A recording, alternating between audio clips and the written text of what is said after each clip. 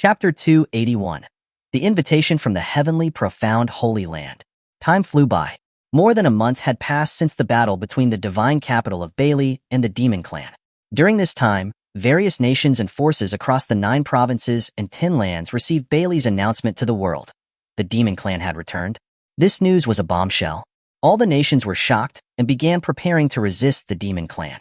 But strangely, since the battle in the divine capital, the Demon Clan had seemed to vanish without a trace. It was unknown whether the supreme demon god had been severely injured in the battle, or if the Demon Clan was planning something in secret. This only made Xia Changming and Wamingzi more worried. One day, Xia Changming was sitting in the main hall of the Divine Palace, holding an invitation. It had been sent by the Heavenly Profound Holy Land. It said that having heard about the Demon Clan's return, they wished to invite him to the Heavenly Profound Holy Land to discuss how to resist the Demon Clan. In addition to the Bailey Divine Kingdom, the Heavenly Profound Holy Land also invited other nations and forces of the 9 provinces and 10 lands to attend. Xia Changming handed the letter to Crimson Phoenix and Jiuzun, who were beside him. The Heavenly Profound Holy Land has invited the various forces of the 9 provinces and 10 lands to discuss how to resist the Demon Clan.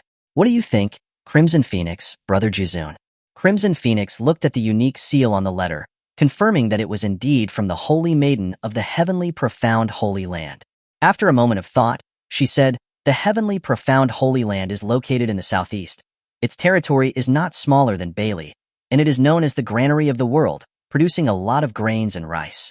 Furthermore, the Heavenly Profound Holy Land favors peace and has never started wars with other forces. If other regions are in trouble, they will provide assistance without reservation. Even within the Holy Land, the various forces are harmonious, and there is rarely any struggle or fighting. Therefore, the Heavenly Profound Holy Land is respected across the 9 provinces and 10 lands, and holds great prestige. It is also said that the Holy Maiden of the Heavenly Profound Holy Land is very concerned about the well-being of all living things, seeking to save all those who suffer and help those in need. Now that no Demon Clan presence has been seen across the 9 provinces and 10 lands, this is a good opportunity to unite the human race to form a coalition and resist the Demon Clan." Crimson Phoenix approved of the Heavenly Profound Holy Land's invitation. The 9 provinces and 10 lands would eventually have to unite to resist the Demon Clan, and even if the Heavenly Profound Holy Land had not sent an invitation, Bailey would have invited the world. Since the Heavenly Profound Holy Land sent the invitation first, there was no harm in going there. Jiuzun also nodded in agreement. "When I was traveling across the 9 provinces and 10 lands, I stayed at the Heavenly Profound Holy Land for a while. The people there are very simple, kind, and hospitable. Their strength is also quite good, and there is an old, highly respected immortal sovereign overseeing the land. They are trustworthy." Having received unanimous agreement from Jiuzun and Crimson Phoenix, Xia Changming slapped the table and made his decision. "Good. We'll head to the Heavenly Profound Holy Land immediately. Bailey will be temporarily left in the hands of Crimson Phoenix and Brother Jiuzun. My wife, let's go." With that, Xia Changming grabbed Su Yueli, who was next to him, and quickly strode out of the hall. Crimson Phoenix and Jiuzun hadn't even had time to react, and only responded subconsciously, "Oh, okay." Su Yueli, allowing Xia Changming to pull her along, asked, confused, "Husband, is there really any need to be in such a hurry?" "Of course. It concerns the safety of the world. Time is of the essence," Xia Changming said in a serious and righteous tone. After that, he winked at Su Yueli in secret. Su Yueli blinked, slowly realizing what was going on, and smiled helplessly. She knew what Xia Changming was thinking. He wasn't worried about the safety of the world. He just wanted to escape from his position as the Divine Emperor of Bailey. Su Yueli didn't say anything. The two of them quickly left the main hall of the Divine Palace. Crimson Phoenix and Jiuzun were still stunned, watching them leave. Something felt off? Crimson Phoenix looked at the pile of memorials on the desk, and then it hit her, her face gradually darkening with anger. That brat! He ran away again. Although the Heavenly Profound Holy Land was some distance away from Bailey, with Xia Changming and Su Yueli's cultivations, they could arrive in less than 2 days. The scheduled meeting was still over half a month away. There was no need to rush so much. Crimson Phoenix angrily started to go and drag Xia Changming back, but Jiuzun grabbed her arm. "Let the kid be," he said with a smile. "This is probably the only brief moment of peace before the Demon Clan returns. Let them be." Crimson Phoenix glared at Jiuzun, snatched the wine jar from his hands, and said coldly, "You're so understanding, but all you do every day is drink. Since you let that kid leave, then you can do his work." Jizun was speechless. He thought for a moment and said, with a serious look, "How about I go and drag that kid back for you?" With that, Jizun also stood up and started walking toward the hall. Before he could take a step, Crimson Phoenix grabbed the back of his collar. Her cold voice sounded from behind him. "You're not also trying to run away, are you? Huh. I'm telling you, don't even think about it. I will not let you run away this time." Jizun was speechless. "Freedom!" Xia Changming shouted happily, flying through the sky with Su Yueli, his hand tightly grasped in hers. These days, he had to sit in front of the main hall every single day, listening to the reports of the 7 divine pillars and the generals, and reviewing memorials day and night. To Xia Changming, who was accustomed to being free and unconstrained, it was torture. Now that he finally had the chance to leave Bailey, he was not going to hesitate. Su Yueli, looking at the excited Xia Changming, felt helpless and amused. But she also cherished these moments alone together. Looking at their clasped hands, she smiled gently.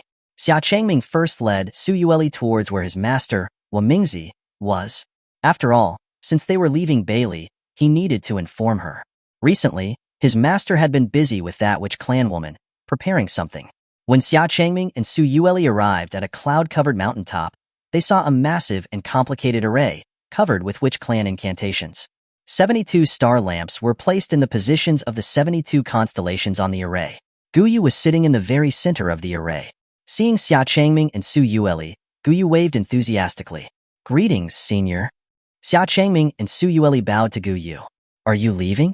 Guyu guessed the purpose of Xia Changming's visit immediately. "Yes, just heading to the heavenly profound holy land," Xia Changming replied. Hearing that Xia Changming and Su Yueli were leaving Bailey, Guyu pouted with a look of resentment. If they left, she wouldn't be able to see them. But she had also promised Wamingzi to help her glimpse the near future of the 9 provinces and 10 lands. Xia Changming did not really understand why this strange witch clan immortal sovereign seemed to be so enthusiastic and friendly towards them. She even showed a hint of reluctance when she heard that they were leaving. Gu Yu's enchanting eyes turned to Su Yueli, winking at her. Su Yueli looked confused, but then suddenly seemed to understand, and her face flushed with embarrassment. The senior was probably reminding her about the witch clan's secret potion, but she couldn't find an opportunity to use it yet. Chapter 282, Setting Off Again. "Senior, where is my master?" Xia Changming looked around, but did not see Wamingzi. Gu Yu pointed to the clouds above them and said, "She went to the heavens." As soon as Gu Yu's voice faded, Wamingzi's elegant figure slowly descended from the clouds above. In order to glimpse the future of the 9 provinces and 10 lands, she was defying the heavenly Tao, and would thus attract a heavenly tribulation. She was preparing for that. "Master," Xia Changming and Su Yueli stepped forward to greet her. They then informed Wamingzi about their plan to head to the heavenly profound holy land. Wamingzi nodded gently. The return of the demon clan was inevitable, and it was only a matter of time before they would invade in full force. It was time for the 9 provinces and 10 lands to unite. Before they left, Wamingzi took out a jade stone, shaped like a comma, that was emitting a luminescent emerald light, and placed it in Xia Changming's palm. "Master, what is this?" Xia Changming asked, curious. From the comma-shaped jade, he could sense a massive and astonishing power of divine laws. The density was even far greater than an average immortal sovereign. This item is the Skyhook Jade, and it's the key to open the immortal treasure mirror. Before you head to the heavenly profound holy land, you should first make a trip to Pangying Immortal Island and use this to open the immortal treasure mirror there. "Immortal treasure mirror?" Xia Changming asked, looking at the Skyhook Jade he just received, curiously. It was the first time he had heard of this immortal treasure mirror. Guyu smiled and explained, "The immortal treasure mirror is a very special and magical secret realm. In the entire 9 provinces and 10 lands, only Pangying Immortal Island has an entrance to the immortal treasure mirror. And the Skyhook Jade in your hand is the key to the entrance of the immortal treasure mirror. Some people who enter it can comprehend divine abilities in just a few breaths of time, but others can spend 100 years inside and not gain anything. Is it due to aptitude and talent?" Xia Changming asked. Guyu smiled meaningfully. "Wrong. It is because they were not favored. The immortal treasure mirror is also known as the celestial spirit mirror. It is made of the gathering of all celestial spirits. Although it doesn't have a soul, it has consciousness. It can sense everyone who enters the mirror. Only those it finds pleasing will it give the power of divine abilities. That's what they call a celestial affinity. So that's the so-called celestial affinity. Xia Changming smiled wryly. He wondered what the conditions were to be favored by the immortal treasure mirror. If it had to do with looks, then he should have a pretty good chance. You have celestial bone and jade, and extraordinary understanding. Other people can comprehend and learn from seeing your divine abilities, but you have yet to develop your own innate divine ability. Perhaps it is because your cultivation improved too quickly, and you lack time to refine it. Or, it may be that you have mastered too many divine laws, which are hindering your ability to grasp your own innate divine ability. The immortal treasure mirror might help you develop your innate divine ability, Mingzi said. With Xia Changming's talent and understanding, he should not have taken this long to develop his innate divine ability. There were rumors that after someone became an immortal sovereign, if they had not yet developed their innate divine ability, it might be that they had the potential to develop a divine ability that could shake the power of the heavenly Tao. Only Xia Changming's experience with the immortal treasure mirror would reveal the answer. Xia Changming was also curious as to why he had not developed his own innate divine ability for so long. He tightly gripped the sky-hooked jade.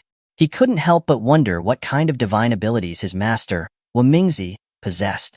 He had never seen her use any divine laws before. Master, what is your divine ability? Xia Changming asked, out of curiosity. With his master's level of cultivation, and her sword techniques focusing on attack, her divine ability should also be incredibly powerful, right? However, Mingzi only said indifferently, my divine ability is just a sealing divine ability. A sealing divine ability. His master, who wielded such an invincible sword, possessed a sealing divine ability. This greatly surprised Xia Changming. No wonder he had never seen his master use any divine laws before. For her, there was probably nothing that warranted using a sealing divine ability. Oh, you also have a very strange puppet, right? After Xia Changming accepted the sky-hooked jade, Guyu suddenly asked from the side. She had secretly watched Xia Changming summon the faceless puppet to fight Qinxiu. Although they were of similar cultivation levels, the faceless puppet was able to use celestial lightning, and also heal itself by absorbing the spirit of the heavens and earth, beating Qinxiu to a pulp. She had seen many faceless puppets, but as far as she knew, none had been able to do this. Yes, Xia Changming replied. Guyu rubbed her chin and then said with a smile, your faceless puppet is very special. I've never seen anything like it before. When you enter the immortal treasure mirror, you can summon it. If I'm not mistaken, your faceless puppet should not be ordinary. It might even be the master of all faceless puppets. Master of all faceless puppets? Xia Changming muttered to himself. It was the first time he had heard of the master of all faceless puppets. He also felt that his faceless puppet was extraordinary. Not only could it absorb endless spirit stones, but it could also absorb celestial lightning and convert it into its own power. In the illusionary realm, when he was almost in danger, it had jumped out from his spiritual ring on its own and blocked an attack for him. Guyu wasn't certain of her speculation. You'll know when you take it out, she said. I understand, Xia Changming replied, nodding. After saying goodbye to Mingzi and Guyu, Xia Changming transformed into a divine rainbow, pulling Su Yueli along as he flew towards the horizon. Guyu's gaze lingered on Mingzi's figure. She then sighed. She had known Mingzi for 1,000 years, and had fought alongside her in the ancient war between the immortals, demons, and the yokai 1,000 years ago. But she had never seen Mingzi use that so-called sealing divine ability before. Never having used it, does that mean she can only use it once? After saying goodbye to Mingzi and Guyu, Xia Changming led Su Yueli as they flew swiftly through the sky. Su Yueli, looking at the direction Xia Changming was flying, frowned slightly and asked, Husband, are you lost? Pengying Immortal Island is in the southeast. You're heading to the western region? Su Yueli was very familiar with this direction. If they went further west, they would reach her demon clan territory in the western region. Xia Changming smiled, saying, My wife, I'm not lost. We're going to the demon clan. I'm taking you home to see your family first. Last time, he could see the longing in Su Yueli's eyes for her demon clan. Besides, even if they were to arrive at the heavenly profound Holy Land first, the various forces of the 9 provinces and 10 lands wouldn't arrive so quickly. It wasn't too late to take his wife to the demon clan first. Hearing that, Su Yueli was touched. She smiled gently and nodded. Yes. The two of them flew forward like divine rainbows, leaving Bailey and disappearing in the distance. Chapter 283. Return to the Demon Clan. A welcome from 10,000 demons. Western Demon Clan. Within the Demon Emperor city, a group of young demon children were gathered around Boldali, listening with rapt attention as he enthusiastically narrated a story. Let me tell you little imps another tale of my glorious deeds. Boldali boomed. Back in the day, demon kings from all over the land rose up in rebellion, trying to seize the demon emperor's throne while Her Majesty was away. War raged everywhere in the demon clan. It was dangerous all around. But we, the Bull Demon Clan, were unwaveringly loyal to Her Majesty. In that perilous moment, we stood up to support her. With the might of the Bull Demon Clan alone, we crushed hundreds of demon kings into the dust. We protected the demon lands. The children gazed at Boldali with wide-eyed admiration, completely engrossed in his tale. They eagerly pressed him. And then what happened? And then what happened? And then yes, there was the wicked leopard demon king, a tyrant who went on a rampage, burning, killing, and looting. He was utterly evil. He did all sorts of bad things. And he especially loved to eat little brats like you. Eek, really? The children cried out in alarm, their faces filled with fear. Boldali grinned with pride. Of course it's true. When I found out, I grabbed my axe and with one swing, I utterly annihilated him. Here, Boldali stood up, emphatically brandishing the axe beside him, showcasing how he had slain Linya back in the day, all for the benefit of the awestruck children. The children exclaimed in unison, "Ooh, how amazing! When I grow up, I want to be as strong as Grandpa Bull and protect the Demon Clan." Grandpa Bull, will you teach us? Who's calling me Grandpa Bull? Call me Bro Bull. I'm only 400 years old. I'm not even married yet. Boldali scolded the children, although a smug look remained on his face. His bull nostrils were flared with pride. You little imps don't know. Back then I fought all the way to the Demon Emperor's palace for Her Majesty. Countless rebels fell to my axe. In the end, I helped Her Majesty reclaim the Demon Emperor's throne. And Her Majesty was so touched at that time.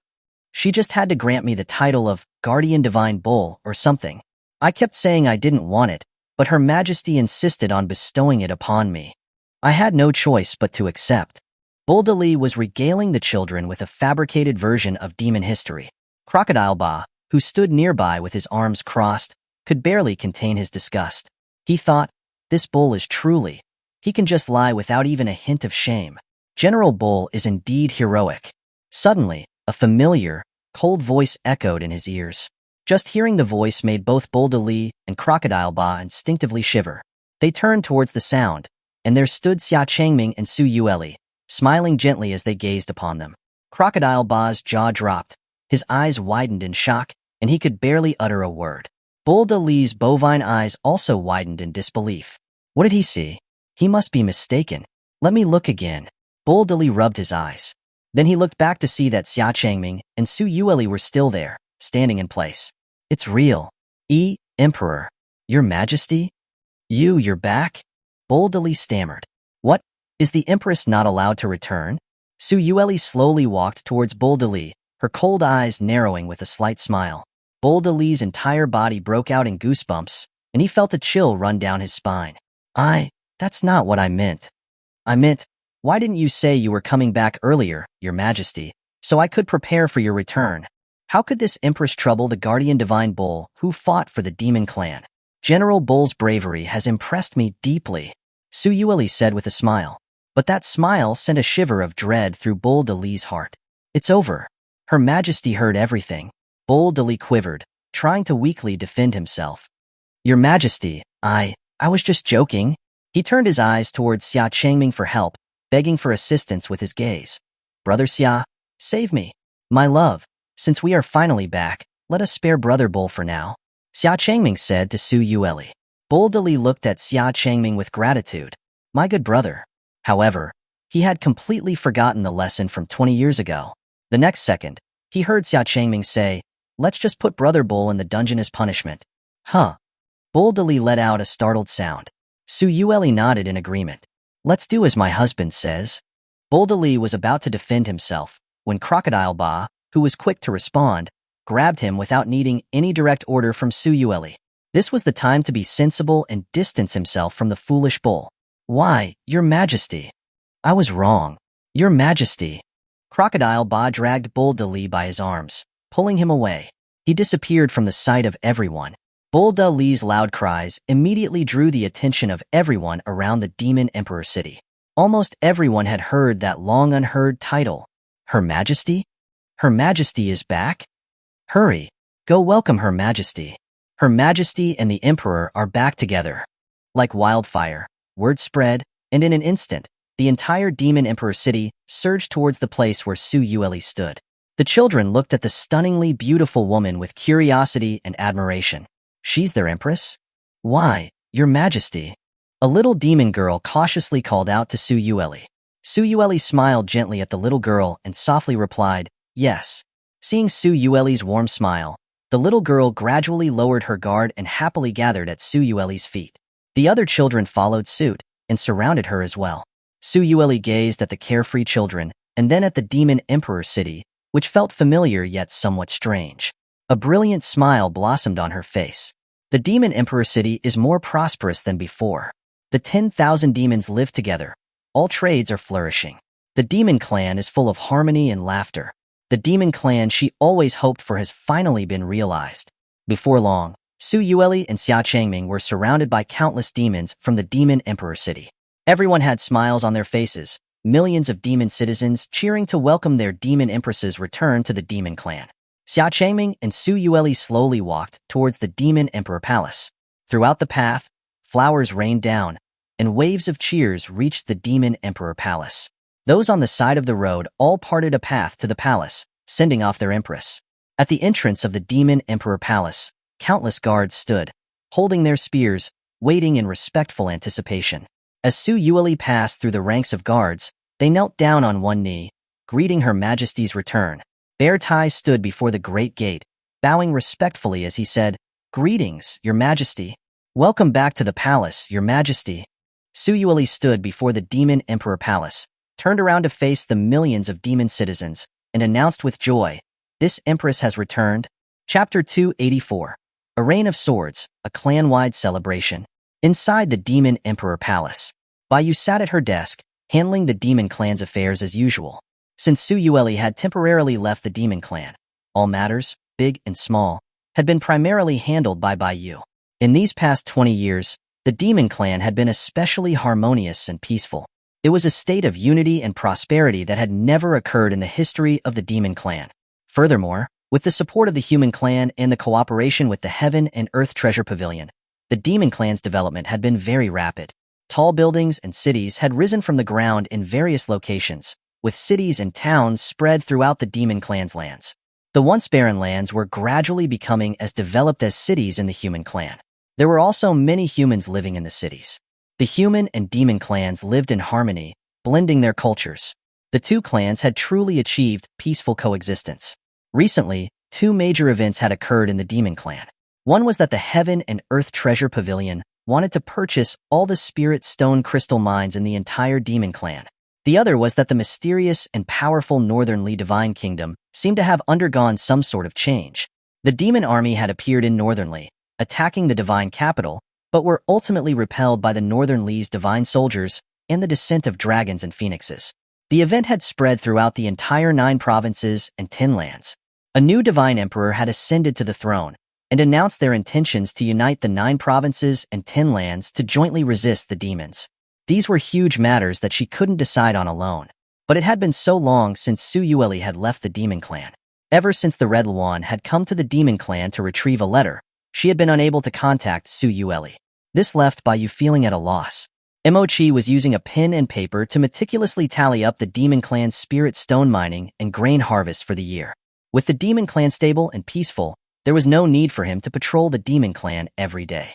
Therefore, he kept in mind the important task Su Yueli had entrusted him with and began managing the demon clan's seasonal and annual grain harvests and various spirit stone mining activities.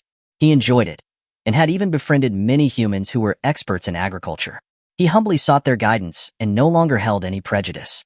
Suddenly, a burst of cheering arose from outside the Demon Emperor Palace. The roar was so loud that it reached the ears of Bai Yu and Mochi. Bai Yu and Mochi looked at each other, and Emochi immediately stood up and went to investigate outside.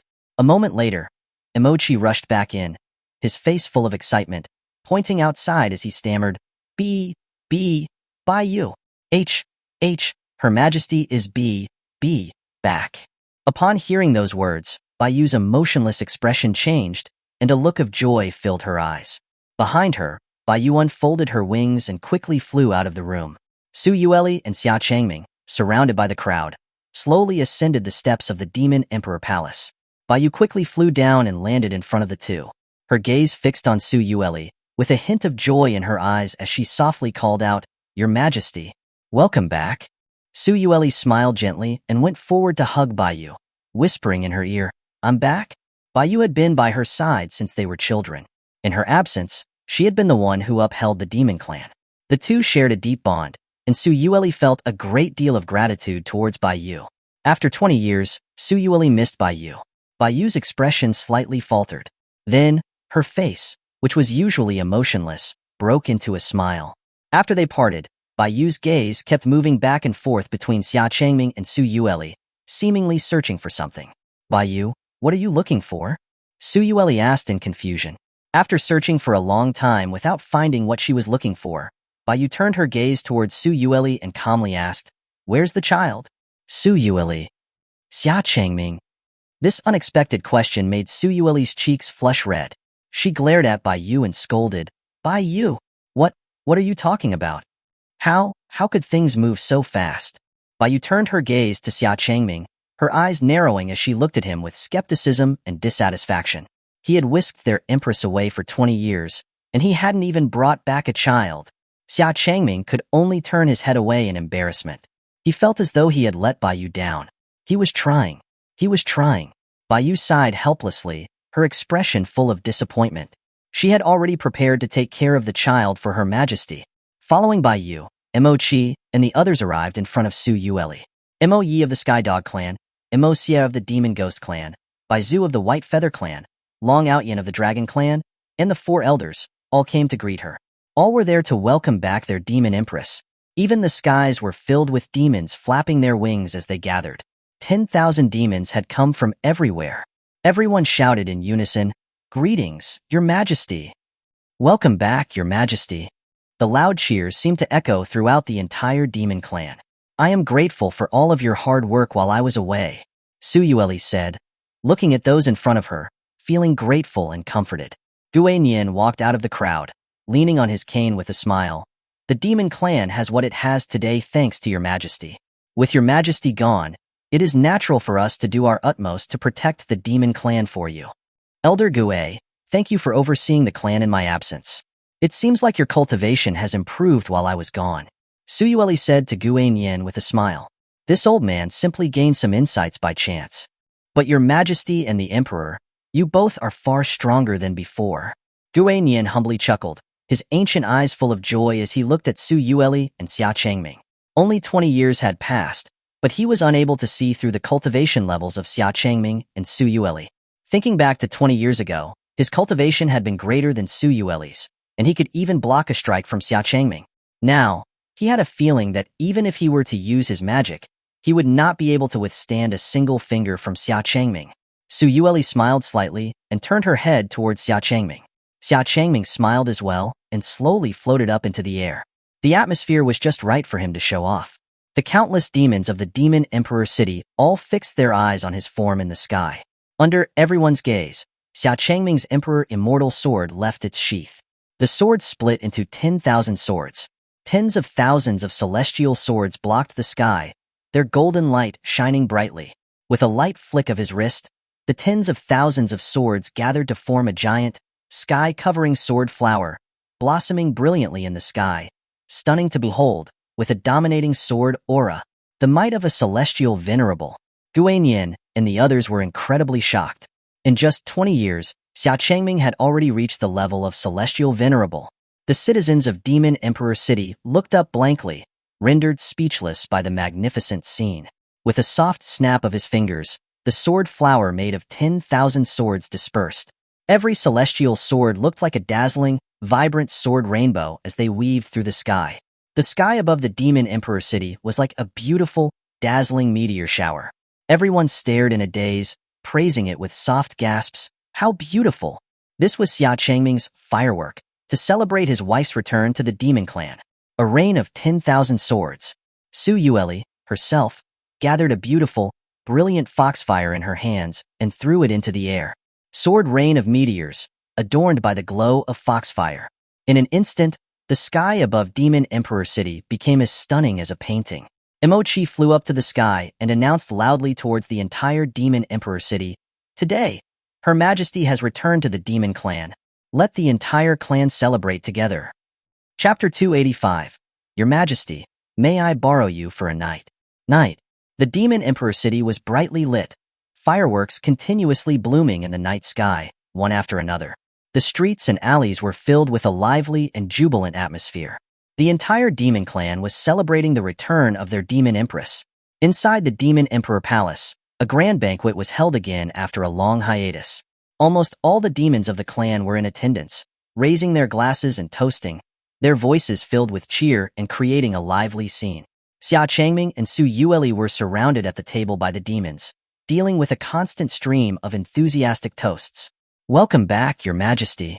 Congratulations to Your Majesty and the Emperor for attaining the celestial venerable level. May Your Majesty bless our demon clan with prosperity. Cheers. Su Yueli also raised her glass, drinking and laughing with all the demons. Her beautiful face maintained a charming and approachable smile. This was something the demons had never seen on their Empress's face before. It seemed that since Her Majesty's return, she had become increasingly more womanly.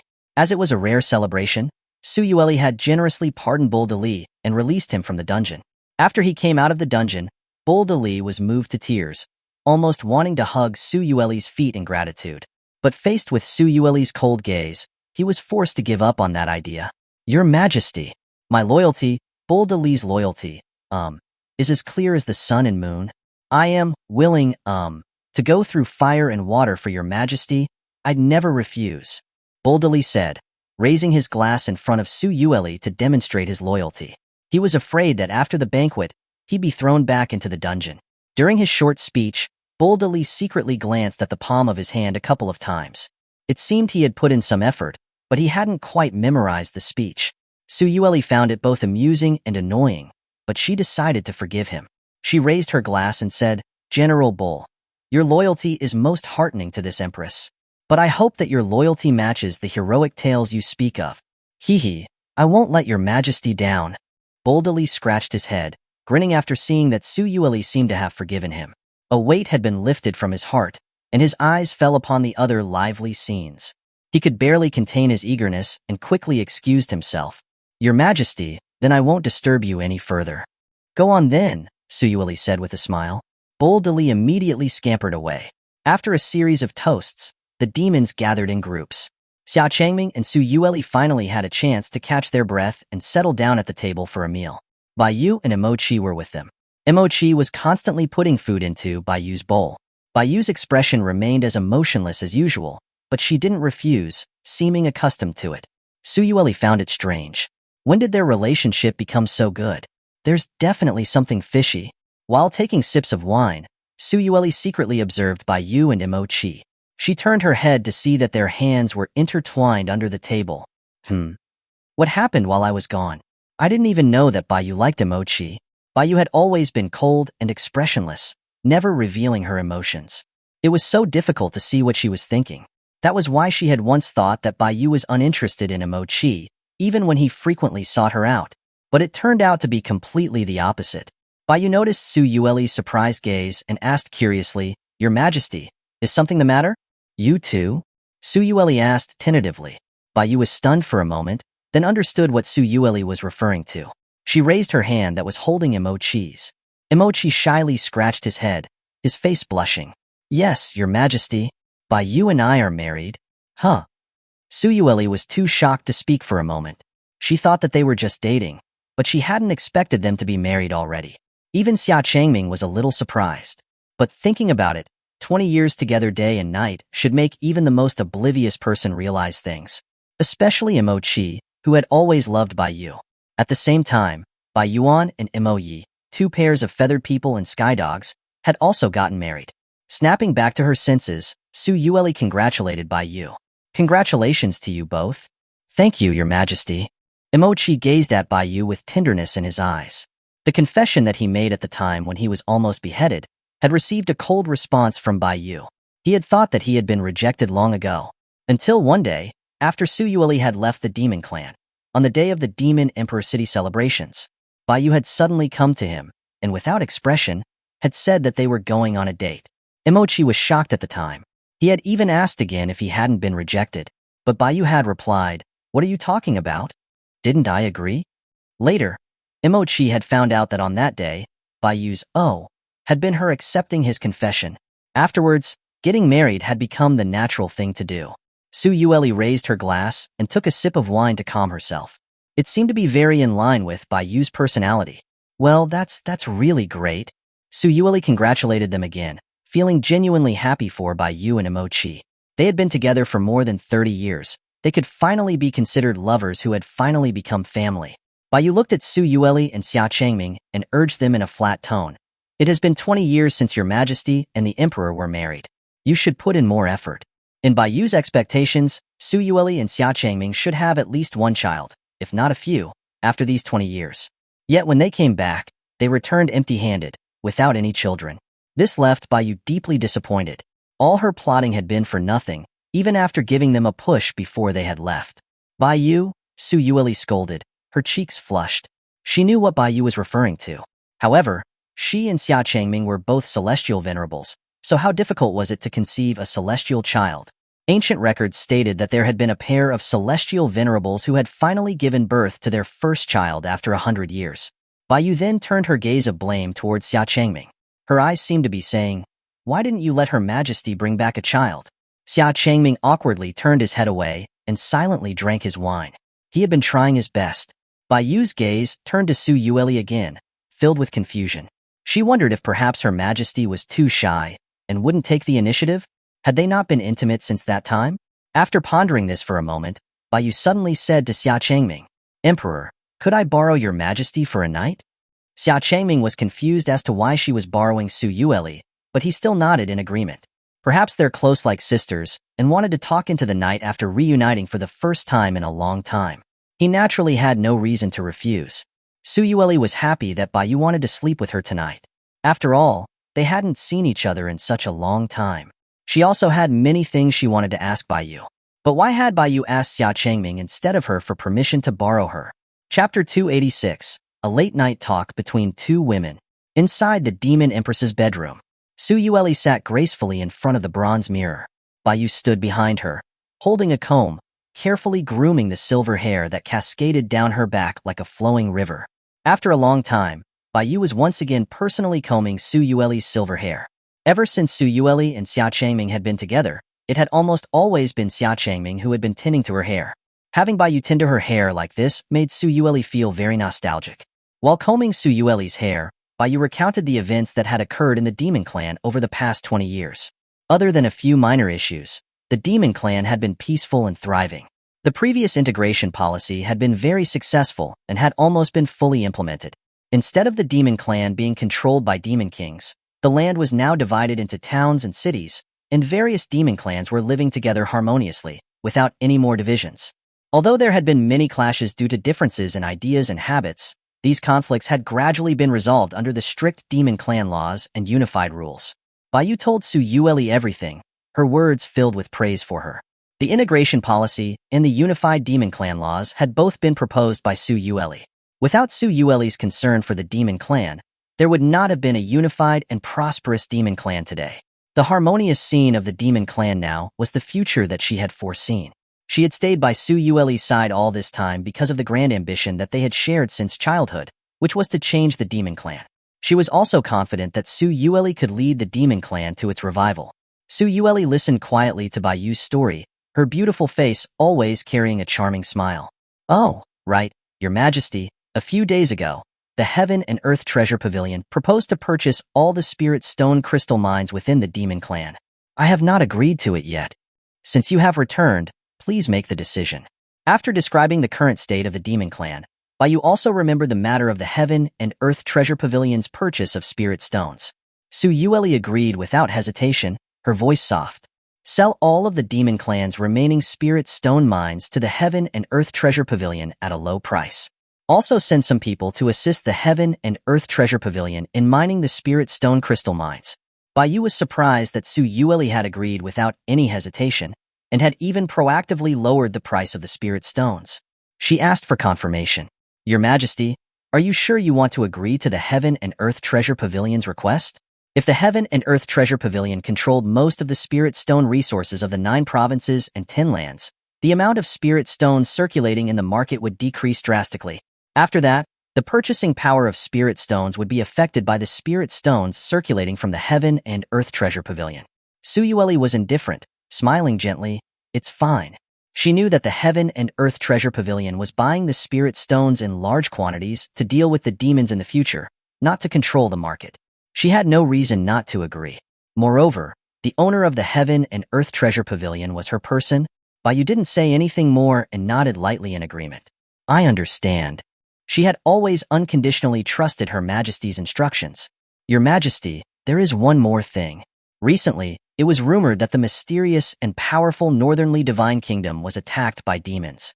The Northernly Divine Kingdom successfully repelled the demons, and the new Divine Emperor ascended to the throne, and had sent a request for a coalition to the demon clan. After deciding on the matter with the Heaven and Earth Treasure Pavilion, Bai Yu informed Su Yueli of another very important matter. Su Yueli's lips curved into a mysterious smile. She knew everything about the Northern Li's affairs. She didn't need Bai Yu to tell her. Bai Yu, that Northernly Divine Emperor that you mentioned, has also come to the Demon Clan. The Northernly Divine Emperor is in the Demon Clan. A trace of surprise appeared in Bai Yu's eyes. After thinking about it for a moment, she suddenly understood and realized what Su Yueli meant. The Northernly Divine Emperor was Xia Changming.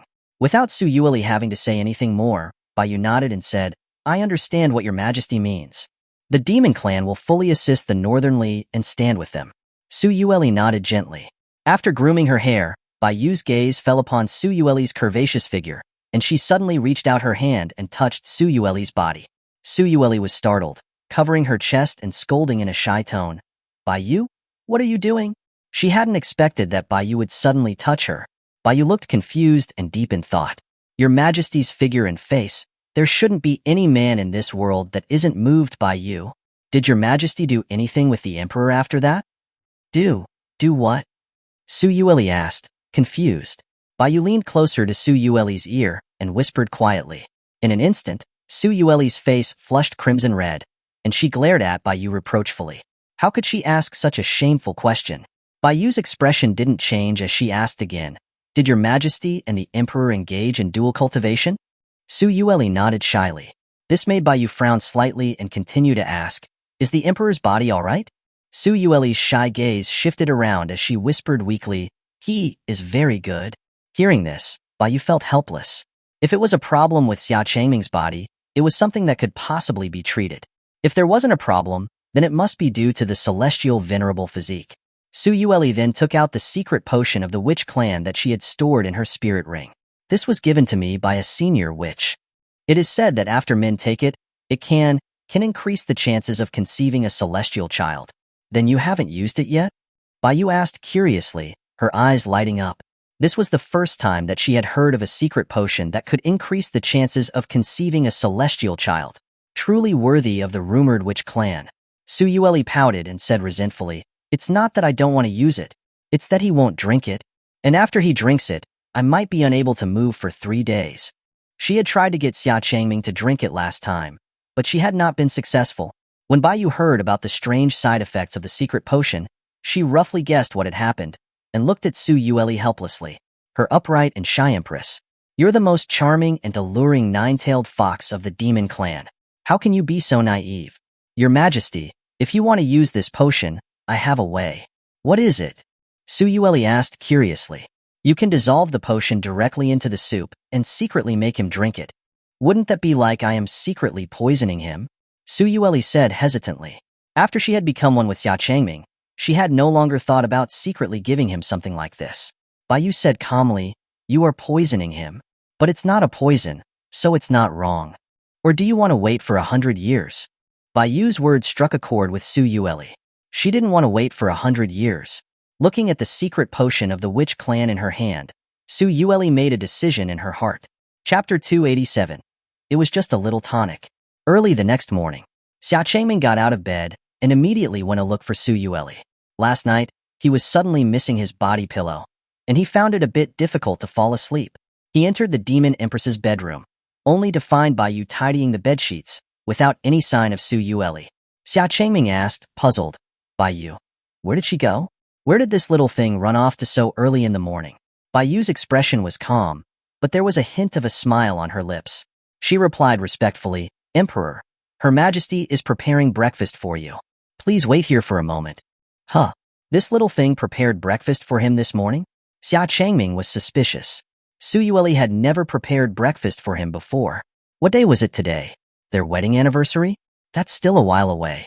Looking at the subtle smile on Bai Yu's face, Xia Changming felt that something was fishy. It can't be that she's trying to drug him again, is it? With the level of affection that he and Su Yueli now shared, it shouldn't be necessary. Inside the Demon Emperor Palace's royal kitchen, Su Yueli stood in front of the stove, her beautiful eyes fixed on the pot of kanji, holding the bottle of the witch clan's secret potion in her hand. Although she had decided to pour the witch clan's potion into the kanji and make Xia Changming eat it, she didn't know how much she should add. There was a small line of annotations on this potion bottle, but she couldn't understand the ancient witch clan language it was written in. She couldn't read it. After thinking about it, Su Yueli simply poured the entire bottle of the witch clan's potion into the kanji and stirred it. It wasn't like a bottle was a lot. Besides, since it was supposed to help with conceiving a celestial child, perhaps pouring in a little more would increase the odds a bit. The witch clan's potion was colorless and tasteless.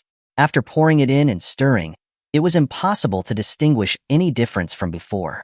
In fact, the jade-colored kanji seemed to shine even more, looking especially beautiful. Su Yueli looked at her creation with satisfaction. Now, she just needed to make Xia Changming eat it. Just as she was about to pick up the pot, Su Yueli suddenly realized that if she used too much of the potion, would the side effects also increase? It shouldn't be, right? After waiting for a while in the Demon Empress's bedroom, Su Yueli appeared in front of Xia Changming with the hot kanji. Husband, I made white jade kanji. Why don't you try it? Su Yueli smiled as she placed the kanji in front of Xia Changming. I wish your majesty and the emperor a pleasant meal. Bai Yu knew that it wasn't her place to be there. She bowed slightly and retreated out of the bedroom, closing the door behind her and casting a barrier outside. Su Yueli's fair cheeks flushed with an almost imperceptible blush. She took the initiative to scoop up a spoonful of kanji for Xia Changming, blowing on it before bringing it up to his lips. Husband, try it quickly. Xia Changming's first reaction wasn't one of being touched, but of fear. Whenever this little thing had some devious intention, she was always exceptionally gentle and considerate. He had a feeling that there was definitely something fishy about this kanji, but he couldn't think of any reason why. Husband? Seeing the hesitant look on Xia Changming's face, Su Yueli felt her heart skip a beat. Had he already found out? My love, did you drug me again? Xia Changming asked suspiciously. Su Yueli. Seeing that she had been exposed, Su Yueli didn't try to hide it any further.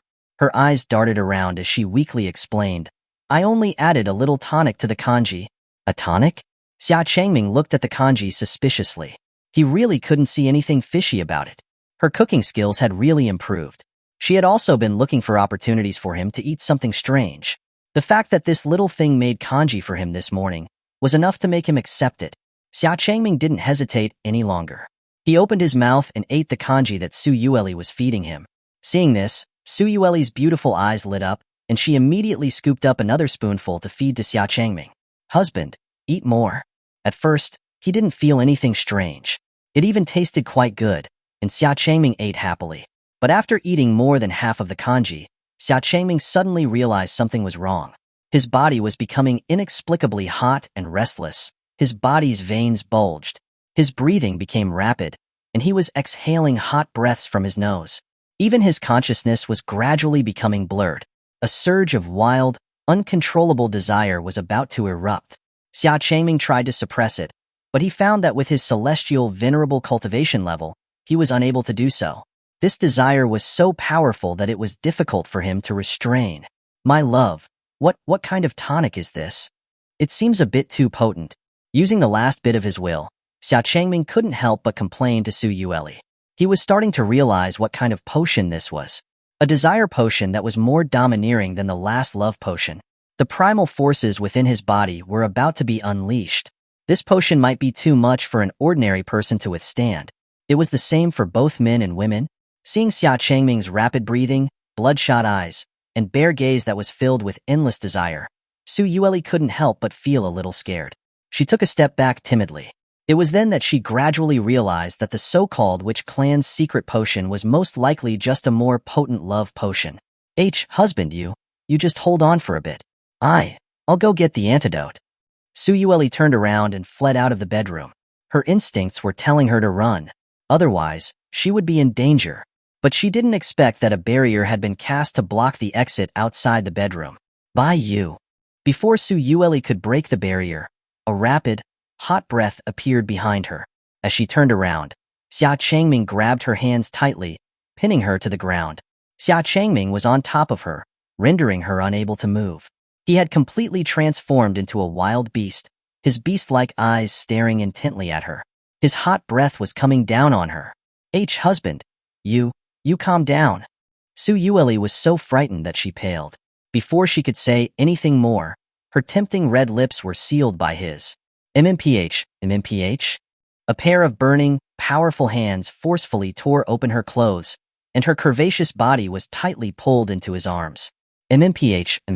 Husband, wait a minute. Su Yueli still wanted to resist, and used her foxtail to wrap around Xia Changming's body in an attempt to pull him away, but she found that his strength was surprisingly powerful. She couldn't even push him away. Was this also a side effect of the witch clan's secret potion? Su Yueli was filled with regret. Xia Changming was sucking on Su Yueli's red lips with fiery greed, his hands roughly caressing her soft body, kneading her breasts and buttocks. Under the fiery kisses, Su Yueli's beautiful eyes began to glaze over. Her body became weak and limp, and she gradually fell. Not good. She was starting to feel aroused. Her body had become numb and weak. Unknowingly, Xia Changming carried Su Yueli to the bed and pinned her down on the soft mattress that Bai Yu had changed beforehand. Husband, wait. Su Yueli's eyes were glazed over with arousal.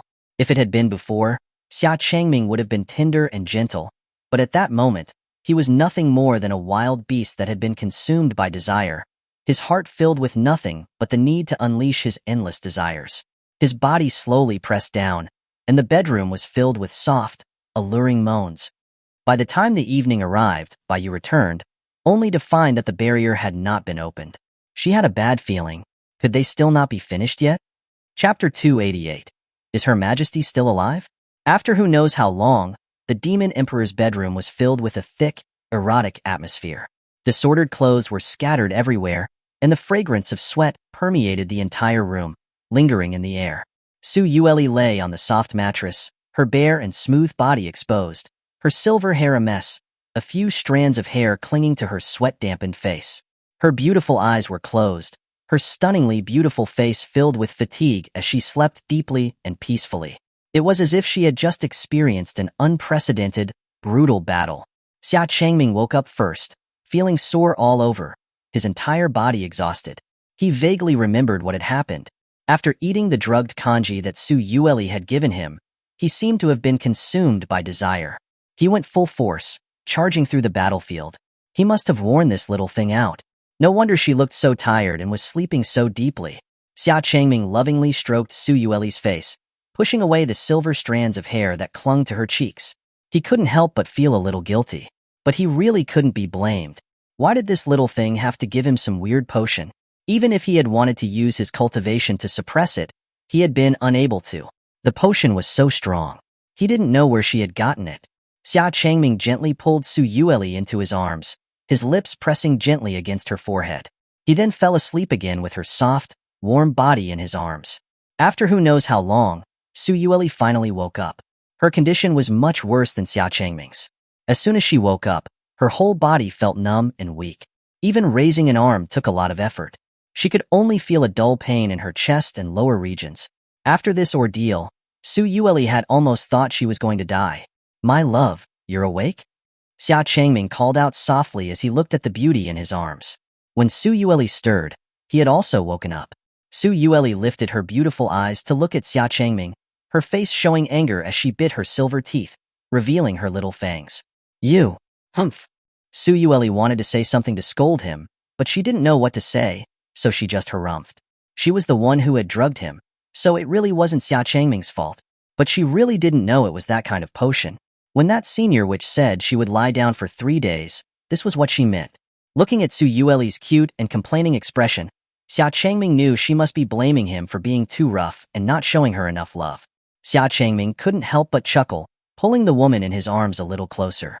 Their bodies pressed together as Xia Changming's hand caressed her smooth body with infinite tenderness. MMM.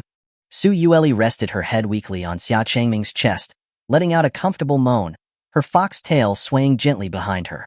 Listening to her alluring moan and feeling her soft body pressed tightly against his chest, Xia Changming couldn't help himself and kissed Su Yueli's red lips again. Before, he had been in a half-conscious state and hadn't been able to savor the moment. This time, he wanted to savor her. Su Yueli was startled, her beautiful eyes widened, and her slender arms weakly tried to push against Xia Changming's chest. If Xia Changming were to demand her like before, she really wouldn't be able to take it. My love, this time, I will be very gentle. Xia Changming opened his mouth and gently bit down on Su Yueli's fox ears, which had peeked out from her head due to her arousal. Su Yueli's body trembled. Her body was so sensitive that she pleaded in a sweet voice, "Husband, my ears, you can't bite them." However, little did she know that this pleading would only further stir the desires in his heart. As his teeth gently bit down, Su Yueli immediately arched her body, and the little bit of strength she had regained was once again gone, and she was lost.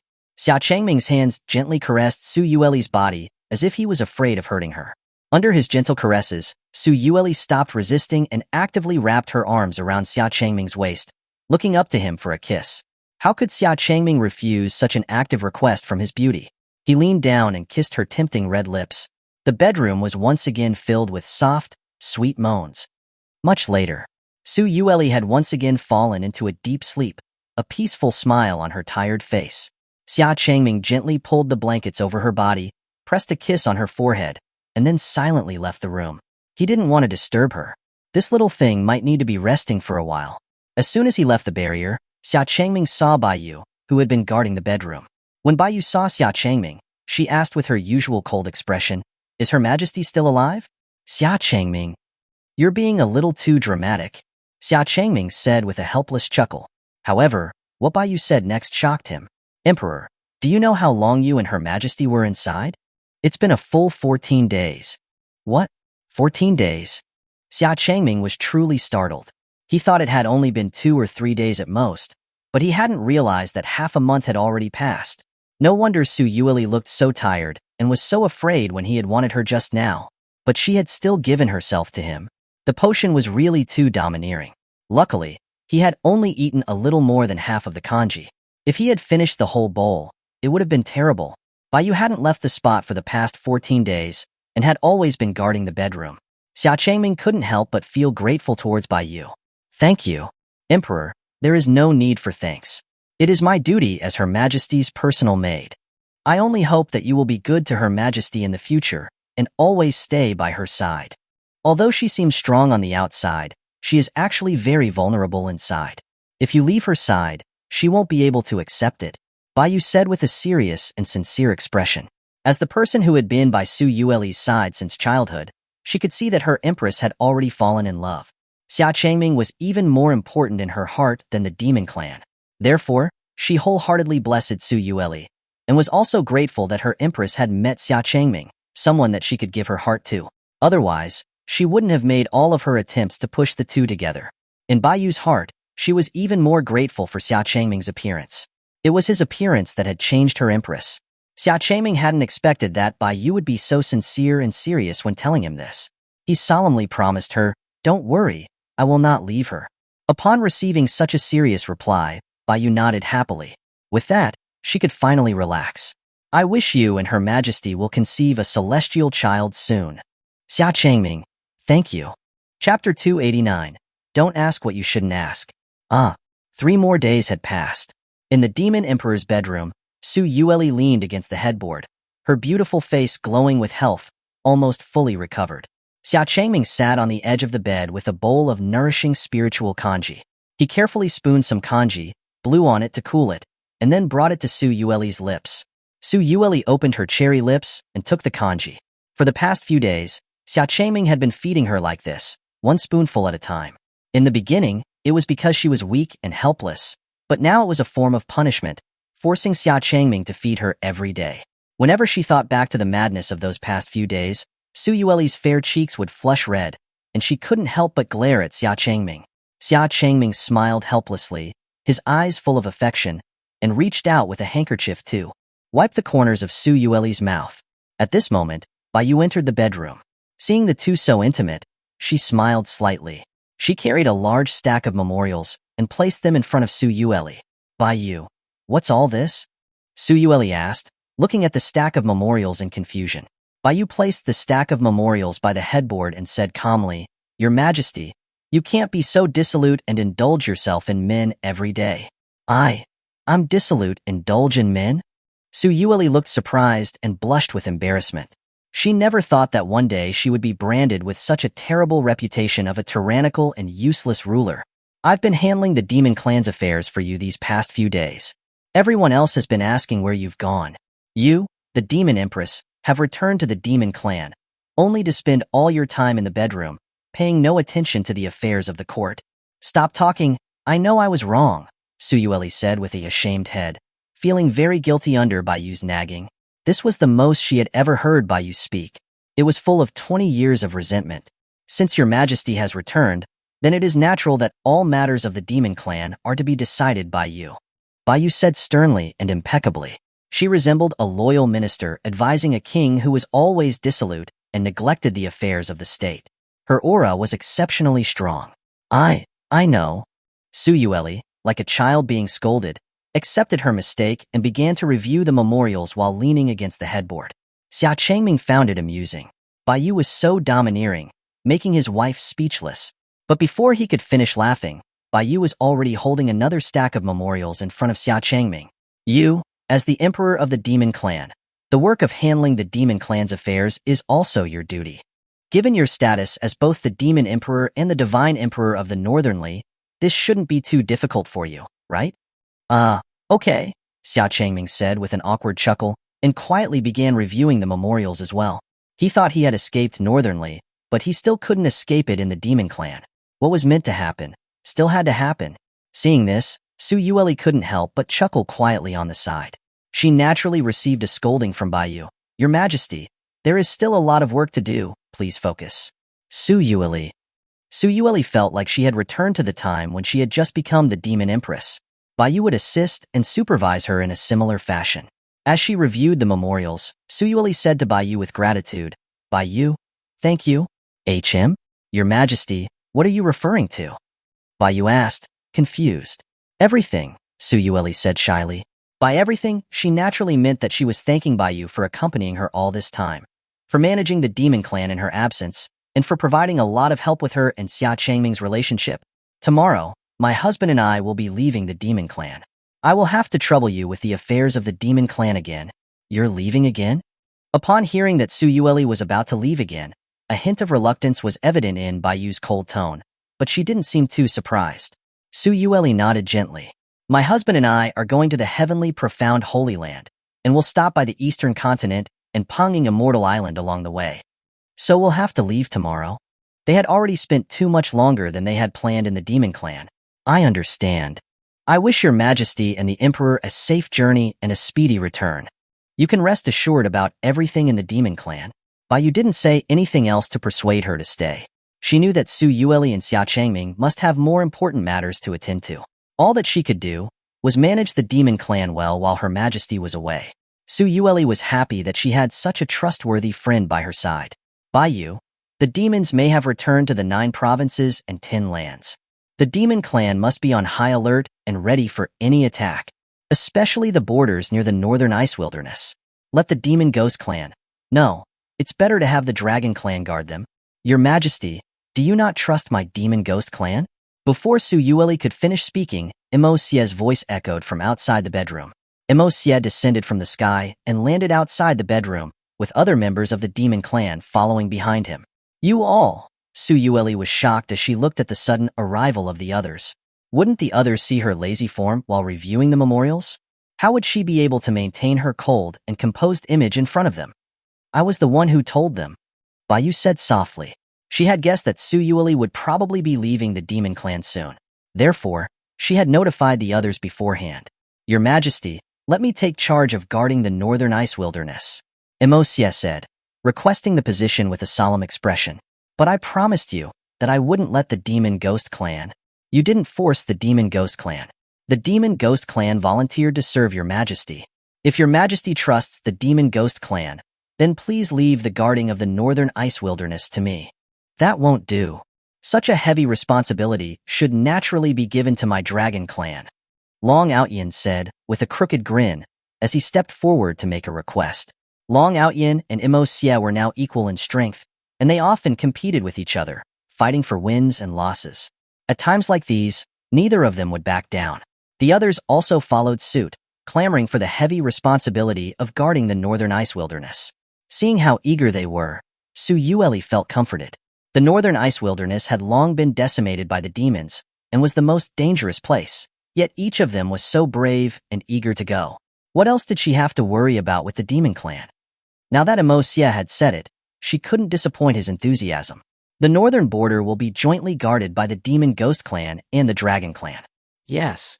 Long Outyin and Xia responded at the same time. The White Feather clan and the Sky Dog clan will be responsible for patrolling within the demon clan. We respectfully obey your Majesty's orders. Bai Yuan and Yi also responded. What about me? What about me? Your Majesty, where should I go? Boldly asked impatiently, raising his hand. It had been a long time since he had fought. His axe was getting impatient. Su Yueli glanced at Boldly, thought for a moment, and then said, You will guard the home. You will work with Feng Rao and Bear Tai to guard the Demon Emperor city. I'm staying in the Demon Emperor city?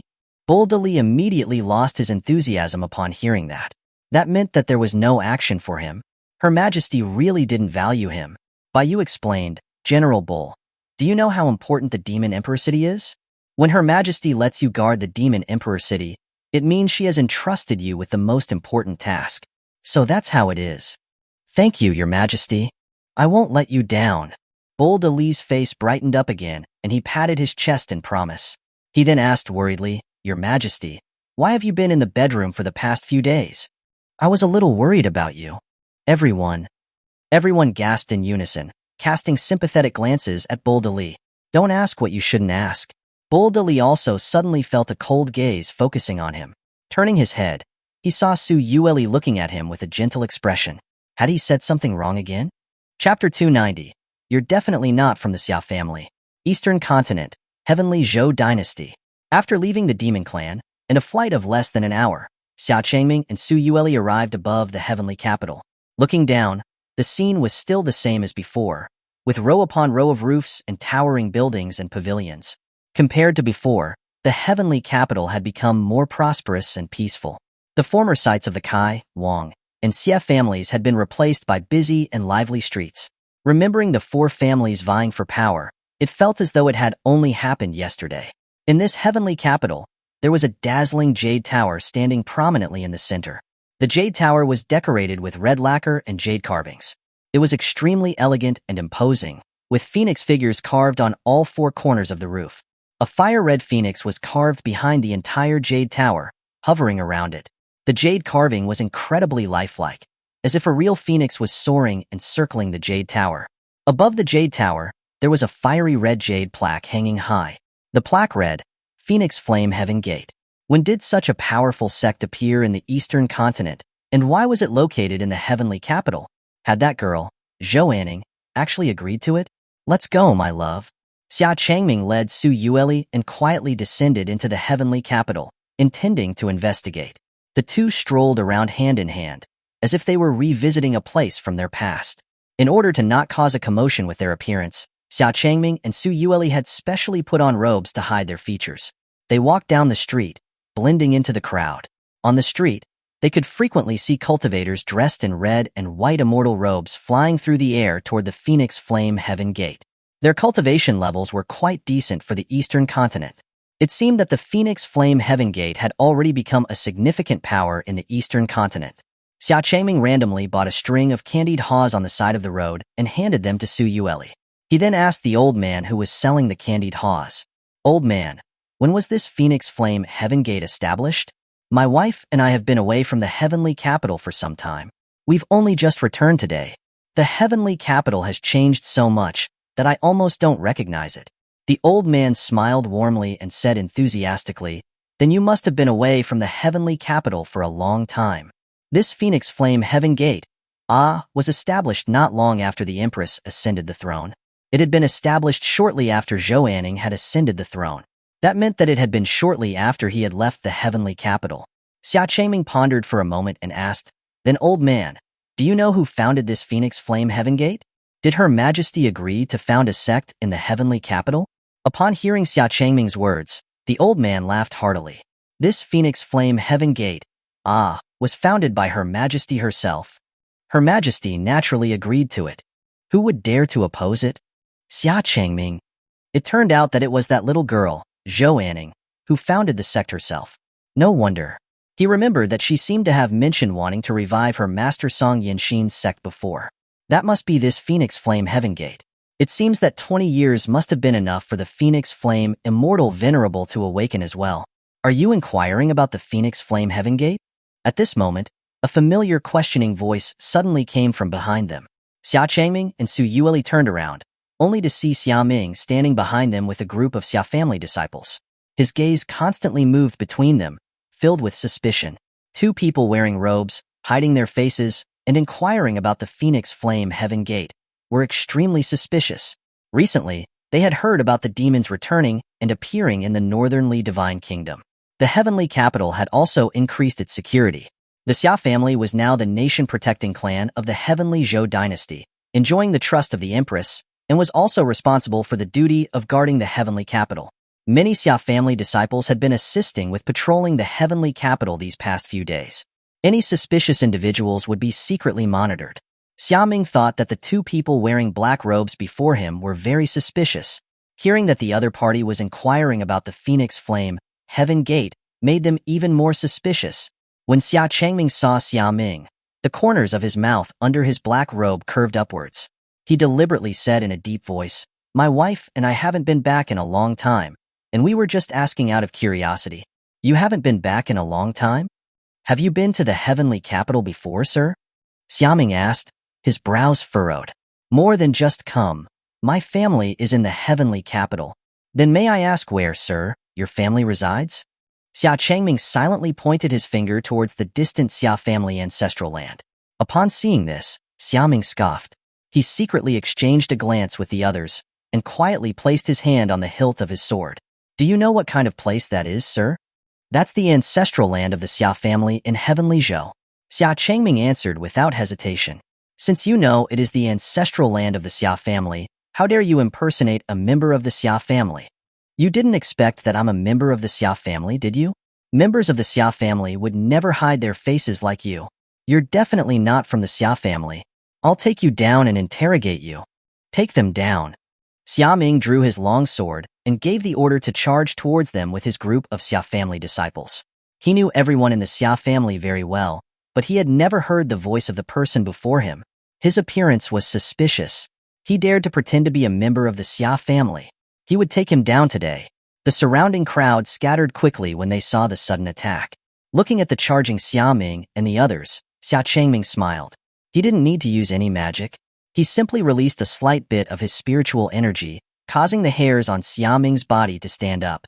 They froze on the spot, their eyes filled with fear. Cold sweat slowly dripped down their foreheads. What a terrifying spiritual pressure. He hadn't moved, but the spiritual pressure alone was enough to make it difficult for them to breathe. The cultivation level of the person before them was immeasurable, and they were not a match for him at all. A mid-stage heaven realm, not bad. "It seems your cultivation hasn't declined during this time, Xia Ming," Xia Changming said, praising Xia Ming, who was struggling to hold on. Xia Ming was confused. How did this person seem so familiar with him? He even knew his name? His voice was becoming a bit familiar. Before Xia Ming could think any further, Xia Ruobing, who was patrolling nearby with another group, also sensed this terrifying spiritual pressure. She quickly led her group to the scene. When Xia Ming saw Xia Ruobing and the others, He immediately shouted, "Sister Ruabing, you guys run. Don't worry about us. He's very strong. You're not a match for him." Xia Ruabing and the others were on guard, looking at Xia Changming and Su Yueli with solemn expressions. Xia Changming walked helplessly in front of Xia Ming and slowly removed his robe, revealing his true appearance. "Why are you saying such emotional things? I wouldn't do anything to you." Su Yueli also removed her robe, revealing her as always, peerless beauty. Xia Ming and Xia Ruabing stared at Xia Changming and Su Yueli blankly, their eyes gradually filling with joy. "Patriarch, is it you? You've returned." Xia Ruabing immediately led the group to bow respectfully. "Greetings, Patriarch." After finally realizing what had happened, Xia Ming quickly bowed as well. He was terribly embarrassed. He hadn't even recognized his own patriarch. He had even tried to take him down. Could this be considered treason? Chapter 291. Homecoming. "Patriarch, when did you return?" Xia Ruabing stepped forward, asking with joy. Everyone was overjoyed to see Xia Changming. Xia Ming bowed deeply in apology, saying solemnly, "My apologies, Patriarch."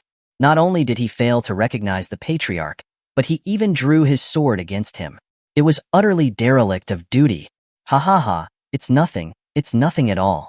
Xia Changming laughed and patted Xia Ming, indicating that he shouldn't dwell on it. His gaze carefully scanned over the faces of Xia Ming, Xia Ruabing, and the others. He couldn't help but sigh. In the past 20 years, everyone had changed quite a bit. They all seemed much more mature than before, making them feel even more reliable.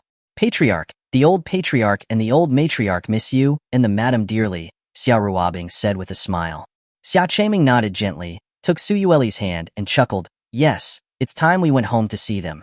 Just then, the city guards and the people of the Phoenix Flame sect, having heard the commotion, rushed over. They immediately saw Xia Ming and Xia Ruabing conversing with a handsome man and a beautiful woman of exceptional bearing, the atmosphere quite harmonious. Where was the disturbance? "Lord Xia Ming, Lord Xia Ruabing, what happened?" A man from the Phoenix Flame sect asked in confusion. Xia Ming waved his hand and said with a sheepish smile, "It was nothing, just a misunderstanding. Go back and inform Her Majesty. Tell her that our patriarch has returned." "Yes." Upon learning it was a misunderstanding, the Phoenix Flame sect and the city guards all dispersed. "Let's go home, shall we?" Xia Changming looked towards the Xia clan ancestral land, transforming into a divine rainbow and flying away. Xia Ming and Xia Ruabing followed closely behind. As soon as they reached the airspace above the ancestral land, Xia Ming couldn't wait any longer and shouted excitedly towards the ancestral land, "The patriarch has returned. Quickly, inform the old patriarch and the old matriarch." His voice echoed throughout the Xia clan ancestral land, creating a stir. Many Xia clan disciples looked up at Xia Changming and the others who were hovering in the sky. Many gradually recognized Xia Changming, and their eyes shone with surprise. "Patriarch. It's really the patriarch. Go inform the old patriarch and the old matriarch." "Is that the patriarch who disappeared for 20 years? "It is. And beside him is the current Demon Empress, our Xia clan's madam." "There's no mistake. I'd recognize the patriarch even if he was reduced to ashes." The legends of Xia Changming were well known in the Xia clan. Even the young disciples who had never met him had heard of his various legendary deeds. He had defeated hundreds to seize the position of patriarch. He had masterminded the downfall of the former Kai and Wang families, and he had helped the current Tianzhou Empress ascend to the throne, making the Xia clan a national family, enjoying the favor of Tianzhou for generations to come. Xia Changming and Su Yueli slowly descended from the sky into the Xia clan ancestral land. Countless Xia clan disciples gathered to watch and welcome their patriarch. Xia Changming looked around at the crowd, his face showing satisfaction. Compared to before, the Xia clan had grown considerably in numbers, and there were many unfamiliar faces in the crowd. Before long, several divine rainbows flew from the distant sky and landed in front of Xia Changming. It was Xia Changlin, along with Xuanhuan and a group of Xia clan elders. "Father, Mother, I'm home," Xia Changming said softly, taking Su Yueli's hand as he walked towards Xia Changlin and Xuanhuan. This 20-year separation was longer than the time he had spent cultivating in the Immortal Mountain with his master. It was impossible not to miss his parents. "Father, Mother," Su Yueli also addressed them naturally, like a daughter-in-law, bowing respectfully. In front of Xia Changlin and Xuanhuan, she displayed no trace of the Demon Empress's haughtiness. She had truly come to regard Xia Changming and Chu Qingwan as her own parents, especially Chu Qingwan, who had given her a mother's tenderness and taught her many things. It's good that you're back, good that you're back. Chu Qingwan's eyes misted over as she excitedly took the hands of Xia Changming and Su Yueli. Her eyes kept scrutinizing them, as if afraid something was missing. Xia Changming feared his mother might ask, "Where are my grandchildren?" After all, before he left home, his mother had already been thinking about holding a grandchild. Fortunately, after examining them closely, Chu Qingwan only said with reassurance, "Our Changming and Yueli look better and better." Chu Qingwan's cultivation wasn't high, so she couldn't perceive Xia Changming and Su Yueli's current strength, but she could vaguely sense the changes in their demeanor, and their appearances seemed even more handsome and beautiful than before. Xia Changming noticed a few strands of white hair mingled in Chu Qingwan's dark hair. His brow furrowed, and he gently brushed his hand over his mother's head, instantly turning the white strands back to black. He wouldn't allow his mother to have white hair. Chu Qingwan smiled, assuming Xia Changming had just brushed away dust from her head. "Son, welcome home. Let's go inside and talk," Xia Changming said with a smile. It was rare to see his son back home, and he was genuinely happy. "If the others don't have anything else, disperse," Xia Changming instructed Xia Ruobing and Xia Ming, who were following behind. "Tonight, we will have a homecoming banquet to welcome our patriarch. The clan rules can wait. We'll put them aside for now. Let's all enjoy this joyous occasion, ha ha ha." Xia Ruobing and Xia Ming were both elders of the Xia clan now, with Xia Ruobing having long since inherited the position of Grand Elder and managing most of the clan's affairs. Xia Ruobing smiled and nodded in agreement, yes. The surrounding Xia clan disciples celebrated with joy upon hearing this. "The patriarch has returned. A banquet tonight? Quick, have the ancestral land decorated. How else can we welcome our patriarch? Tonight, we drink till we drop. Brothers, let's head to Drunken Immortal Pavilion." Xia Changming shook his head, amused. Seeing the Xia clan disciples so lively and energetic put his heart at ease. Xia Changming and Su Yueli, held by Chu Qingwan on either side, walked step by step towards the main hall. Xia Changlin, who was walking ahead, suddenly turned his head to Xia Changming and said, "Oh right, we have guests. You're back at the perfect time. You should meet him." "Guests? Who?" Xia Changming asked, puzzled. Chu Qingwan chuckled, "That guest is your grandfather. You haven't met him yet." "Grandfather?" Xia Changming was slightly surprised. So, that guest was his mother's father, his grandfather, the king of Chu from the Chu world celestial dynasty. He truly had never met the king of Chu before. He only knew that his mother had had a huge argument with her father for insisting on marrying his father. His gentle mother had actually been so brave as to secretly elope with his father. This angered the king of Chu so much that he announced he was severing his relationship with his daughter on the spot. And so, from birth until now, he had never met his grandfather. Chapter 292. The Stubborn King of Chu. Stepping into the main hall, they saw a burly, middle-aged man with an extraordinary aura sitting firmly on one side, with a beard at his temples and eyes sharp as an eagle. Behind the middle-aged man stood a kind-faced old man. The middle-aged man was Chu Haofeng, the king of Chu from the Chu world celestial dynasty, and the old man was Chu Fong, his most trusted personal attendant. The last time the demon clan had faced a shortage of resources, it was Chu Fong who had personally escorted the supplies from the Chu world celestial dynasty to support them. So, Xia Changming and Su Yueli both had some impression of Chu Fong. Chu Fong also nodded gently at Xia Changming and Su Yueli with a smile. Chu Qingwan secretly nudged Xia Changming's waist, gesturing with her eyes towards Chu Haofeng, who was sitting there like a mountain. The meaning was clear. He should greet Chu Haofeng. After all, he was his grandfather in name. Chu Haofeng's sharp eyes stared intently at Xia Changming, while Xia Changming also sized him up. Their first meeting as grandfather and grandson. On the surface, Chu Haofeng remained unmoved, but internally he greatly admired Xia Changming. Indeed, he was worthy of being Chu Haofeng's grandson. Such a bearing and stature, along with his exceptional looks, perfectly inherited the excellent talent of both him and his daughter. He had the air of his old self. Xia Changming smiled lightly and walked slowly towards Chu Haofeng. Upon seeing this, Chu Haofeng quickly averted his gaze, straightened his back, and intentionally put on a stern face. In his mind, he was already thinking, what kind of gifts should I get this little grandson? Oh, I came in a hurry. I didn't expect my little grandson to suddenly come back. I haven't had time to prepare. Xia Changming stopped in front of Chu Haofeng, put his hands behind his back, and said respectfully, "Greetings, King of Chu." What did you call me?" Chu Haofeng was stunned and immediately frowned, looking very displeased. He had already prepared himself to accept the title of grandfather, and his hand was already reaching for the gifts. But this brat actually called him King of Chu. "You are the emperor of the Chu world celestial dynasty, so naturally I call you King of Chu," Xia Changming said leisurely. Chu Haofeng was so angry that his beard bristled. This brat actually didn't plan to recognize him as his grandfather. Chu Qinghuan, holding Xia Changming's arm, said with a slight reproach, "Changming, he's your grandfather. You mustn't be rude." Seeing Chu Qinghuan speaking up for him, Chu Haofeng's anger subsided a bit. His darling daughter was still sensible. He didn't know who this brat took after.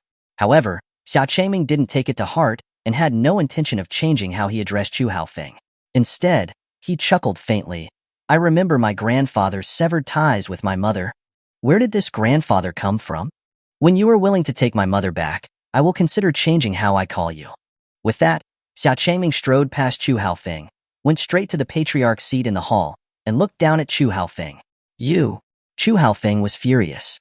He wanted to shatter the teacup in his hand, but then he remembered it was a gift Chu Qinghuan had given him for his last birthday. He couldn't bring himself to do it and stroked it instead. He could only glare angrily at Xia Changming. He could see it now. This brat was sticking up for his mother. The severing of ties back then had just been words said in anger. He had been keeping an eye on Chu Qinghuan's situation.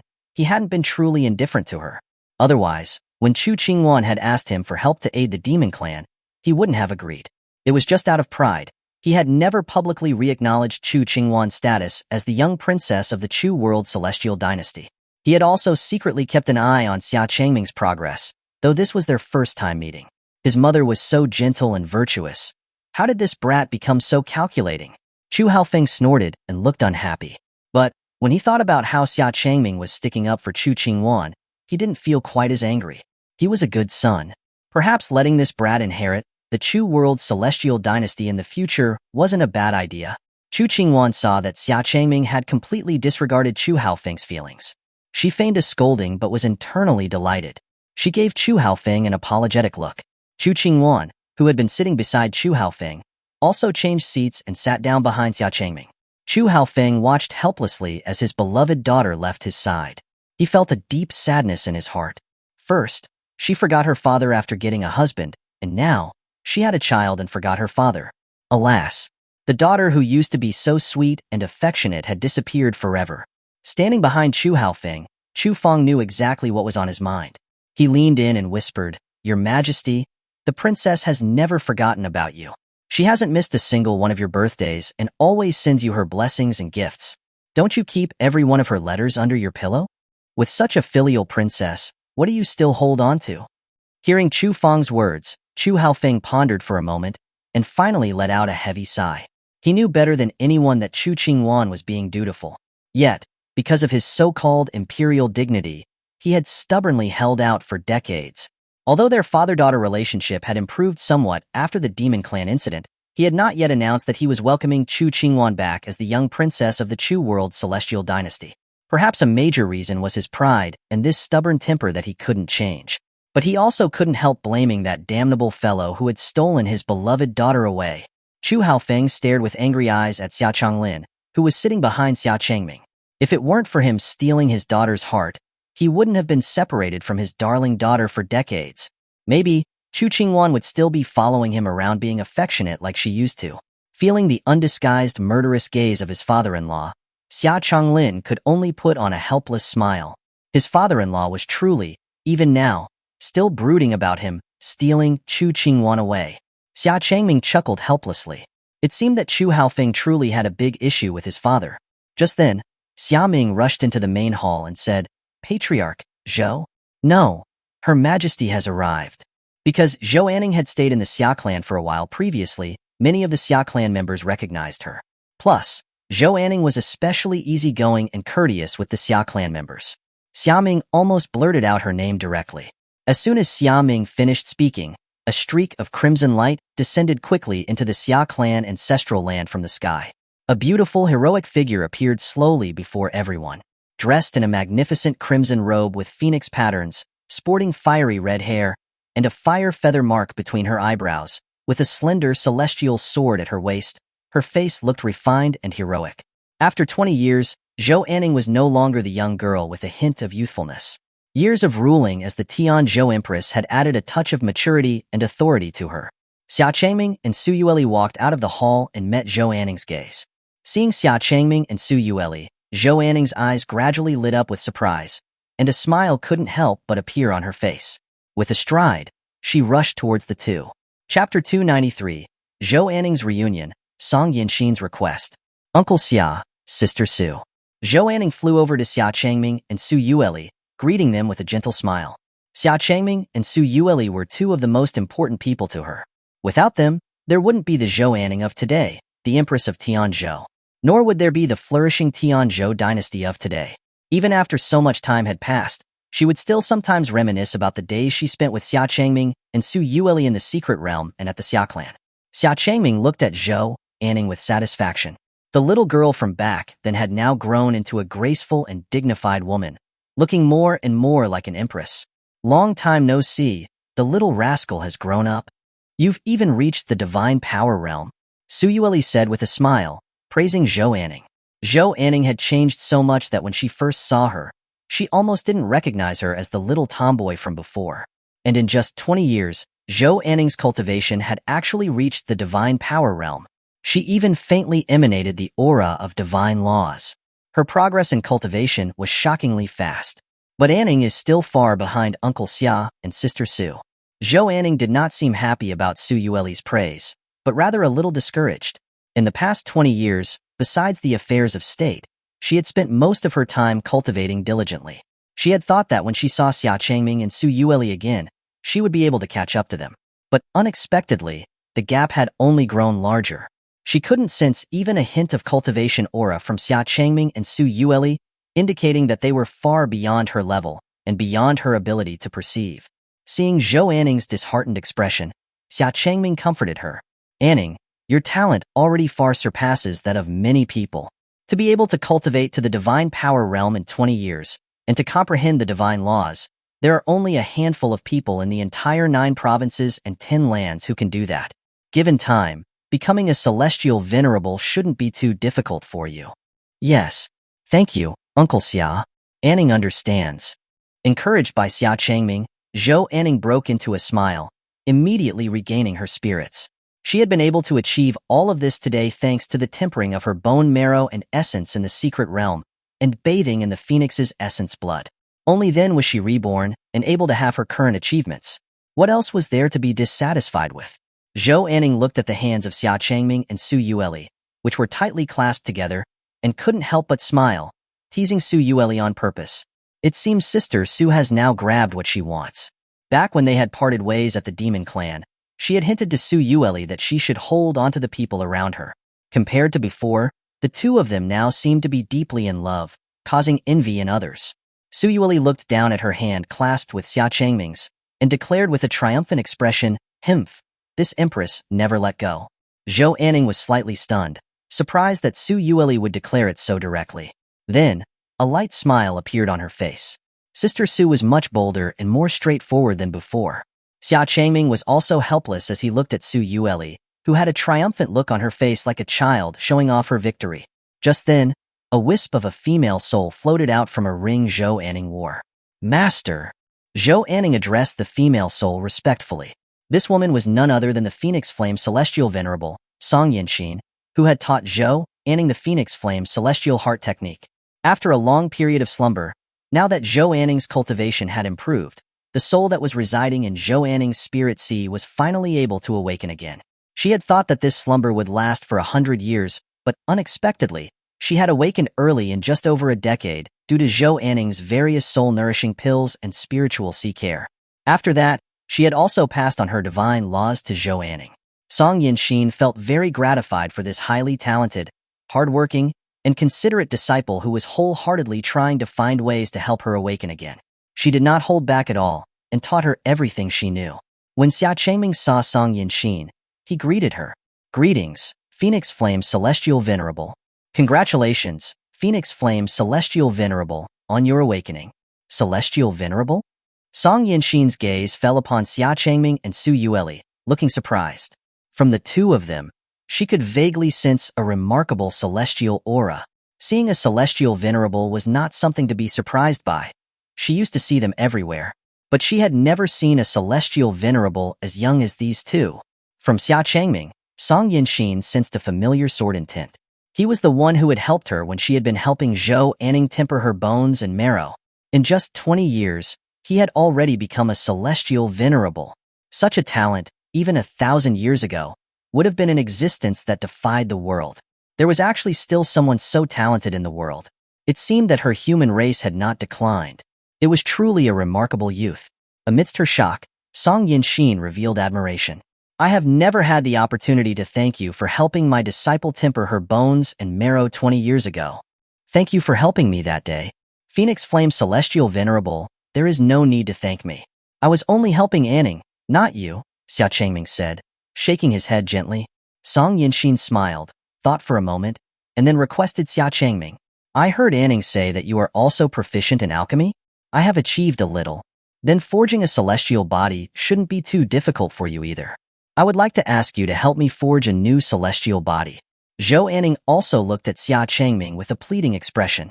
Now that her master had awakened, her remaining wish was to be able to help her master rebuild her celestial body one day and return to the world. Xia Changming looked troubled.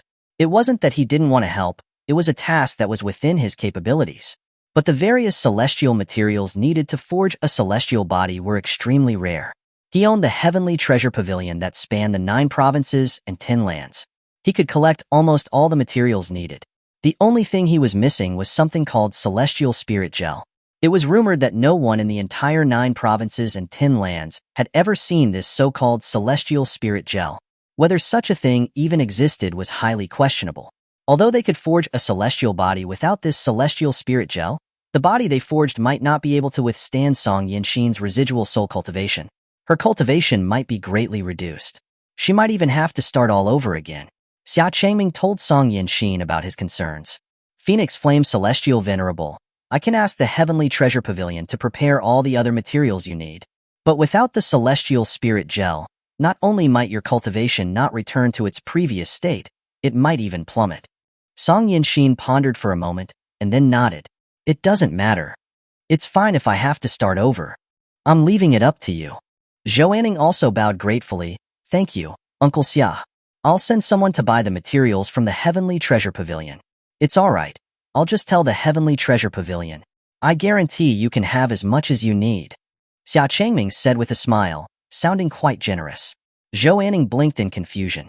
The natural treasures needed to forge a celestial body were extremely rare and precious. How could Uncle Xia have as much as they needed? Chapter 294, Xuanhuan's Plan. Boss. Just as Xia Changming and Xuanhuan were about to turn around and enter the house, an affectionate and excited shout came from the sky in the distance. 2 streaks of light rapidly flew towards Xia Changming's location. One was dark as a shadow, the other red as fire. The black shadow was clearly much faster than the red one, and it instantly sped to Xia Changming. He spread his arms, planning to give Xia Changming a warm hug, when Xia Changming grabbed his face with one hand, preventing him from moving forward another step. Who was this? Looking at the handsome man with elegant features and long dark hair that fell over his shoulders, Xia Changming couldn't help but be puzzled. In his memory, he had never met this man before. But the way the man had addressed him, it felt strangely familiar. Langya, after being ruthlessly rejected, looked wronged and pointed to himself. Boss, you're hurting my face. It's me. Langya. Langya? Xia Changming exclaimed. He couldn't help but look at Langya again. This handsome man with a bit of a wandering swordsman style was actually that ugly werewolf Langya from before. Xuanhuan, seeing Xia Changming's shocked look, couldn't help but chuckle. Uncle Xia, you're also shocked, aren't you? When Anning first saw what little black dog looked like after transforming, she was also shocked. He looks nothing like he did before. Hmph, I told you not to underestimate this great one. I just hadn't transformed successfully before. Langya said with his head held high, looking quite proud. Just then, the red streak of light arrived, landing steadily on Langya's head. It was the fire phoenix that Xuanhuan had adopted in the secret realm. After merging with the Crimson Luan's essence blood, this tiny fire phoenix was even more beautiful than regular fire phoenixes, full of spirituality. After all this time, this fire phoenix still liked to stand on Lengya's head, and Lengya was completely helpless about it. "Little Ling, come here." Xuanhuan waved towards the fire phoenix, and the little fire phoenix immediately jumped onto Xuanhuan's shoulder affectionately, behaving very obediently. "Uncle Xia, this is Fire Ling, the phoenix egg you gave to Anning back then." Xia Changming glanced at the fire phoenix. In just 20 years, her cultivation had actually reached the peak of the heavenly human realm. It seemed that the bloodline of the heavenly fire phoenix was indeed extraordinary. It wouldn't be difficult for it to break through the limitation of the heavenly human realm's peak, which ordinary fire phoenixes could not surpass. Lengya's cultivation had also made a stage-by-stage breakthrough, reaching the heavenly venerable realm. But compared to the fire phoenix, his rate of cultivation improvement was still significantly slower. "Lengya, it seems like your cultivation has declined somewhat," Xia Changming teased. Looking at Lengya, he had said long ago that in less than 10 years, Zhou Anning's cultivation would surpass his. He hadn't believed it. Now, even the little fire phoenix was almost catching up to him. "Boss, it's not that this great one has fallen behind in cultivation. It's just that this little ghost is too fast," Lengya said, looking deflated and letting his head droop. Back then, he could have beaten 10 Zhou Annings with one hand. But in just 10 short years, he was no longer Zhou Anning's match. From being her sparring partner to being on the receiving end of beatings, Lengya felt a great sense of loss. Xia Changming could only shake his head with amusement. Just then, Xuanhuan also walked out of the hall and said to everyone, "What are you all doing standing outside? Come inside quickly." "Annie Chu, hello. Then we'll take you up on that," Zhou Anning called out to Xuanhuan affectionately, acting nothing like an empress. While Xia Changming was gone, Zhou Anning would often come to the Xia clan. One reason was to spar with the people of the Xia clan in their cultivation, and the other was to take a look at the Xia clan, to reminisce about the time she had spent here before. She was naturally close to the people of the Xia clan, and as time went by, she also grew familiar with Xuanhuan and the others. As soon as she entered the hall, Zhou Anning was surprised to see Chu Haofeng, the king of Chu from the Chu World Celestial Dynasty. Since her enthronement, she had a good relationship with the Chu World Celestial Dynasty. She had met the king of Chu a few times, discussing various collaborative national strategies. But those were all formal occasions, and this was the first time they had met in a private setting like this. But on second thought, it was normal. Xuanhuan was the young princess of the Chu World Celestial Dynasty, so it was normal for Chu Haofeng to come to the Xia clan to visit her. It just so happened that recently she had sent an invitation to King Chu regarding the defense against the Demon Clan in North Li and the meeting with the Tianzhou Holy Land. Turns out he was already here. Well, that was fine. That would save her from waiting for a reply. Chu Haofeng also didn't expect to meet Zhou Anning, the Tianzhou Empress, at the Xia clan. 2 days ago, he had already received Zhou Anning's letter to discuss cooperation. The main purpose of his trip to Tianzhou was to respond to the invitation to discuss cooperation and how to deal with the Demon Clan. It was just that he decided to come here first to see his daughter. "King of Chu, long time no see," Zhou Anning greeted Chu Haofeng. "Empress Zhou," Chu Haofeng replied. He had a great admiration for this young and promising new empress of Tianzhou. Despite her young age, she had governed Tianzhou with great order. Although he was reluctant to admit it, the current prosperity of Tianzhou was even greater than that of the Chu World Celestial Dynasty. The neighboring Demon Clan, once a major threat, had now become a close ally, engaging in trade and cooperation with Tianzhou. Relying on its cooperation with the Demon Clan, the Tianzhou Dynasty had developed rapidly, and its national power now surpassed that of the Chu World Celestial Dynasty. "Did you receive the letter I sent you?" Zhou Anning asked Chu Haofeng after they sat down. She was very different from before now, exuding an empress's aura during their conversation. Today was a rare opportunity for Xia Changming and Su Yueli to return, and she originally didn't want to discuss matters of state. But with the Demon Clan's return to the 9 provinces and 10 lands, it was a matter of great importance. Zhou Anning still thought that Xia Changming and Su Yueli had just returned from seclusion in the Immortal Mountains and knew nothing about the events in the world. So she planned to take this opportunity to tell Xia Changming about the major events that had occurred recently in the 9 provinces and 10 lands.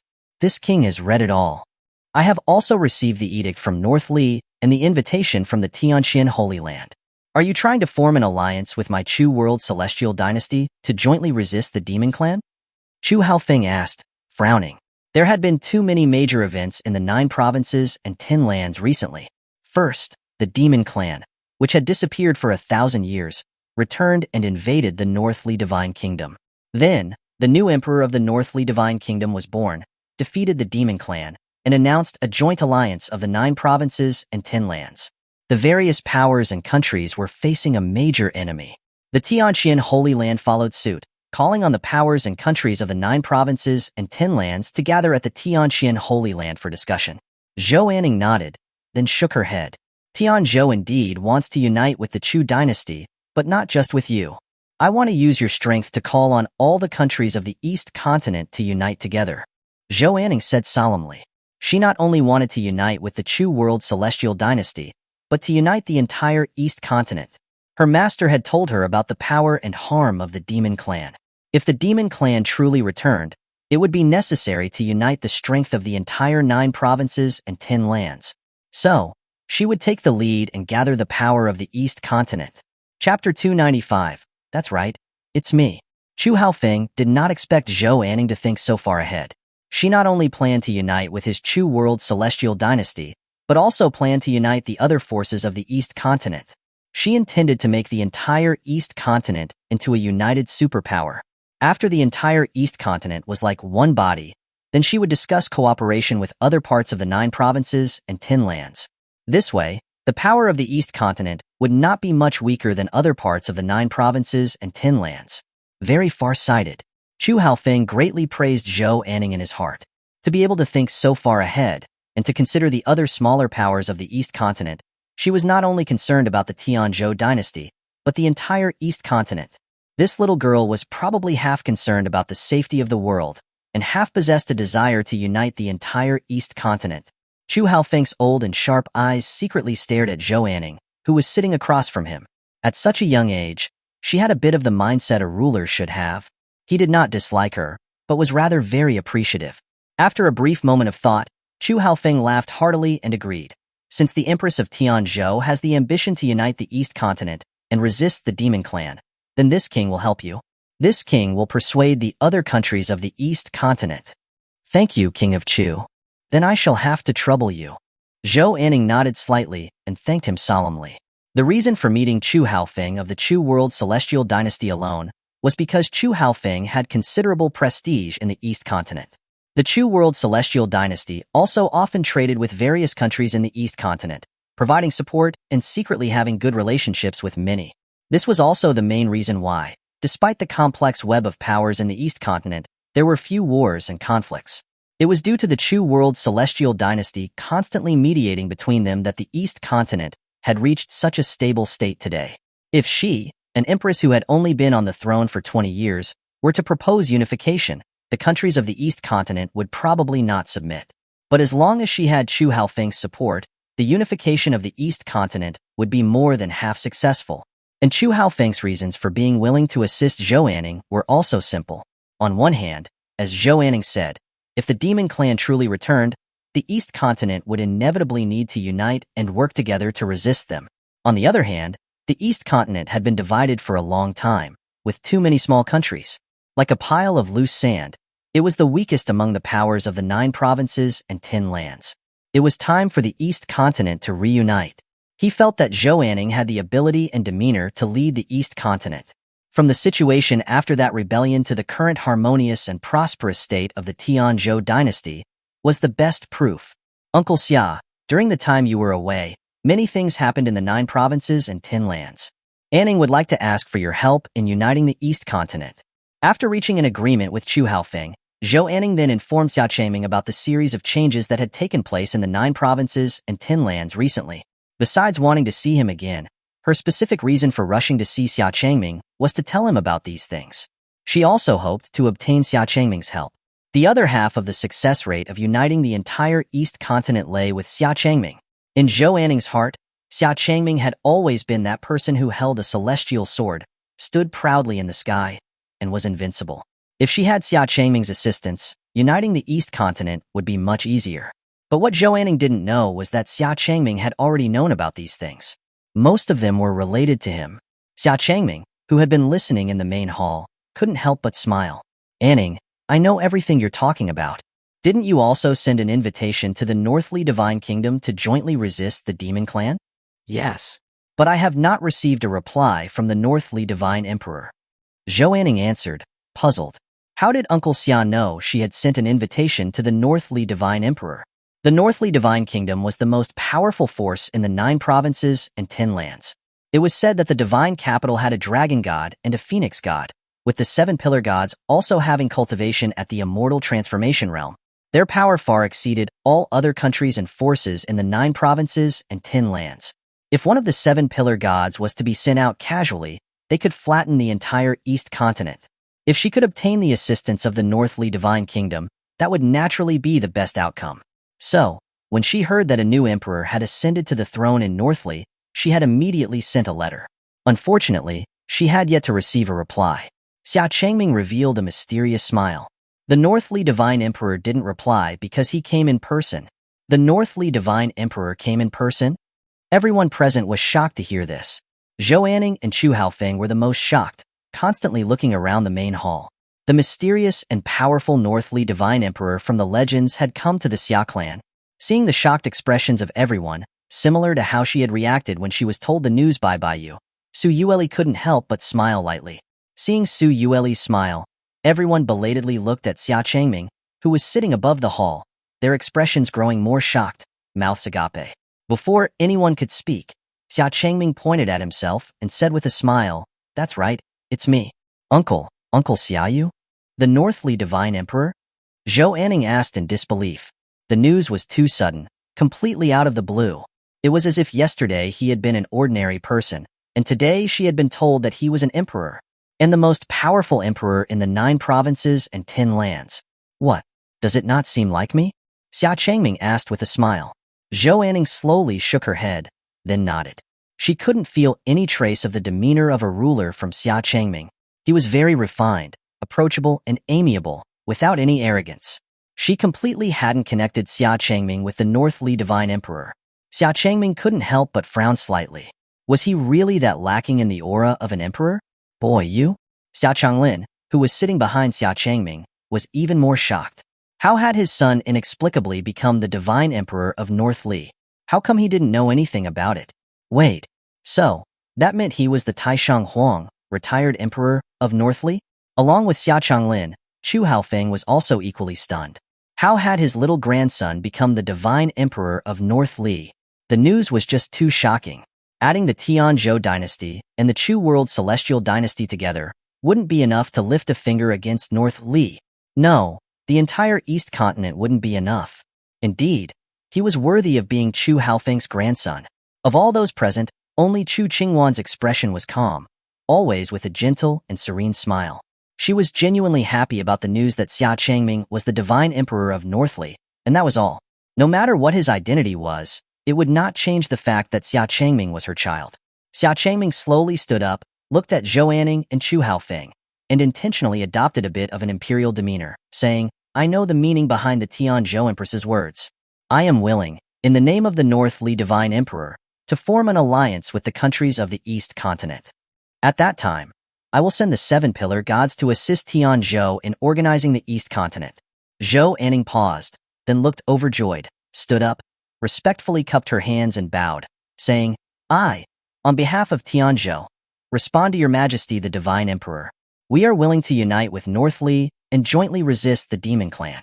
Chu Haofeng felt conflicted.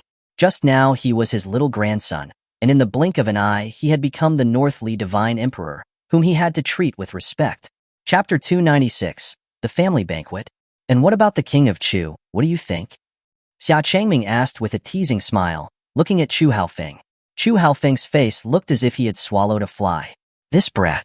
Where was the logic in a grandfather bowing his head to his grandson? But the identity of Xia Changming as the Northly Divine Emperor was much nobler than his as the King of Chu from the Chu World Celestial Dynasty. Just now, he had been thinking about abdicating the throne of the Chu World Celestial Dynasty to him. Now, it seemed that his little grandson didn't care for it at all. After hesitating for a moment, Chu Haofeng was forced to stand up and cup his hands to Xia Changming, saying, "The Chu World Celestial Dynasty is willing to ally with the Northly Divine Kingdom and be friendly for generations to come, jointly resisting the Demon Clan." Seeing her strong and stubborn old father suffer such a setback for the first time, Chu Qingwan couldn't help but cover her mouth and giggle. Su Yueli also stood up, and in her identity as the Demon Empress, solemnly declared, the Demon Clan will do everything in its power to cooperate with the countries of the East Continent. In the near future, the Demon Clan will announce a joint defense of the human-demon border. Xia Changming stared in astonishment at the crowd gathered in the main hall. Only then did he realize that 4 rulers were gathered in their Xia clan's main hall at once. The Empress of Tianzhou, the King of Chu, the Demon Empress, and the Divine Emperor of the North Li Divine Kingdom. For rulers under one roof. When had their Xia clan ever been so honored? Unbelievable. He was bringing glory to his ancestors. Since everyone is here, let's have a meal together tonight. It's been a long time since it was so lively. I'll make something delicious for everyone, Xuanhuan said with a gentle smile. Really? It's been a long time since I've had Auntie Chu's cooking, Xuanhuan said happily. Only at the Xia clan could she find that long-lost feeling of being home. Then Anning, you can eat more later, Xuanhuan said with a smile. Looking at Chu Haofeng on the other side, her eyes filled with anticipation. It had been a while since she had eaten at the same table with her father. Chu Haofeng's heart was already pounding with excitement. Finally, he could finally taste his daughter's cooking again. It was a taste that he had been missing for a long time. But wouldn't it be inappropriate if he agreed so directly? It was as if he was admitting his mistake first. Chu Haofeng struggled repeatedly, but in the end, his stubborn nature came up again. He pretended to frown and said sternly, "This king still has a lot of government affairs to attend to." As soon as he said those words, Chu Haofeng regretted it. He thought that if Xuanhuan said a few more words to persuade him to stay, he would reluctantly stay for dinner. However, upon hearing this, Xuanhuan directly showed a look of disappointment and did not say anything else. Xia Changming saw through this old stubborn man's thoughts and said intentionally, "Is that so? Then we won't disturb the king of Chu's handling of state affairs. See him out." "Hey! Couldn't you persuade him to stay a little more? He would have stayed if you said just one more word." Looking at Chu Haofeng's conflicted expression, Chu Feng, who had been his confidant for many years, immediately understood his master's intentions. He leaned over and spoke in a loud voice, "On purpose, Your Majesty, have you forgotten that His Highness is handling the state affairs?" Oh, right. The state affairs have been handed over to that brat. This king isn't in a hurry to go back. It's getting late. I'll just stay here for the night. I'll go back tomorrow. Given the chance to step down, Chu Haofeng quickly seized it and said. Xia Changming was speechless. He had heard that his grandfather Chu Haofeng was a proud and stubborn man, and now it seemed that it was true. He clearly wanted to stay, but he still had to find an excuse. Everyone present could see through Chu Haofeng's little thoughts, but the innocent Xuanhuan was the only one who didn't. Hearing that Chu Haofeng was willing to stay, she was immediately overjoyed. "Then I'll go and prepare things." "Mother, I'll help you," Suyueli said, getting up and leaving the table with Xuanhuan. Xuanhuan looked at Suyueli's departure with surprise. Sister Su was actually going to cook? She was a demon empress. It seemed that for the sake of Uncle Xia, Sister Su had really changed a lot. Xuanhuan looked at Xia Changming again, a smile on her face. She guessed that Suyueli had learned to cook, and it must have been for him. In the evening, after a flurry of activity, Xia Changming and the others were seated around a large table that was big enough to accommodate dozens of people. For rulers seated together, this was definitely the most prestigious Xia clan family banquet in history. The table was filled with nearly 100 dishes, with all kinds of food, which was a dazzling sight. "Here, Yueli, eat more." Xuanhuan sat next to Suyueli, occasionally putting various dishes into her bowl. "Thank you, Mother." "Mother, also try what Yueli made." Suyueli replied with a smile, stretching out her jade arm to pick up the dish she had made and place it into Xuanhuan's bowl. She looked slightly nervous and expectant. Xuanhuan took a bite, her eyes lighting up, and she praised, "Our Yueli's cooking is getting better and better." Xuanhuan also took a bite and said in surprise, "Sister Su's cooking is almost as good as Auntie Chu's." Receiving everyone's praise, Suyueli was overjoyed, and her happiness was written all over her face. Her foxtail wagged back and forth. She felt a sense of accomplishment as a daughter-in-law who had gained the approval of her mother-in-law. "Uncle Xia, you should also try this dish." Xuanhuan picked up a dish and put it into Xia Changming's bowl. "Thank you." Xia Changming picked up the dish. Just as he was about to put it into his mouth, his arm was suddenly grabbed by Suyueli with both hands, and he was forced to open his mouth and take a bite. Coincidentally, this empress just wanted to try this dish, Suyueli said, her beautiful eyes narrowed, looking at Xuanhuan. Xuanhuan was stunned, and then couldn't help but chuckle. Sister Su was asserting her dominance?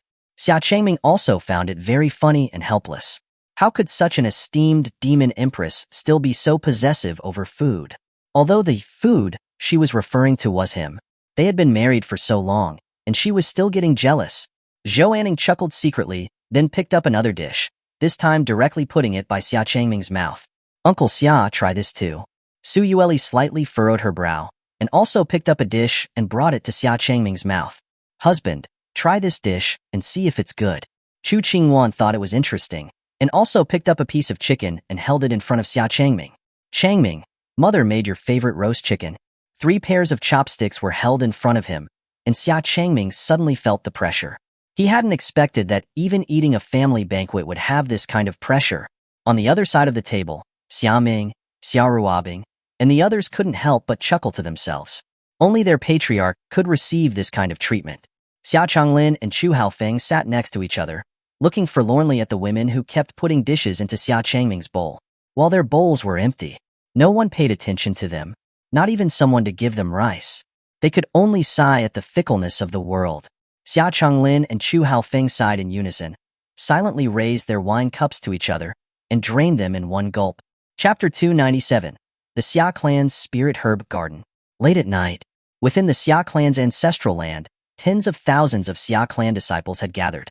The ancestral land was brightly lit, with the clinking of cups and the laughter of merriment filling the air. On a mountain peak not far from Tianzhou, in stark contrast to the boisterous Xia Clan ancestral land, the night was bathed in a deep and quiet silence. The only sounds were the beautiful and melodious melodies of the Qin and Shao. On the mountain peak, all kinds of spirit herbs and immortal medicines grew wild, with a dense fragrance of medicinal herbs permeating the forest. Xia Changming slowly descended from the sky, and was genuinely surprised to see the mountains covered with flourishing spirit herbs and immortal medicines. In just 20 years, although the spirit force was nourished by the spirit array, he was still surprised to see the abundance and round, translucent spirit fruits. The growth and variety of spirit herbs and immortal medicines was almost comparable to that of an immortal mountain. Following the faint sound of the Qin and Shao in harmony, Xia Changming slowly walked towards it. After the family banquet, he had to go to Pengying Immortal Island tomorrow. Since he had returned, he would also pay a visit to the Xia family, who had willingly stayed here to plant spirit herbs and immortal medicines for the Xia clan. The Xia family now provided the Xia clan with a large amount of spirit herbs and immortal medicines every year for their cultivation and sale. It could be considered a major industry of the Xia clan. Following the sounds, Xia Changming arrived at a cliff edge. Pushing aside the bushes, he saw the figures of a man and a woman bathed in the moonlight. The woman sat cross-legged, with a Qin resting on her lap. Her slender fingers lightly plucked at the strings, and a melodious and pleasant sound floated in the air. The man stood beside her, holding a long shao, playing a tune like a song that harmonized with the Qin. The two played under the moonlight, giving off a sense of otherworldly tranquility. Xia Changming did not interrupt Xia Yi and Xia Hualing. Instead, he stood silently to the side, listening attentively. It wasn't until the music ended that Xia Changming clapped. Hearing the applause, Xia Yi and Xia Hualing were startled. Someone had approached them without them even noticing. Who is it? Xia Changming's figure slowly walked out from the dark trees, appearing in the moonlight. Brother Xia. Xia Ye's eyes widened in surprise as he called out. Xia Hualing also quickly stood up and bowed slightly. Brother Xia. Hualing, have you been well? Xia Changming walked forward and greeted them with a smile. Thanks to Brother Xia, the Xia family was able to move here, and the Xia family exists today. Xia Yi said gratefully. He turned his body, and below the cliff was a small town with faint lights glowing. 20 years ago, the entire Xia family had moved here, settling in seclusion and starting a new life. They had been living a very peaceful and serene life. This kind of life was what the Xia family had been pursuing. Therefore, Xia Yi was very grateful to Xia Changming.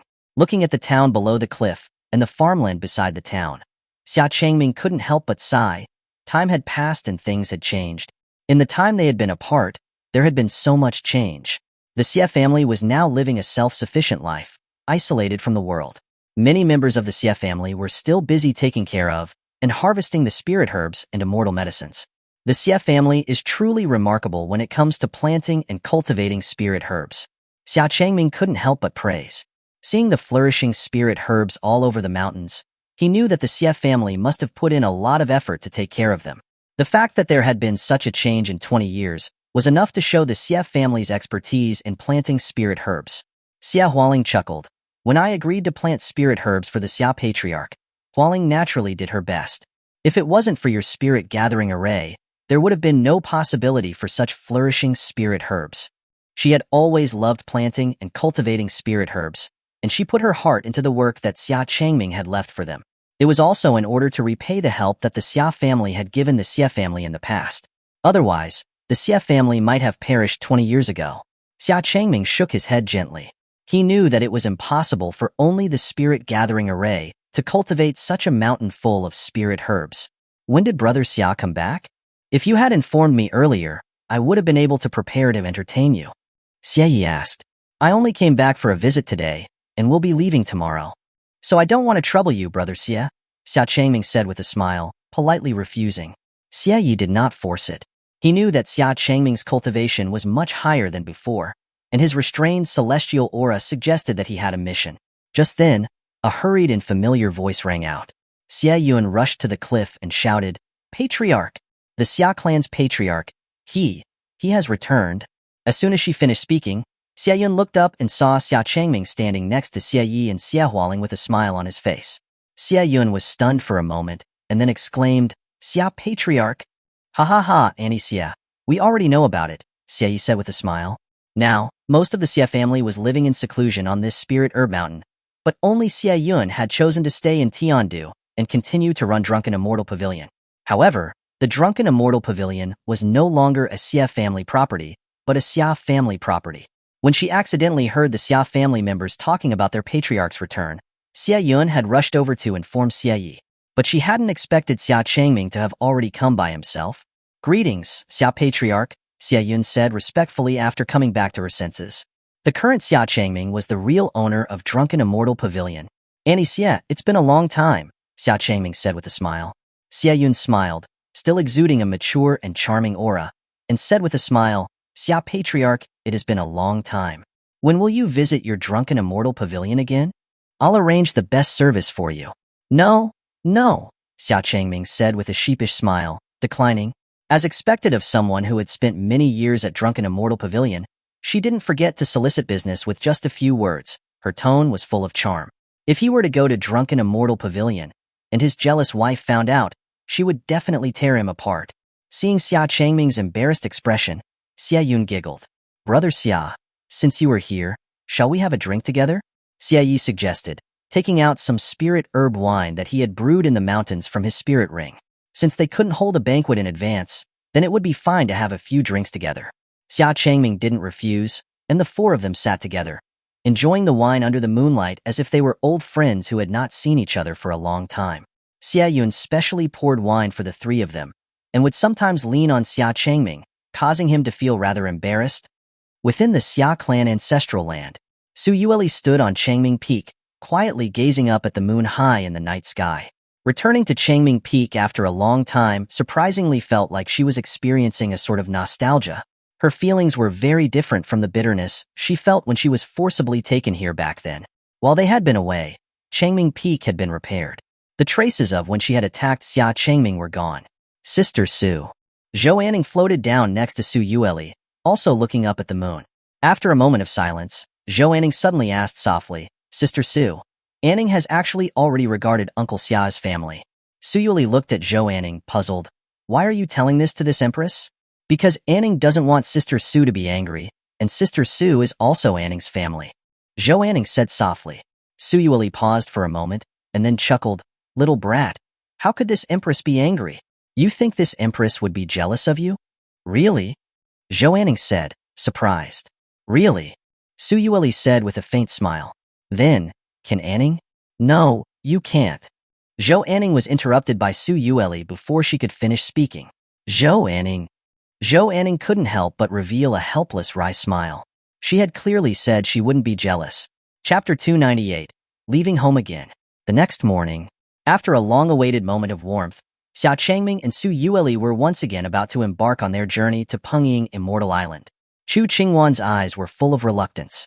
She held Xia Changming and Su Yueli's hands, placed the two of them together, and said softly, Changming, you must take good care of Yueli. Mother, I know, Xia Changming responded softly, and gently grasped Su Yueli's slender hand. The two of them looked at each other and smiled. Mother, here are some pills that can improve your cultivation, prolong your life, and preserve your youth. Take them. Xia Changming took out all kinds of pills that he had specifically refined last night and put them in Xuanhuan's hand. Yesterday, when he saw the white hair on her head, Xia Changming had secretly resolved to help his mother improve her cultivation.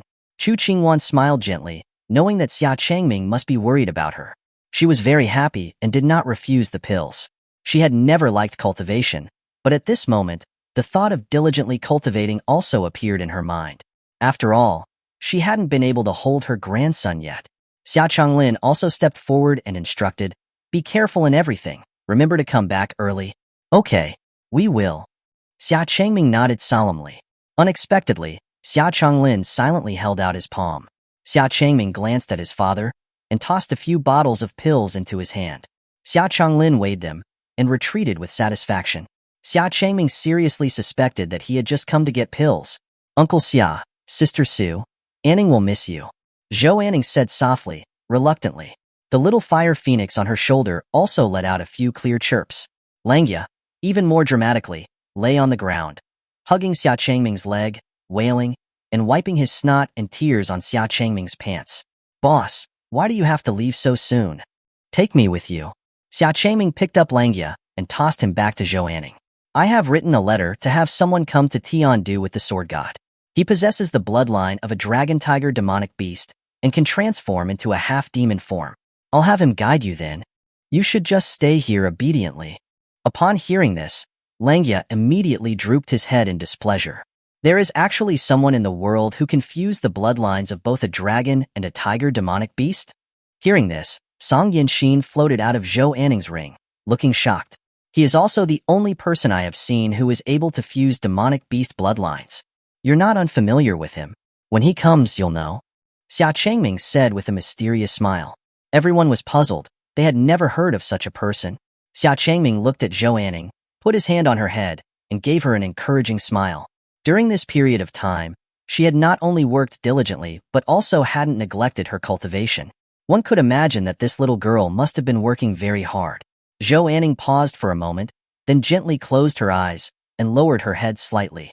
That long-lost feeling of peace. Su Yueli was uncharacteristically generous this time and did not say anything.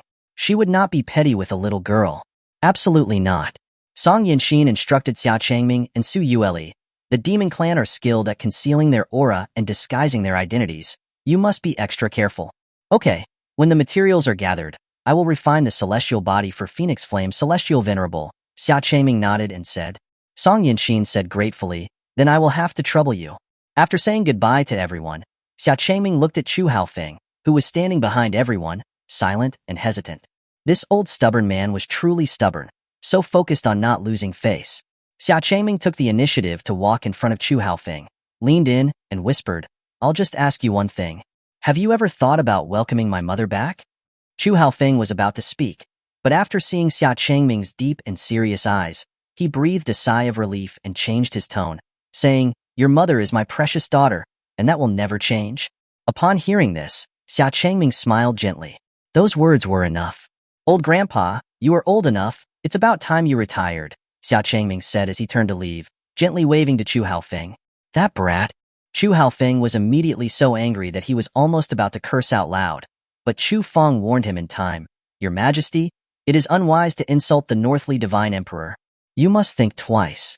Chu Haofeng forced the anger back down. But then, he realized something and suddenly understood. As long as he abdicated the throne, he could rightfully stay with his precious daughter. Then, he would let his son take over and have him declare the return of his sister, the young princess of the Chu World Celestial Dynasty. That way, he wouldn't have gone back on his word. A win-win-win situation. Looking at Xia Changming's back, Chu Haofeng suddenly became more and more satisfied. He had just called him old grandpa. If he rounded it up, it was as good as calling him grandpa. It was a pity that he was already the divine emperor of North Li, otherwise, he would have let him inherit the Chu World Celestial Dynasty. After saying goodbye to everyone again, Xia Changming took Su Yueli's hand and they transformed into a divine rainbow, disappearing from everyone's sight in the blink of an eye. In the sky, Xia Changming and Su Yueli flew side by side, heading towards the Pengying Immortal Island in the southeast. Su Yueli leaned close to Xia Changming, squinting her eyes and enjoying their journey together. Suddenly, Su Yueli opened her eyes.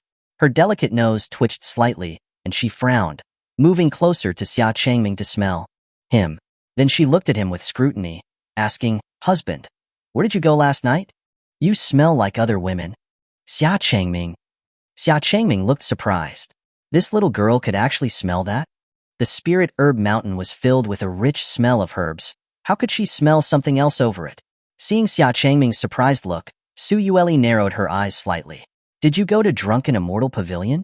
From Xia Changming, she could smell the mixed perfumes of Drunken Immortal Pavilion. "Wife, I did not go to Drunken Immortal Pavilion. Last night, I just went to the Spirit Herb Mountain and met with Brother Xia and the others," Xia Changming explained with a wry smile. "Himph, I'm afraid it wasn't just Xie Yi," Su Yueli said with a smile. "And Xia Hualing." The brother and sister were together. "Anything else?" Su Yueli asked, pressing further. She knew Xie Yi and Xia Hualing. They were no longer at Drunken Immortal Pavilion, and they wouldn't have that strong smell of perfume. "And Xie Yun," Xia Changming said helplessly. He really couldn't hide it from this little girl's nose. Last night, after Xie Yun got drunk, she had slipped into her professional habits and always tried to pour him wine. Was this little girl jealous again? Xia Changming looked at Su Yueli, worried. Su Yueli raised an eyebrow and lightly bit on Xia Changming's finger. "Husband, since you were meeting friends, this empress will not say anything. But this is punishment for you not returning all night." Xia Changming thought that Su Yueli was being jealous, but he didn't expect that she was scolding him for not returning last night. She hadn't seemed jealous when she had been with Xuanhuan. This little girl was becoming more and more like a considerate wife. Xia Changming pulled Su Yueli closer, hugged her in his arms, and gently kissed her forehead. "I know, I was wrong." The sudden gesture made Su Yueli feel shy. As they played and joked, they flew through the clouds, and unknowingly they had arrived at Pengying Immortal Island. Chapter 299. Pengying Immortal Island. Pengying Immortal Island, a place lauded throughout the world as a paradise of immortals. From afar, a massive island floated suspended above the sea. Its surface was a tapestry of towering pavilions and tiled roofs, nestled among lush, emerald forests that painted a scene of exquisite beauty. All around the island, mountain streams cascaded down its slopes like ethereal waterfalls. Countless smaller islands hovered near, connected by sky bridges that spanned the void. Each island was like a bustling metropolis, with people guiding mythical beasts laden with goods, traversing the aerial pathways. Numerous immortal ships continually arrived and departed, hovering near the island's celestial port. The sea below was also crowded with anchored vessels, their crews diligently loading and unloading cargo. At the heart of the island stood a magnificent, palace-like structure, exuding a palpable aura of opulence and grandeur. The entire island functioned as a massive trading hub. In fact, Pengying Immortal Island was known as the largest trade city in all of the 9 provinces and 10 lands. Trade routes from across the 9 provinces and 10 lands converged here, attracting merchants from all corners of the realm. And among these merchants, the most powerful, the one who monopolized the cultivation resources of the entire realm, was none other than the world's premier merchant, the Heavenly Treasure Pavilion. This was the location of the Heavenly Treasure Pavilion's main headquarters. It was the presence of the Heavenly Treasure Pavilion that had propelled the once desolate Pengying Immortal Island to its present state of prosperity and fame. Xia Changming and Su Yueli couldn't help but marvel at the beauty and vibrancy of this immortal island. It truly was even more impressive than they had imagined. Instead of rushing to the Heavenly Treasure Pavilion, Xia Changming took Su Yueli's hand, and they descended onto the island, blending into the bustling streets. The streets teemed with crowds, mostly merchants, browsing for goods. The array of products was staggering, from simple food items to advanced magical artifacts and elixirs, a dazzling display on either side of the road. The variety spanned the entire 9 provinces and 10 lands. If you could imagine it, you could likely find it here, and at prices far lower than anywhere else in the realm. It was, in effect, a vast wholesale market. Xia Changming, casually holding Su Yueli's hand, strolled down the street, his interest piqued by the various goods on display. He noticed that not everyone was a merchant. There were also many cultivators like themselves, wandering the streets. Their cultivation levels were generally high, with most at the heavenly being or heavenly venerate stages. He even occasionally caught glimpses of divine power cultivators concealed within the throng. The sheer number of powerful cultivators gathered on the island suggested that many reclusive old ancestors and sect leaders from across the 9 provinces and 10 lands had come. The atmosphere was truly lively. "Husband, look," Suyueli pointed to some notices posted on a wall. These notices, featuring text and colorful illustrations, resembled promotional posters. Xia Changming joined her and discovered that the island was announcing its Immortal Island Festival, to be held tomorrow, celebrating the 600th year of Pengying Immortal Island's status as a hub of world commerce. The festival would feature the opening of the Celestial Mirror of Treasures. This explained why so many heavenly venerates and divine power cultivators had flocked to Pengying Immortal Island.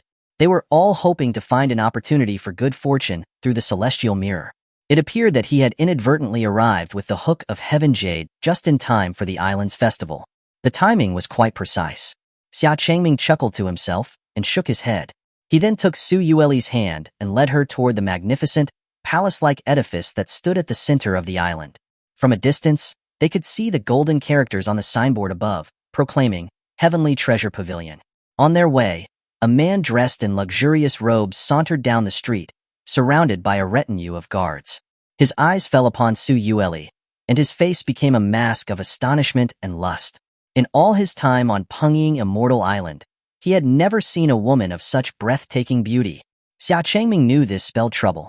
It seemed that wherever his little wife went without concealing her face, she would attract unwanted attention, even with the looming threat of the demon race. "My lady," the man announced, stepping in front of Xia Changming. "I am Gao Lu of the Gao family of Pengying Immortal Island. May I inquire as to your name?" His tone was polite, but his eyes devoured Suyueli's delicate form. Suyueli felt disgusted. Her face grew cold, and she stated frostily, "Get lost. I won't say it a second time." She refrained from killing him only to preserve the tranquility of Pengying Immortal Island for the upcoming celebrations. Taken aback by the cold rejection, Gao Lu furrowed his brow. He carefully scrutinized Xia Changming and Suyueli, surmising that they were newcomers, seeking an opportunity at the Celestial Mirror, and that they therefore did not know of the influential Gao family. He arrogantly said, "My lady, did you come for the Celestial Mirror of Treasures?" The Gao family is one of the most powerful merchant families on Pengying Immortal Island. We have extensive knowledge of the Celestial Mirror. I can introduce you to the Heavenly Treasure Pavilion. He puffed out his chest, pride radiating from his expression. The Gao family was a merchant family whose wealth could rival an empire. Their resources and trading network were so extensive that even heavenly venerates and divine power cultivators would seek their favor. There was no woman on Pengying Immortal Island that he couldn't obtain. He just had to throw enough money at it. Suyueli's expression did not change. A sliver of spiritual power emanated from her body, sending Gao Lu flying backward, coughing up blood as he crashed to the ground. "I told you," she said icily. "I won't say it a second time."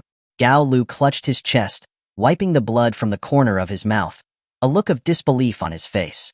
She dared attack him. People in the vicinity, seeing the commotion, quickly backed away. Who is that stunning woman? She actually dared to attack Gao Lu of the Gao family. There are plenty of powerful individuals on this island who are on good terms with the Gao family. Clearly, Gao Lu was trying to hit on that beauty again. I tell you, he's going to get into serious trouble one of these days. Gao Lu's face was a mask of rage. Then, a sinister smile spread across his face. Good. This made things much easier, he thought. He could bypass the tiresome courtship rituals. He'd just seize her by force and then make her regret her actions in his bed.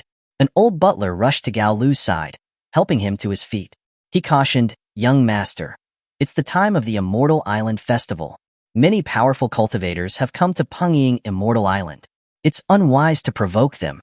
I believe it's better to just let it go." "Let it go? I was injured, didn't you see? There's absolutely no way this ends here. So what if they're outsider cultivators? Can they even compare to the Gao family?" Gao Lu, consumed by anger, pushed the old butler away and roared, "Elder Yin."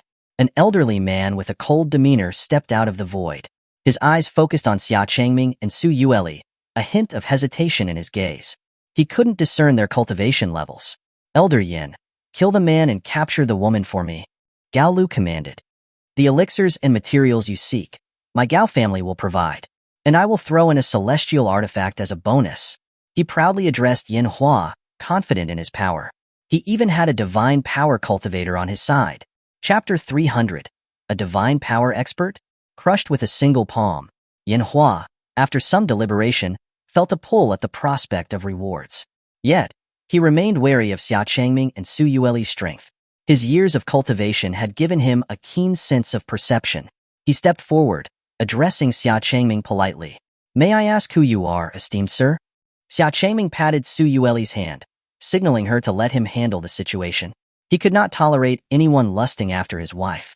The previous man who did so was long gone, with not even ashes remaining. Su Yueli, her frosty face softening slightly, stepped behind Xia Changming. Xia Changming stared coldly at Xuanhuan. His sharp, piercing gaze sent shivers down Xuanhua's spine, the pressure feeling like a physical assault. He felt an enormous sense of oppression. So terrifying. This person's cultivation was surely far superior to his own. Was he a celestial? Or even a celestial sovereign? You wish to stand up for him? Xia Changming asked, his tone icy. I'll give you one chance. Either get lost now, or be forever buried here. He spoke with an air of absolute certainty, giving Xuanhuan his final option. The onlookers were shocked. Xuanhuan was a divine power expert. Yet this young man dared to be so arrogant. Just who was he? Sweat beaded on Xuanhua's forehead. He didn't doubt that the handsome, extraordinary man before him could crush him with a thought. This damned Gao Lu was truly reckless, not caring who he offended. He thought to himself, if you want to die, don't drag me down with you. Elder Yin, what are you waiting for? Gao Lu urged. Once this is done, the Gao family will treat you as an honored guest. He thought Xuanhuan was merely holding back for greater compensation. To his surprise, Xuanhuan cupped his fist towards Xia Changming with respect, saying, I wouldn't dare to disturb you, senior. I'll leave right away. The onlookers were stunned by Xuanhua's obsequious departure. How could a divine power cultivator like Xuanhuan retreat like that? Elder Yin, what does this mean? Gao Lu, seeing Xuanhuan preparing to leave, panicked. Xuanhuan glanced coldly at Gao Lu, then simply said, for the Gao family's kindness over the years, I'll give you some advice. Behave yourself, apologize to this senior and beg for their forgiveness. Maybe you'll have a sliver of a chance. With that, he ignored Gao Lu's frantic protests and retreated, cupping his hand to Xia Changming. Senior, I take my leave. Whether the Gao family will still exist on Pengying Immortal Island by the end of today, who knows? He wasn't about to sacrifice his centuries of cultivation for the Gao family. He is a smart man, Xia Changming thought. After watching Xuanhua's hasty departure, Xia Changming turned his gaze to Gao Lu. Gao Lu flinched and frantically cried out to those around them. Is there a senior willing to stand up for the Gao family? The Gao family will handsomely reward you. But despite his desperate pleas, everyone averted their eyes, none daring to step forward. If even a divine power cultivator like Xuanhuan was forced to flee, it wasn't hard to imagine that this person wasn't someone to be trifled with. Are you done calling? Xia Changming's sharp gaze fixed on Gao Lu. Gao Lu trembled, paralyzed by fear. He screamed to his guards behind him in alarm, Attack! Attack! The guards hesitated, sweat pouring down their faces. Then, after a glance amongst themselves, they silently dropped their weapons and retreated. You, Gao Lu, staring in disbelief at his fleeing guards, was furious. A bunch of useless eaters. He turned back to face Xia Changming, still clinging to the Gao family's name. With a touch of arrogance, he said, I am the son of the Gao family. You wouldn't dare kill me. Oh, is that so? Under Gao Lu's terrified gaze, Xia Changming snapped his fingers, and a bolt of lightning descended from the sky, striking Gao Lu. The blinding flash made the onlookers shield their eyes. When the light dissipated, there was no trace of Gao Lu. All that remained was a patch of scorched earth. He was annihilated, nothing left but dust. He actually killed Gao Lu without a second thought, and summoned sky lightning with a mere snap of the fingers, and the fine control over that power, not damaging even a speck of the surrounding ground. It was truly unbelievable. Such a powerful, heavenly thunder, controlled with such precision. Everyone was stunned. They were grateful that they hadn't tried to interfere with Gao Lu. Some were starting to worry about Xia Changming and Su Yueli.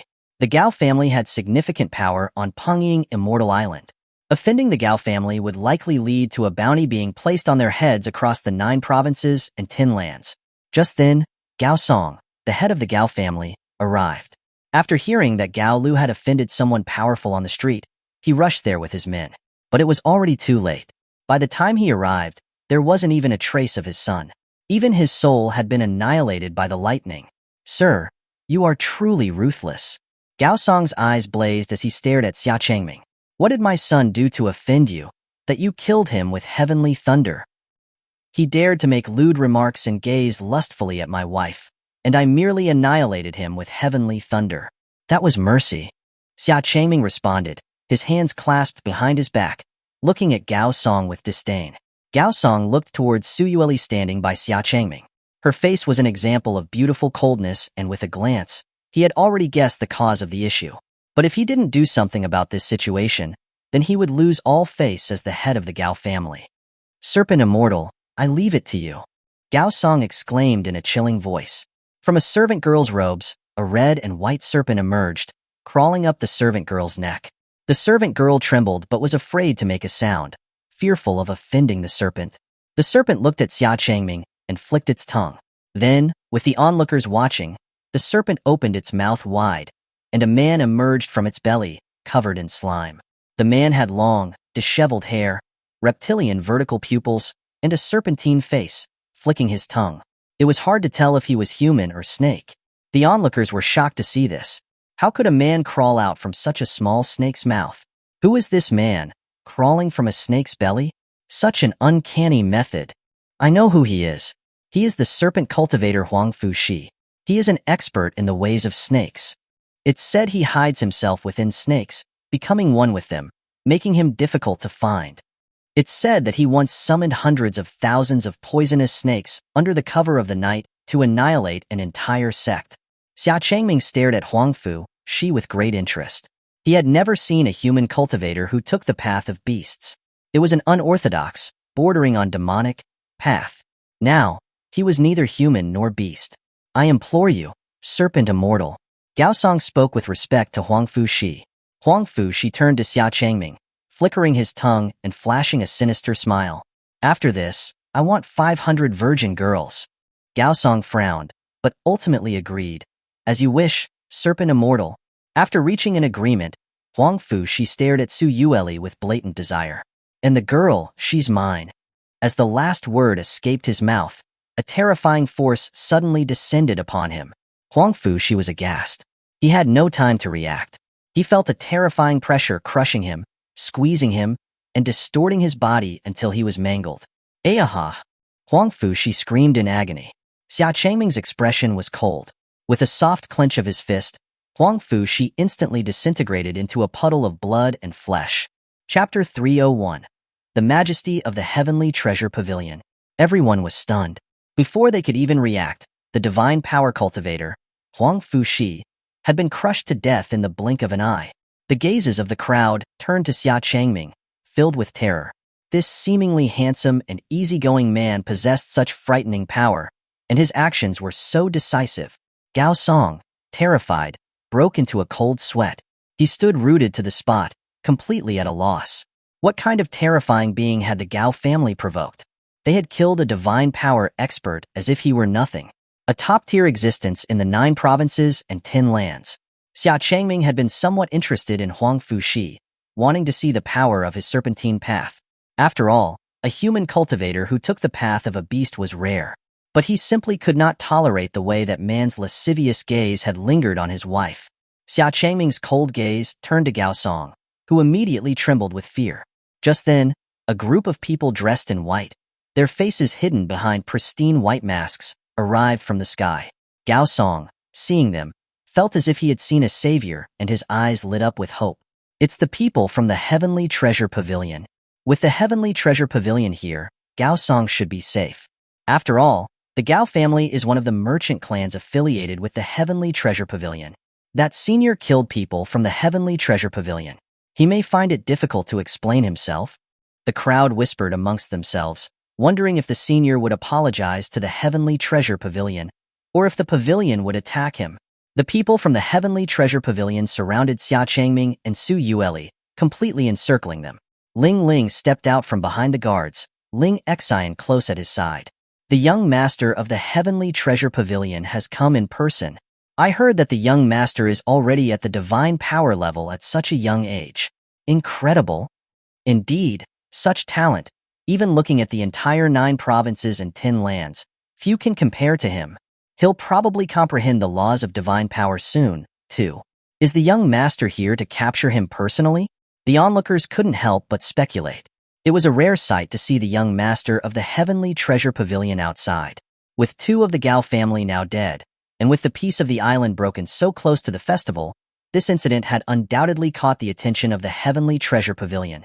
To everyone's surprise, Ling Ling, a light smile on his face, approached Xia Changming with Ling Xin, bowed respectfully and said, "Ling Ling, of the Heavenly Treasure Pavilion, greets the pavilion master." Chun Lianxiong had already informed the headquarters of Xia Changming's succession as pavilion master of the Heavenly Treasure Pavilion from all the way in the divine capital. Xia Changming was now the true owner of the Heavenly Treasure Pavilion.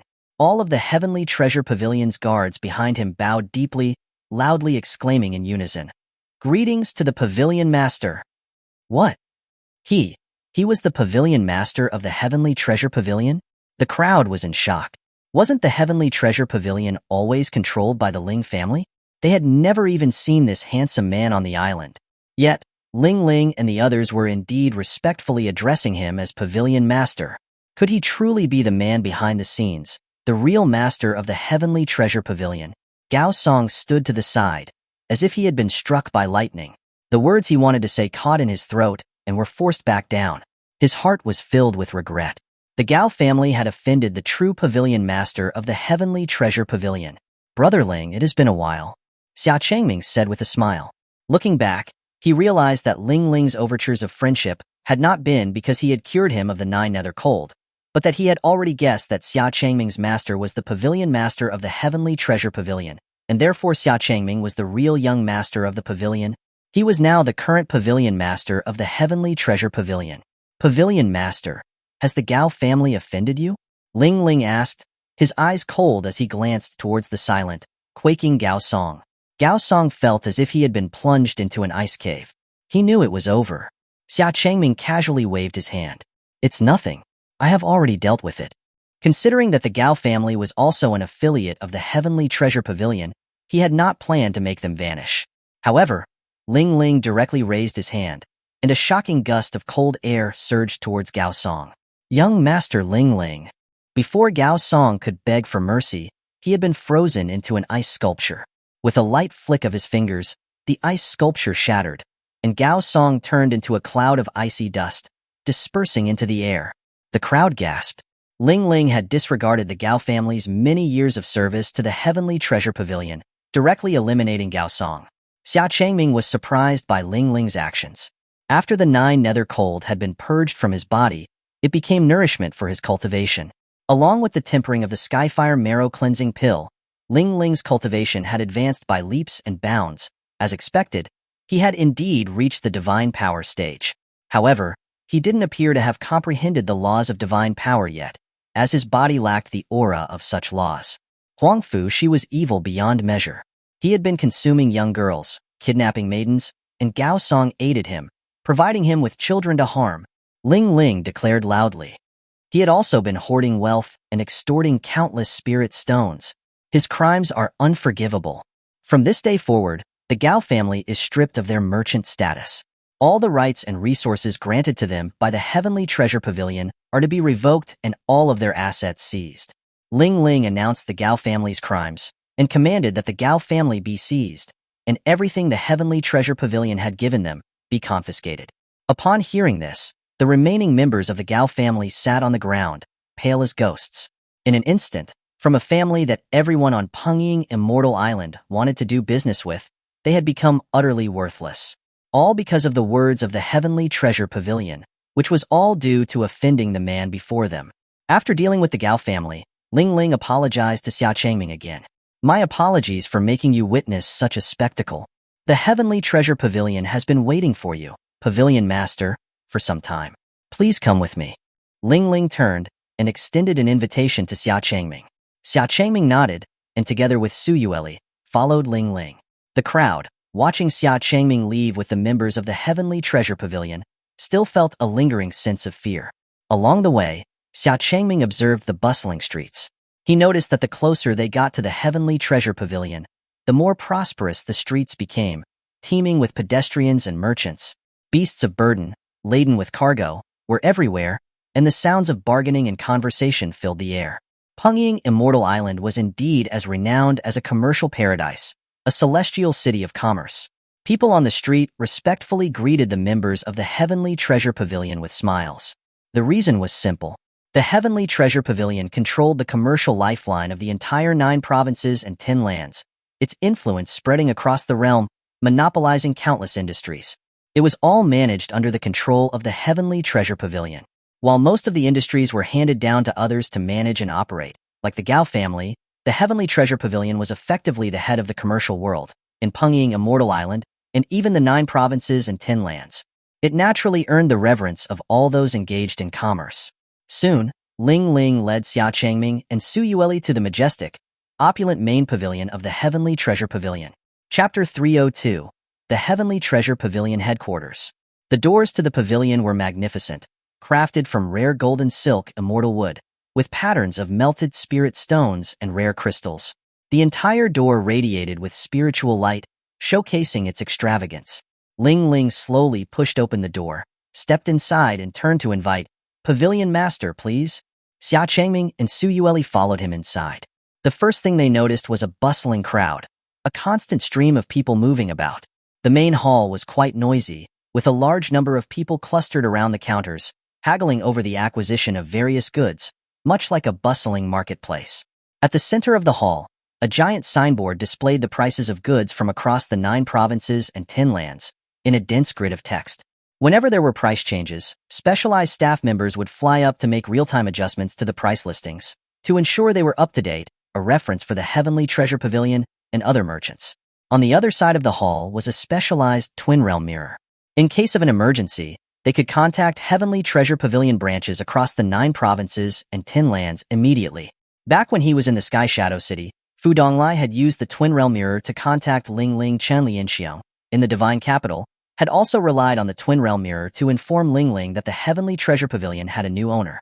As soon as Xia Changming and the others appeared in the main hall, all of the white-clad members of the Heavenly Treasure Pavilion rose to their feet and respectfully greeted them. "Greetings, Pavilion Master." The clamorous hall fell silent instantly, with everyone else staring in shock at Xia Changming. At first they thought the greeting was for Ling Ling. Then, seeing Ling Ling and Ling Xian respectfully standing behind Xia Changming, they realized that the man being addressed was the person standing before them. Who is this person? He was the Pavilion Master of the Heavenly Treasure Pavilion. What about Ling Feng? Before long, a middle-aged man, dressed in rich finery and with keen eyes, quickly approached Xia Changming. He was followed by the important directors of the Heavenly Treasure Pavilion.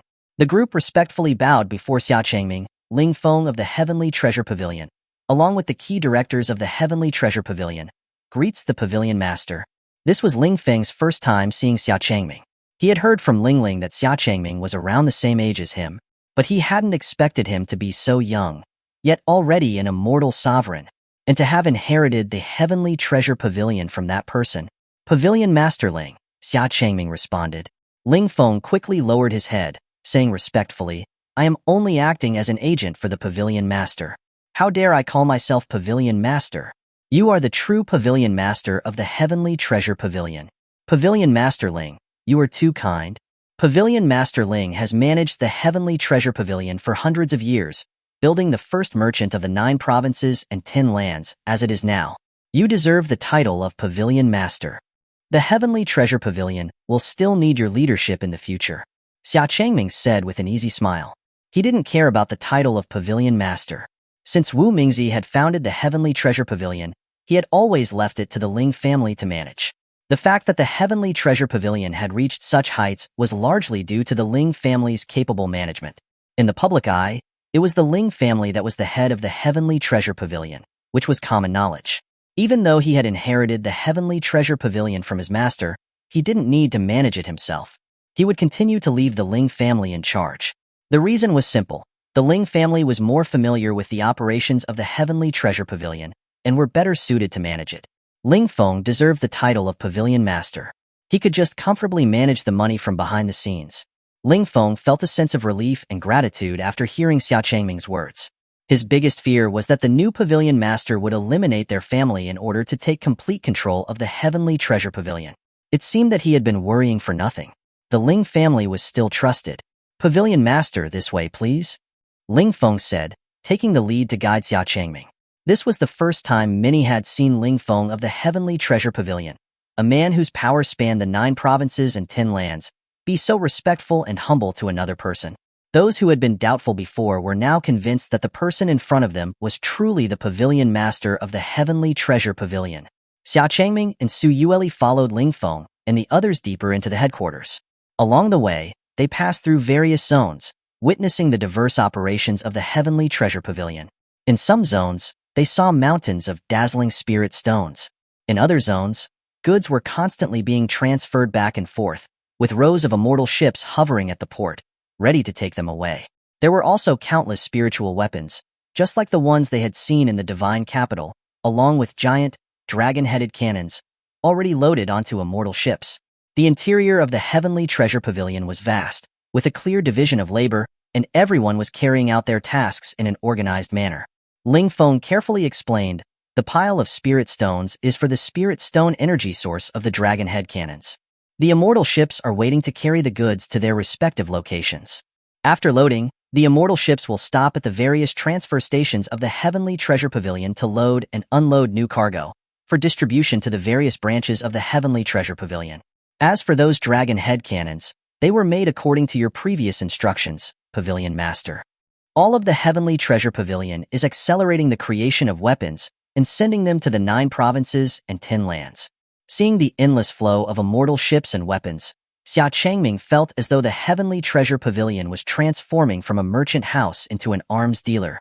The speed and quantity of the weapons and magical artifacts being produced was truly astounding. As they spoke, Ling Feng led Xia Changming into an elevator. The elevator ascended straight up, as if piercing through the sky. On one side of the elevator was a clear, sturdy glass wall. Looking out, they could see the entirety of the island's scenery. The island was busy with the preparations for the festival celebrations. The city was peaceful, with lanterns and decorations, as if the reappearance of the demon race was of no consequence. It was said that Pungying Immortal Island was just as lively every day, even when there was no festival. "Pavilion Master Ling, the main reason for my visit is for the Celestial Mirror of Treasures," Xia Changming said. "Do you know where it is located?" While admiring the beautiful scenery, Xia Changming asked the real purpose of his visit. Ling Feng chuckled and said, "I already know your intention, Pavilion Master. This elevator is the path to the Celestial Mirror of Treasures." Just as the words left his mouth, they heard a ding, and the elevator had reached the very top of the heavenly treasure pavilion. The elevator doors opened slowly, revealing a platform, as if the top of a mountain had been sliced off by a sword. The platform was spacious, enough to hold tens of thousands of people. Directly above the platform, a translucent, ethereal gate floated in the air. The gate was surrounded by swirling mists, with a floating, celestial feeling, like a doorway to the heavens. This was the entrance to the Celestial Mirror of Treasures. This was also the origin of its name. Xia Changming and Su Yueli looked up at the celestial gate. Even before it was opened, they could feel the unusual spiritual energy emanating from it. The Celestial Mirror of Treasures had not been opened for a long time, yet its celestial energy still remained. Ling Feng, watching the gate, excitedly introduced, "Behind this celestial gate lies the Celestial Mirror of Treasures. Tomorrow, it will be opened by you, personally, Pavilion Master." Chapter 303, Wife. Have you gained a little weight? Night fell.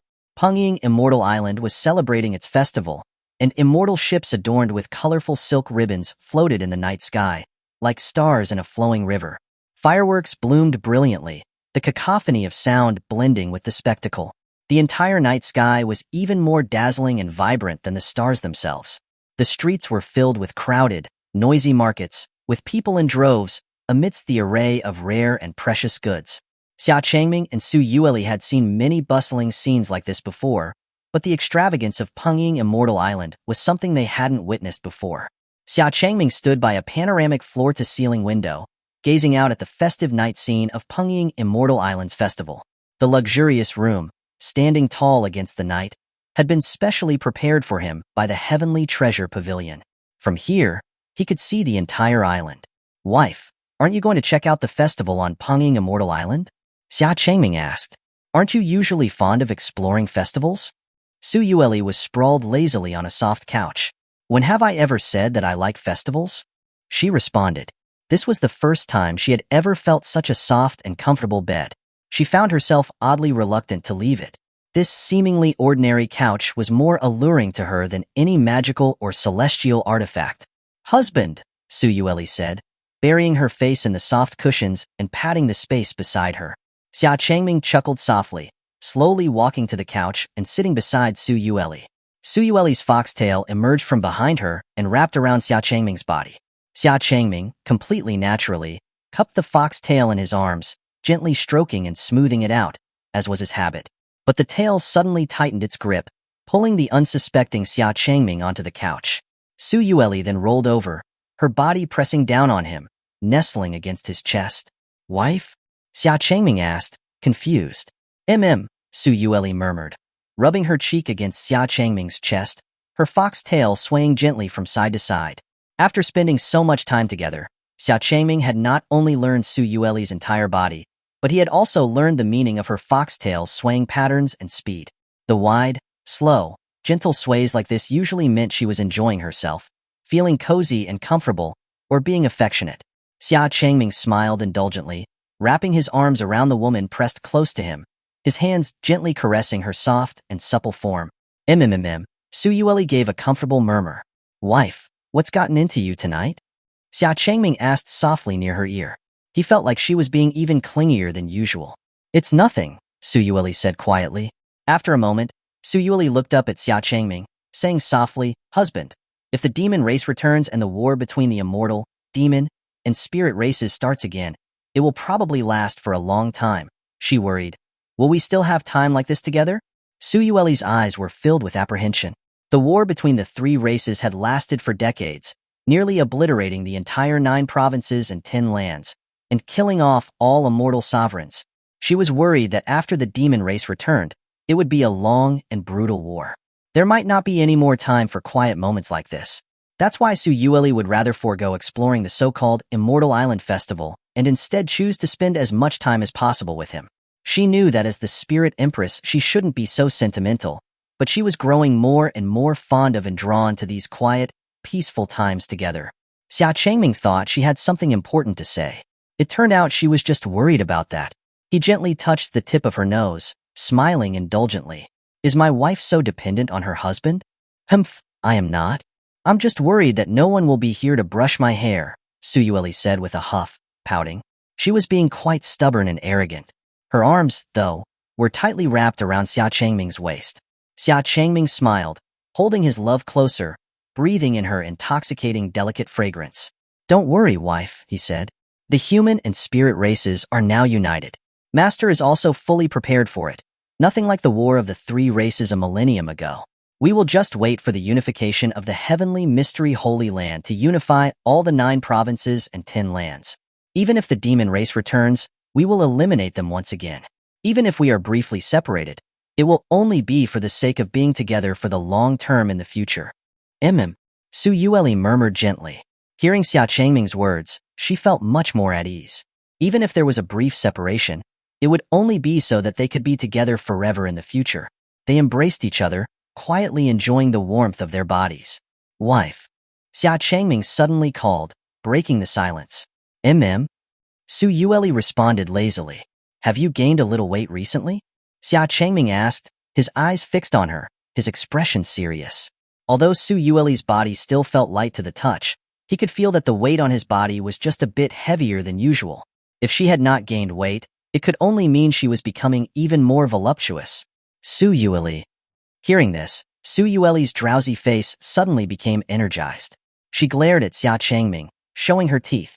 Are you saying I've gained weight? I was just asking, Xia Changming said sheepishly. Su Yueli frowned slightly and opened her lips, revealing her 2 sharp fangs. She bit down on Xia Changming's shoulder. I haven't gained weight. I know, Xia Changming said weakly. Sure enough, weight was a taboo subject for women, even if they were immortal sovereigns. Suyueli huffed and continued to lie on Xia Changming. But in her heart a storm was brewing. Had she really gained weight? Was it from eating too many sweets lately? She needed to restrain herself. Outside of the Immortal Island, on a remote, dark island, Yanhua descended from the sky, his gaze fixed on the brightly lit Immortal Island. He was still filled with a lingering fear. Luckily, he had good judgment and had left Gao Lu's side. Otherwise, he might not have escaped with his life. After he fled, he had stayed hidden in the shadows, watching. He had finally convinced himself that Xia Changming was a genuine immortal sovereign when he saw him crush Huang Fuxi, who was not any weaker than him, with a single palm strike. Afraid that Xia Changming would change his mind, Yanhua fled the Immortal Island and arrived here. He finally felt a bit of relief when he noticed that Xia Changming did not seem to be coming after him. It's such a pity that I can't participate in the rare opportunity of the Celestial Mirror of Treasures. Yanhua felt an immense sense of loss. This was a rare opportunity for a celestial encounter. Perhaps he could even comprehend a second divine power in the Celestial Mirror. Then allow me to go in your place. Suddenly, a dark, arrogant voice rang out behind Yanhua. Chapter 304. The Opening of the Celestial Mirror of Treasures. Who's there? Yanhua quickly turned around, shouting at the darkness behind him. He had been careless. He hadn't noticed anyone approaching him. A man with a furious face and a strong, sturdy physique emerged slowly from the shadows. Who are you? Yanhua demanded, his voice cold. He could not sense a shred of spiritual power coming from the man, and he was filled with an unprecedented sense of unease. Who I am is of no importance, the man said. What matters is that I want your body. The tyrant grinned, revealing a cruel smile, the fury in his heart burning to be unleashed. But thinking about the orders given to him by the Supreme Demon God, he forcibly suppressed the waves of rage. The Supreme Demon God's orders were more important. It wasn't time yet, but it was becoming increasingly difficult to resist. Yanhua, hearing the man wanted to take his body, frowned. He had just fled from Xia Changming, humiliated in front of everyone, and now someone else had the audacity to tell him they wanted to steal his soul and body. Did they think Yanhua was such a pushover? He was still a divine power expert, and not someone anyone could trifle with. Yanhua immediately formed hand seals, channeling his divine power. Divine power. Indestructible diamond body. As the incantation was spoken, Yanhua's eyes glowed with golden light, and golden light burst out from his body. His entire body became like it was coated in shimmering gold paint, standing in the sky like a battle-hardened Buddhist warrior. You will regret offending a divine power expert. Yanhua roared, transforming his body into a golden streak as he shot towards the tyrant. He left a long golden rainbow in his wake. He clenched his fist, and a several-foot-tall illusory golden arm descended from the sky, slamming down. The tyrant sneered, a dark flame bursting into existence in his hand, and shouted, thrusting his flaming fist to meet the incoming golden fist. As the fists collided, a wave of spiritual energy erupted. The next moment, they heard a crack, and Yanhua's golden arm shattered. Aerarg! Yanhua screamed in agony, his eyes filled with terror. His indestructible diamond body should be able to withstand an attack from even a transcendent immortal expert. Yet it had been shattered with a single blow from this unknown man. He hadn't used any skills, just a seemingly ordinary punch. The man in front of him was also an immortal sovereign. The black flames that burned around him were also ominous, like the burning of a corrupted spirit. He was a demon. The demon race really had returned to the 9 provinces and 10 lands. Yanhua was greatly alarmed.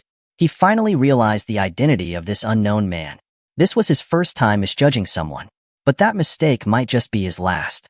Without hesitation, Yanhua turned and flew toward Pengying Immortal Island. There were many powerful experts on Pengying Immortal Island, and there was that senior too. As long as he could return to Pengying Immortal Island, he would have a chance to survive. Yanhua did his best, using his maximum speed to escape. But he was blocked by a black mist barrier. A demonic barrier. He was now trapped. No one would realize what had happened here. Yanhua's heart felt as cold as ice. Turning around, he saw a wide palm reach out and grab his head. Before he could even open his mouth, the tyrant slammed his head towards the ground. With a loud boom, a huge, cracked crater appeared on the ground.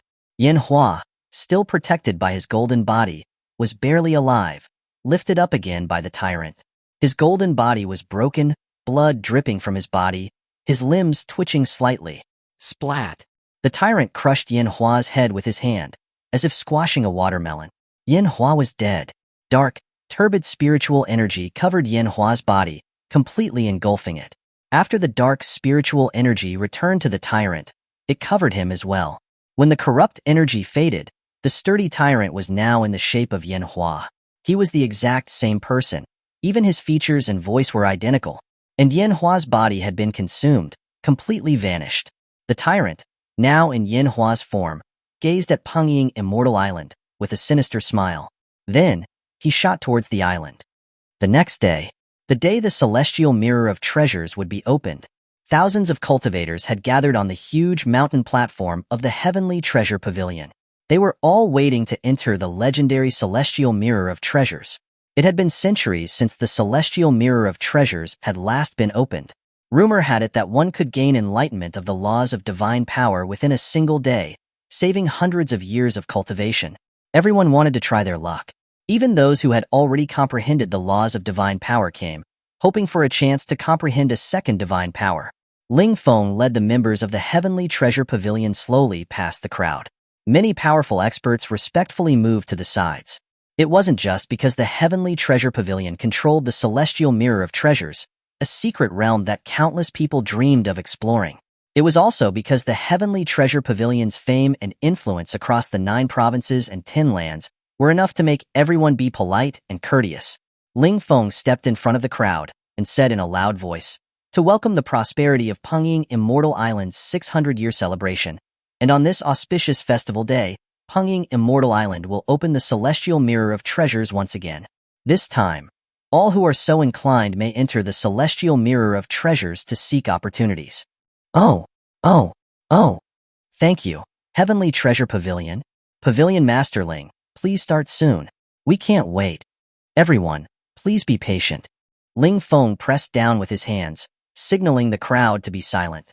Then, in front of the crowd, he announced, "I, Ling Feng, am not the Pavilion Master of the Heavenly Treasure Pavilion. I have only been acting as a replacement for the position." The crowd was shocked. Ling Feng, who had managed the Heavenly Treasure Pavilion for hundreds of years, was not the real Pavilion Master? The news was too shocking. Then who would be the real Pavilion Master? Some people in the crowd had already figured it out yesterday. Their gazes turned to Xia Changming, standing beside Ling Feng. He was handsome and quite exceptional looking. He was the real Pavilion Master of the Heavenly Treasure Pavilion. Ling Feng also stepped aside and announced in a loud voice, "The opening of the Celestial Mirror of Treasures will be done personally by the Pavilion Master of the Heavenly Treasure Pavilion." Xia Changming walked forward slowly, all eyes fixed on him. He was the real Pavilion Master of the Heavenly Treasure Pavilion? So young. They had never seen him before. Under the gaze of the crowd, Xia Changming took out the hook of heaven jade and placed it in his palm. Then with a flick of his wrist, he tossed the jade towards the celestial gate floating in the air. The hook of heaven jade was embedded in the jade slot of the gate, and a dazzling light burst forth, and the celestial gate slowly opened. Celestial energy drifted out, and the celestial mirror of treasures, which had been silent for centuries, was open once again. "Everyone, the celestial mirror of treasures has been opened. What are you waiting for?" Xia Changming said, smiling to the crowd. "Thank you, Pavilion Master." The crowd expressed their gratitude before transforming into streaks of light and flying towards the celestial mirror of treasures. Among the crowd, Xia Changming spotted a familiar figure, mixed in amongst everyone. Xuanhuan. He had thought the man wouldn't dare to come back. Chapter 305, The Celestial Spirit Tree. Inside the celestial mirror of treasures, a hazy, cyan-colored light permeated the air. A colossal, sacred, and seemingly endless celestial tree stood at the very center of the mirror. Its immense trunk appeared to occupy almost the entire space of the celestial mirror of treasures. Countless motes of dust-like light drifted down from its dense branches, like stars falling from the heavens, a beautiful and captivating sight. Numerous bubbles, large and small, hung from the tree's countless branches, looking like fruit. The first cultivators to enter stared in wonder at the celestial energy of this secret realm. Then, delighted, they leapt towards the bubbles on the branches. They reached out, touched the bubbles, and their bodies dissolved and vanished. The others were amazed, and they too reached out to touch the bubbles, each vanishing into the globes. Xia Changming and Su Yueli watched this incredible scene in astonishment. It was unlike any secret realm they had ever encountered before. This celestial mirror of treasures was filled with a rich celestial energy. There were no mountains or forests, only this one towering celestial tree. Even the dust-like light in the air seemed to be alive. When one reached out to touch them, they scattered as if frightened, then curiously came closer again. Ling Ling and Ling Xian, close behind Xia Changming, entered the celestial mirror of treasures. Both had now reached the divine power stage, but neither had comprehended the laws of divine power. The celestial mirror of treasures was a perfect opportunity for them. Ling Ling, looking up at the magnificent celestial tree, said slowly, "Brother Xia, this tree is the celestial spirit tree, also known as the tree of heaven and earth." He explained, "This tree gathers the celestial energies of heaven and earth and possesses a consciousness of its own. The bubbles growing from it are made of pure condensed celestial energy. It's said that each person experiences something different within the celestial energy bubbles. Perhaps it's the world they most imagine, or maybe a past regret is replayed. But if they are recognized by the celestial energy, they can comprehend the spirit of heaven and earth and grasp the power of divine power." Xia Changming nodded. He had heard about this from Guyu, but seeing it with his own eyes, he couldn't help but marvel at the spectacle. This celestial tree, rooted here, seemed like a world tree, gathering all the celestial energy of the 9 provinces and 10 lands. Ling Ling, full of hope, bid Xia Changming farewell, and together with Ling Xian, flew up to disappear into the bubbles. "Wife, let's go too," Xia Changming said. Seeing everyone entering the bubbles to seek their celestial opportunities, Xia Changming took Su Yueli's hand and flew towards the celestial tree. As they approached the tree, it seemed to sense something. Its branches swayed and rustled, and the shimmering celestial energy that floated down from the branches gathered around Xia Changming. This time, the celestial energy didn't scatter away when touched. Instead, it continued to linger around him. Su Yueli and Xia Changming watched this sudden and unexpected event with astonishment. The tree trunk slowly opened a luminous portal, and the countless motes of light lifted Xia Changming and Su Yueli and carried them into the entrance. Sensing that the celestial energy was not hostile, Xia Changming and Su Yueli did not resist. They allowed themselves to be drawn into the light. Then, the entrance of the tree closed up and disappeared. When Xia Changming recovered his senses, he found himself standing in the sky. Below him was Pengying Immortal Island floating above the sea. Several immortal ships were passing beneath him. Had he already left the celestial mirror of treasures? Xia Changming looked down at the crowd still celebrating on the island, and the immortal ships loading and unloading cargo in the ports. He felt bewildered. Looking around, Su Yueli, who had entered with him, was nowhere to be seen. Xia Changming, puzzled, rushed back to the celestial gate entrance of the celestial mirror of treasures. Ling Feng, along with the guards of the heavenly treasure pavilion, was still standing there. "Pavilion Master Ling," Xia Changming said, walking up to him, but Ling Feng showed no reaction, as if he hadn't seen or heard him. "Pavilion Master Ling." Xia Changming, realizing something was wrong, frowned, and called out again, louder. Ling Feng frowned and turned to a guard beside him. "Did you call me just now?" The guard looked confused and shook his head. "This subordinate did not call you, sir." Ling Feng was baffled. He clearly remembered hearing someone call him. Weird.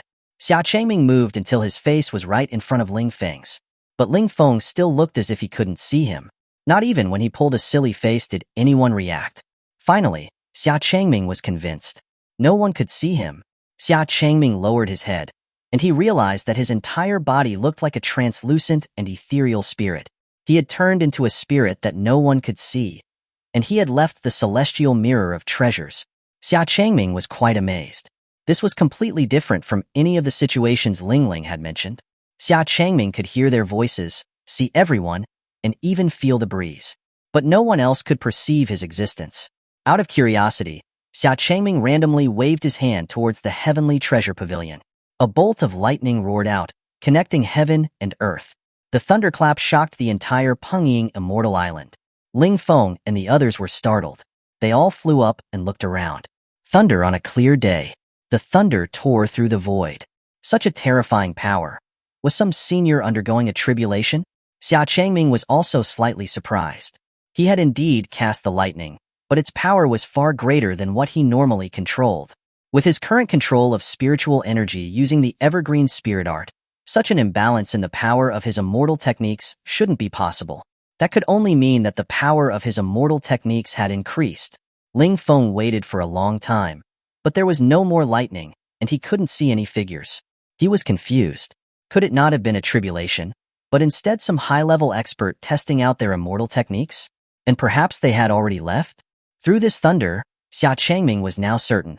They couldn't see his spirit form, but he could still use his immortal techniques at will, and they would appear for all to see. In addition, small motes of celestial energy surrounded him. Before, he hadn't been able to see them at all. Now they were clearly visible. Could it be? Xia Changming had a suspicion. To test his theory, he closed his eyes and focused his mind. When he opened his eyes again, he was standing in the sky above the divine capital of the heavenly Zhou Dynasty. It would usually take him a couple of hours, even at his fastest speed, to travel from Pengying Immortal Island to the divine capital, but now he had reached it in a blink of an eye. He could see Xia Ming, in the Xia family estate, training the Xia family disciples. He could see his mother, Xuanhuan, sitting indoors, happily sewing baby clothes. He could even see through layers of buildings, watching Xuanhuan, engrossed in her writing in the imperial study of the palace. Chapter 306, Observing the Heavens, Cupid Xia Changming. This was incredible. Xia Changming once again focused his thoughts, and he instantly appeared above the Chu imperial dynasty. A grand ascension ceremony was being held in the Chu imperial dynasty. King Chu Haofeng, had officially abdicated, and his eldest son, Chu Qingtian, was taking the throne. After ascending the throne, Chu Qingtian stood before the palace steps, looking down on the thousands of kneeling ministers and announcing in a loud voice, "I, in the name of the monarch of the Chu imperial dynasty, hereby declare the restoration of my sister, Princess Chu Qinghuan's position. Your Majesty is wise." Thousands of ministers cried out in unison. Chu Qinghuan was renowned for her gentleness and grace when she was still in the Chu imperial dynasty. She was greatly supported by both the citizens and the ministers. So there was no one against the restoration of Chu Qinghuan's position as princess of the Chu imperial dynasty. Besides, who didn't know that Chu Haofeng doted on Chu Qinghuan more than anyone else in the entire palace? He had long wanted to restore her title as princess.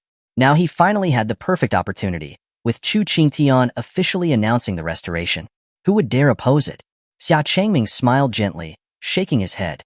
That stubborn old man. Even though he longed for his mother to return, he had stubbornly stuck to his pride for decades. This had finally brought closure to that old wish. At that moment, Xia Changming guessed that he must have comprehended some sort of divine ability to observe the heavens. With this ability, he could reach any place in the world in an instant. But if it were just a divine ability to observe the heavens, he shouldn't have been able to use immortal techniques. Xia Changming still had questions. He decided to spend more time familiarizing himself with this new ability. He wondered how things were in the divine capital after he had left. After all, he was still technically the God Emperor of the Northernly Kingdom, so he might as well take a look. Xia Changming focused his mind again and instantly arrived above the divine capital of the Northernly Kingdom. The divine capital was peaceful and prosperous, as usual. The streets were noisy, and the golden-armored guards patrolled with their weapons. Just then, Wang Tian and Feng Yu flew out from the imperial palace, soaring past him like streaks of light, heading towards the heavenly capital. It seemed that they had received his message. Xia Changming smiled faintly. He said silently, "Brother Wang, this is the last thing I can do for you. The rest is up to you." After watching Wang Tian and Feng Yu leave, Xia Changming floated into the imperial palace's main hall. On the dais, Xuanhuan sat next to the God Emperor's throne, looking very serious as she reviewed reports. Beside her, Jiuzun was slumped over a low table, fast asleep. As Xuanhuan reviewed the reports, her brows furrowed more and more deeply. Then, with a snap, she broke the writing brush in her hand. She was here, reviewing reports. She had told Jiuzun to help, but all he did was drink, and then fall asleep. It was infuriating. Was being with her so boring? He wouldn't even talk to her. If he wasn't going to work, then at least he could have talked to her. Then she might have been able to forgive him. Xuanhuan's face grew colder. She stood up and approached Jiuzun. Standing next to him, Xuanhuan raised her hand, but hesitated. After a moment of thought, she sighed and lowered her hand. Her red eyes looked down calmly at his sleeping face, a faint smile tugging at the corner of her lips. Forget it. I'll just leave him be. Men were all the same. Neither that brat, nor this guy, could be trusted. Xia Changming, watching the ambiguous scene, had a flash of inspiration, and he concocted a plan. As Xuanhuan was about to turn away, Xia Changming flicked his hand. A gust of wind swept Xuanhuan off her feet, pushing her face first into Jiuzun. Jiuzun, sensing something unusual, straightened up just as she was crashing into him. The startled Xuanhuan was shocked. Before she could figure out what was happening, she was already tumbling into Jiuzun's arms, her face inches away from his. Their eyes met, and the scene grew still. Xia Changming stood to the side, grinning. He had long since seen the feelings that Xuanhuan and Jiuzun held for each other. They had known each other for nearly 1,000 years, and were stuck in that state of being more than friends, but less than lovers. All they needed was a catalyst, a push to nudge their relationship. Even if just one of them were to be a bit more bold, then this whole matter would have been resolved. He had already helped Wang Tian and Feng Yu. He could also help this couple. Let him, the Cupid of the world, be the one to push them together. The atmosphere was perfect. Next, they should stare into each other's eyes, confess, and everything would be fine. Xuanhuan and Jiuzun locked eyes, their faces reflecting in each other's eyes. Xuanhuan, Jiuzun said softly. What? Xuanhuan felt nervous, her heart beating intensely. Just as Xia Changming thought things were developing according to his plans, Jiuzun opened his mouth and said, "Why are you on top of me?" The perfect atmosphere was ruined at that moment. Xia Changming shook his head helplessly. Hopeless. Xuanhuan's face gradually turned frigid. She grabbed Jiuzun's face in her hand, squeezing tightly. "I told you to help me review the reports. Why were you sleeping? Do you have any sense of responsibility as a northernly divine dragon?" Ow, ow, ow. Xuanhuan, what's gotten into you today? Jiuzun was baffled. He always slept like this, and Xuanhuan only ever said a few words about it. Why was she so angry today, throwing herself at him and attacking him? After giving the oblivious Jiuzun a bit of a beat down, Xuanhuan huffed and returned to her seat. She began to wonder about the sudden gust of wind. The doors and windows were all closed. How could such a strong wind suddenly push her? Weird. Xuanhuan couldn't figure it out. She hadn't detected any presence nearby. The culprit, Xia Changming, had long since drifted away from the palace and was now heading to where his master was. On a mountain that pierced the sky, Guyu sat in a meditative pose within an ancient magic formation. The laws of divine power swirled around her. Wu Mingzi, with her sword at her back, stood on the edge of the cliff, guarding her. Her seamless white gown fluttered in the wind, like a celestial being standing on the pinnacle of the world. Her face was serene, as always, calm and collected. Xia Changming floated leisurely in front of Wu Mingzi, circling around her, looking carefully at her beautiful face. He wanted to see her surprised expression. He had never seen her look surprised. Xia Changming waved his hand at Wu Mingzi, and a gust of wind whipped up. Wu Mingzi frowned slightly and touched the air with her fingertip, and the wind vanished instantly. Xia Changming looked disappointed. He knew that wasn't enough to surprise his master. But just then, Wu Mingzi suddenly turned her eyes to where Xia Changming was. Xia Changming was startled. His heart skipped a beat. He tried to move to the side, and Wu Mingzi's eyes followed him, as if she was closely watching him. Xia Changming was shocked. Could his master see him? Chapter 307. The Incarnation of the Celestial Spirit Tree. Just as Xia Changming was about to speak, Wu Mingzi's lips parted, and she murmured, "Was that an illusion?" That gust of wind had clearly contained the aura of the power of the heavens. Was it because of Guyu? Wu Mingzi turned her head towards Guyu, who was deep in meditation. She felt a sense of unease. She thought it was just Guyu trying to foresee the future, which had attracted the heaven's censure. But this heavenly power seemed a little too weak. Xia Changming, seeing this, breathed a sigh of relief. Luckily, his master hadn't seen him, but Xia Changming was still shocked by his master's incredible perception. She had detected his presence so quickly. It was better not to bother her anymore, or she might really discover him. Xia Changming focused his mind and disappeared from Wu Mingzi's sight. Wu Mingzi looked in the direction where Xia Changming had vanished, her brow furrowing slightly. The power of the heavens had disappeared. Xia Changming returned to the skies above Pangying Immortal Island. He looked at the celestial gate floating in the air, pondering how he could return to the celestial mirror of treasures. He could reach any location within the 9 provinces and 10 lands with ease, but he could not seem to return to the celestial mirror of treasures. As Xia Changming was thinking, The celestial energy in the air began to condense, and a translucent, ethereal figure slowly appeared beside him. The figure only had a vague outline, with no facial features, but Xia Changming could sense that it was watching him. "It truly is the divine ability of the heavens," the figure said slowly, his voice full of delight. "I wasn't wrong about you." He seemed very pleased that Xia Changming had comprehended the power of the heavens. Xia Changming, bewildered, asked the figure, "Who are you?" "Me." The figure chuckled. "I am not a person." He continued, "Or rather, I can be all things, sustaining everything in the world. Who I am isn't important. What's important is that you have already taken hold of the power of the heavens and comprehended the divine ability of the heavens." "The divine ability of the heavens?" Xia Changming asked, confused. Hadn't he comprehended the divine ability to observe the heavens? Xia Changming looked at his own ethereal form. It looked quite similar to the ethereal figure before him. The figure strolled in front of Xia Changming. As he began explaining, "That's right, the divine ability of the heavens." He said, "You can see the celestial energy of the heavens and overlook all things in the world with your spirit form. You have the power of all things, control over the void, and dominion over the great Tao of the heavens." The figure spoke with great arrogance, as if he were the master of all things. The figure's voice seemed like a celestial incantation, flowing into Xia Changming's spiritual sea. His divine consciousness trembled, and he felt a profound sense of comprehension. The aura of a powerful divine ability could not be contained and burst out of his body. The intense aura of the divine ability even spread to cover the entire skies of Pungying Immortal Island. Lightning flashed across the sky, winds howled, and the earth shook. The mountains began to sink into the ground, and new peaks rose from the earth. The structure of the earth was changing in an instant. The seas churned, the waves roared, and even Pungying Immortal Island was teetering on the brink of collapse. Everyone on Pungying Immortal Island was horrified. They grabbed onto things to steady themselves.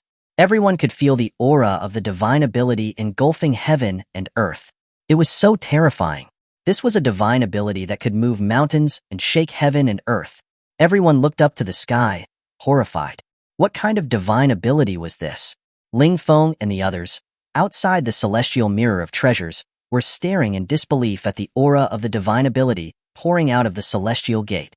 Even the celestial gate couldn't stop it. This was something that had never happened in the celestial mirror of treasures before. Who was comprehending their divine ability within? Xia Changming closed his eyes, completely immersed in the vast sea of the laws of divine ability. "Not bad, not bad. You have already grasped some of the essence of the heavens," the figure said. "But you are still not as I envisioned. You have to become one with the heavens. I look forward to your growth." The figure walked up to Xia Changming and placed his finger lightly on his forehead. Xia Changming's spirit dispersed, and the shaking of heaven and earth ceased. The figure slowly disappeared from the sky, as if he had never been there. Meanwhile, on the other side, after parting with Xia Changming, Xuanhuan floated alone in a world filled with celestial energy. The world was white as far as the eye could see. Other than the floating celestial energy, there was nothing else. When her foot lightly touched the ground, ripples emanated outwards, and a vast land appeared. Life sprang up from the ground, flowers bloomed, and mountains and rivers unfolded as if drawn by an artist's brush. In an instant, the white space was transformed into a beautiful landscape, like a utopian paradise. The celestial energy danced in the air around her, gathering at her side. Xuanhuan, watching this scene in wonder, reached out to touch the celestial energy with her finger. Her nine-tailed fox spirit emerged from behind her and split into smaller, playful fox spirits that hopped around on the ground. The celestial energy transformed into little fox spirits and began to frolic with Xuanhuan's fox spirits. A petite little girl, her body shimmering with a celestial glow, and with long emerald hair, emerged from the ground, floating in the air. "What pure nine-tailed fox energy," the little girl said, admiring Xuanhuan as she circled her. "Who are you?" Xuanhuan asked curiously. "I am the incarnation of the celestial spirit tree, also the personification of the celestial energy of the heavens," the little girl said, smiling. Xuanhuan looked at the little girl, whose behavior and mannerisms were like a child. She was the incarnation of the celestial energy of the heavens. The moment she appeared, the fox spirit that had been formed of her soul had detached itself from her. Even her soul could not contain it. It was as if it was drawn to her. Suyueli's fox spirit jumped into the little girl's arms, very affectionate. It was something that had never happened before, not even with Xia Changming. The little girl stroked the head of the fox in her arms, saying, surprised, "This is the first time I've seen such pure celestial energy in a nine-tailed fox. Your demonic energy is completely suppressed. Your spiritual energy is very pure. Have you even cultivated a celestial fox body?" Suyueli was increasingly surprised. This little girl could see through her divine abilities in one glance, and even knew about the demonic energy she had suppressed. Suyueli realized that the little girl before her, despite her small and cute appearance, was likely an entity born with the heavens. "Yes, I was fortunate enough to cultivate a celestial fox spirit with my husband's evergreen spirit art," Suyueli said politely. "Evergreen spirit art? That sounds familiar," the little girl said. "It's like I taught it to two people once, but what were their names? I don't remember. It was too long ago." She looked at Suyueli, and then looked down her body slowly until her eyes stopped at her stomach. Then, she cried out in surprise. What is it, senior?" Suyueli asked uneasily. "Can I touch your stomach?" The little girl suddenly asked, pointing at Suyueli's stomach, a look of desire on her face. Suyueli. Suyueli wasn't sure why the little girl wanted to touch her stomach. After a moment's hesitation, she nodded lightly. It was just touching her stomach. It shouldn't be anything. The little girl cautiously placed her hand on Suyueli's belly, her small eyes filled with shock. Shock turned into a look of delight. It really was. Chapter 308. Ancient Spirit's Gift. The Demon Race Returns. The little girl retracted her hand with a smile, and a look of happiness that she couldn't hide. Suyueli looked confused, unsure of what just happened. What is it? The little girl pursed her lips, smiling, and shook her head. "It's nothing. You let the ancient spirit touch your stomach, so the ancient spirit wants to thank you." The little girl waved her arms, and all the celestial energy around them began to condense on Suyueli. Suyueli could feel the endless power of the celestial energy merging into her body. And, without her control, her body started to transform into her true fox form. 100-meter-tall nine-tailed fox stood in the heavens. Its white fur was immaculate and ethereal, with celestial energy swirling around it, looking divinely beautiful. The celestial energy flowed into her body, clinging to her fur. Even if Suyueli didn't use her celestial fox spirit divine ability, she still looked like a celestial fox, her snow-white fur swaying gently, her form pure and holy. The celestial energy fully merged into her body, flowing through her bones and meridians, reaching every inch of her body. In that moment, it felt like she was being reborn. She had transformed from a demon fox to a true celestial fox. Suyueli could clearly feel the incredible changes within her body. Her celestial armor appeared, and celestial energy was now clearly visible on the armor. The armor, formed with her evergreen spirit art, was now infused with a layer of celestial energy. "Thank you, Senior Ancient Spirit," Suyueli said gratefully to the little girl. Her celestial fox spirit divine ability had undergone a tremendous change. If she encountered the supreme demon god again, she would not be so easily crushed again. The ancient spirit waved her hand and said with a smile, "You're welcome.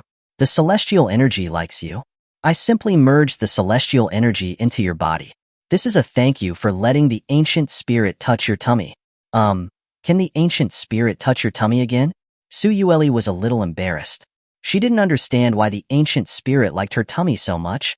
Was it really as simple as touching her belly to gain such a celestial opportunity? This ancient spirit was so easy to please. "Please do," Suyueli said softly. She had been granted a celestial opportunity, so she couldn't reject the ancient spirit. Just as the ancient spirit looked happy and was about to reach out to touch Suyueli's stomach again, her face suddenly changed, filled with fear. "Oh no!" she cried out. "They're coming." "They?" Suyueli asked, confused. What had made the ancient spirit feel so afraid? Outside of the celestial spirit tree, Xuanhuan slowly walked towards it. Along his path, the celestial spirits seemed to sense something frightening and fled away from him. Xuanhuan grabbed a few of them in his hand, and dark flames burst out from his palm, and the celestial spirits dissolved into nothing. Celestial spirits, you should disappear." Xuanhua's expression was ferocious and filled with rage. Dark energy surged out of him. Now that he was inside the celestial mirror of treasures, he didn't need to pretend anymore. Yanhua reached into his robe and took out a black jade bottle. He uncorked it, and a dark liquid began to flow out, pouring onto the roots of the celestial spirit tree. The black liquid began to seep into the roots, spreading in all directions. The glittering celestial energy on the ground was instantly corrupted, turning into a dense aura of death and malice. The black liquid seeped into the core of the celestial spirit tree, spreading up the trunk. The celestial spirit tree slowly began to wither. Its branches became dry, and its leaves began to fall. The bubbles on its branches burst, and the people who had been inside tumbled out. Everyone looked around in confusion, not knowing what had happened. They had just been immersed in the illusion of the bubbles, comprehending the celestial spirit, when suddenly the world was covered in black. Then they were suddenly pushed out. What is this? Someone, who had been supporting himself with his hand on the ground, suddenly felt something sticky. When he lifted his hand, he realized that his palm was covered in a sticky black liquid. The black liquid seemed to be blood, yet it also seemed alive, squirming, making everyone shiver with fear. I feel like this black liquid is very dangerous. Is this something that is supposed to be in the celestial mirror of treasures? Something so foul. This can't be from the celestial mirror of treasures. Aerarg! A scream pierced through the peace of the celestial mirror of treasures. Everyone looked toward the sound, and saw a man sitting in the black liquid, almost completely covered by it. His spiritual power was rapidly dissipating, his body withering and turning dry as if he was a mummy. The black liquid seemed to have countless arms, which were dragging him down into its depths. He helped me. The man reached out desperately, before disappearing beneath the black liquid. What is this? Why was there something so terrifying in the celestial mirror of treasures? That man was at the peak of the transcendent immortal stage, and he was being dragged away with no way to fight back. Run! Get away from that black liquid! Someone cried out in alarm. Everyone near the black liquid seemed to wake from a dream. They all leapt into the air. But countless dark tendrils shot out of the black liquid, dragging them back from the sky. The people struggled and cried out, but ultimately were pulled down into the black liquid. Suddenly, an extremely cold current of ice swept through, freezing the black liquid. Ling Ling and Ling Xian hovered in the air, frowning as they watched the pool of black liquid. This foul and ominous spiritual energy, it was clearly from the demon race. The demons had infiltrated. With a loud crack, the frozen ice shattered and cracks spread all across the frozen surface. Then, with a loud boom, the black liquid burst out of the ice. Countless sharp black spines shot out of the surface of the black liquid, instantly piercing through the bodies of many people, dragging them into the depths. Everyone, we must destroy this thing together. Seeing that many people were still being dragged into the pool, Ling Ling roared angrily. The cultivators here were all powerful experts from Pengying Immortal Island. Surely they could destroy this pool of black liquid.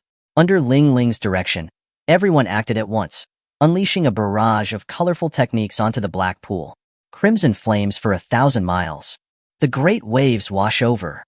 1,000 flowers fall. Under the barrage of techniques, the black liquid was completely unaffected.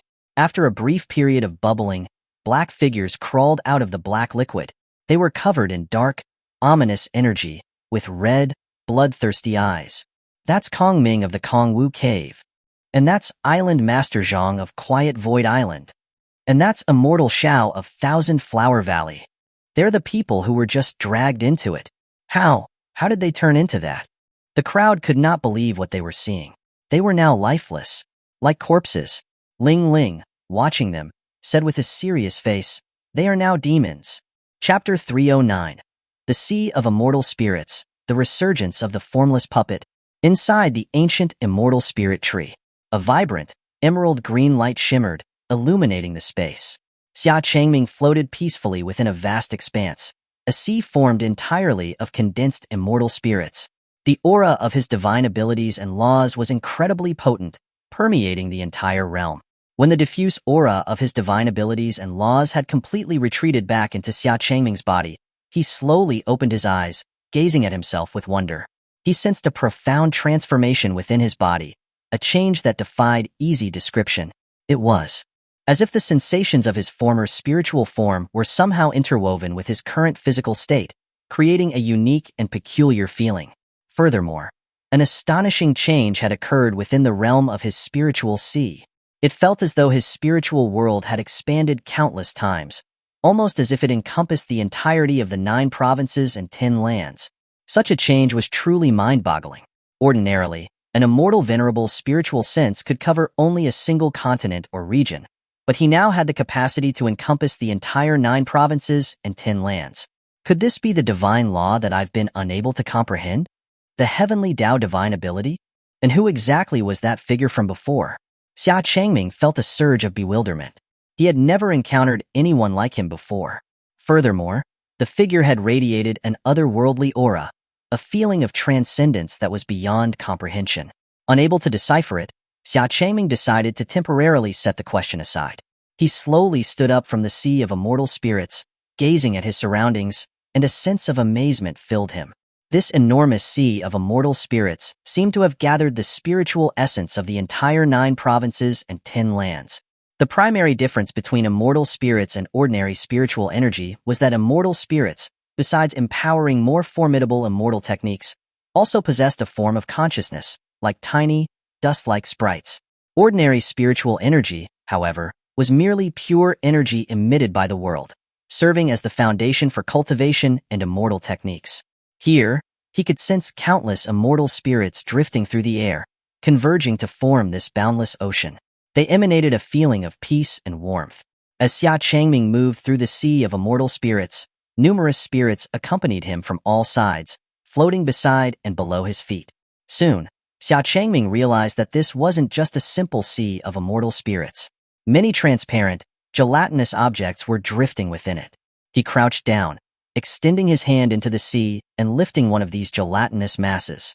The substance was translucent and imbued with an aura of vibrant spiritual energy.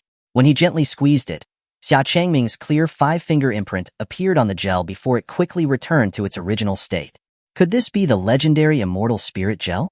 Xia Changming was ecstatic. Although this was his first time seeing it, he was certain that the substance in his hand was the immortal spirit gel he had been searching for. The location where the immortal spirits had converged had been nurturing it for millennia. The degree of congealment, coupled with the potent immortal spiritual energy, left no room for doubt.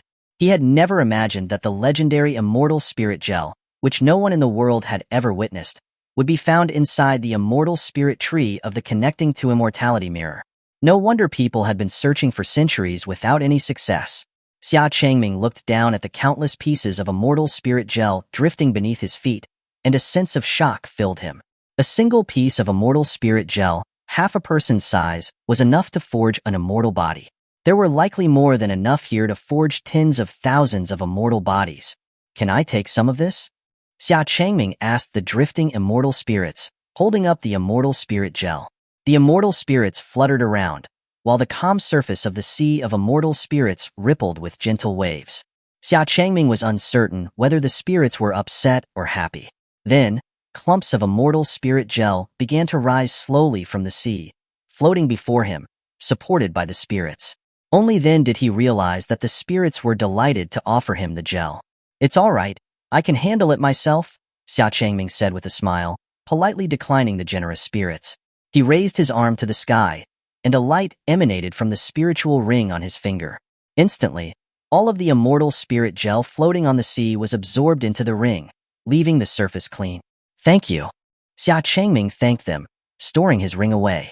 Looking at the abundance of immortal spirit gel within his ring, Xia Changming couldn't help but smile with joy.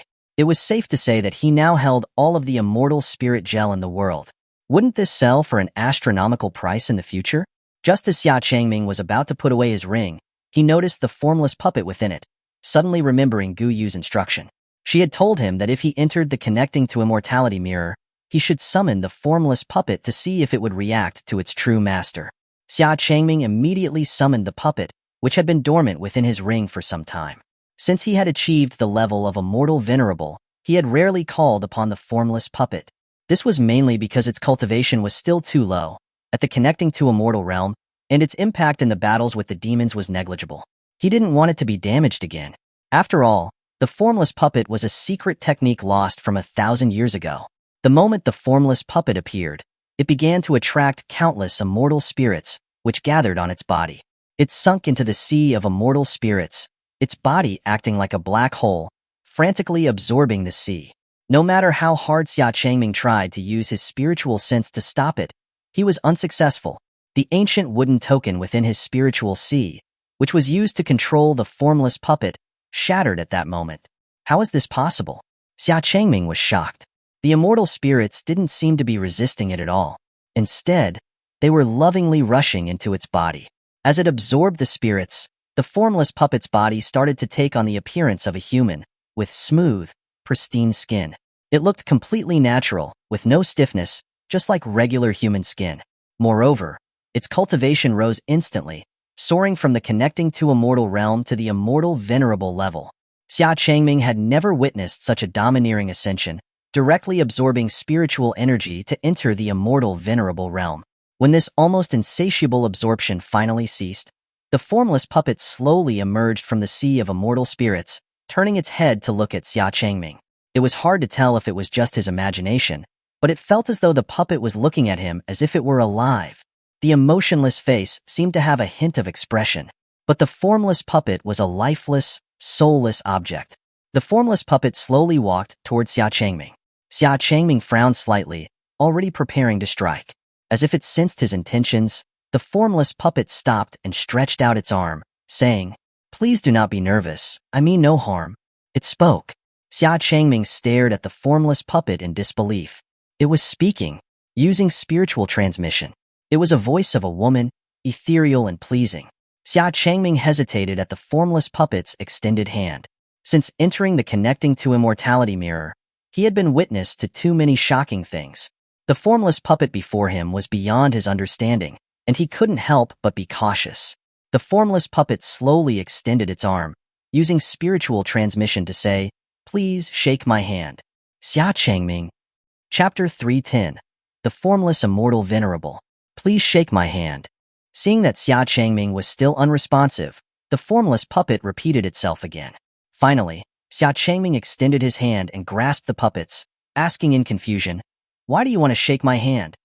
"Because someone once taught me that once you shake hands with someone, you can trust them and be their friend," the formless puppet replied earnestly, as if it were a robot learning human emotions.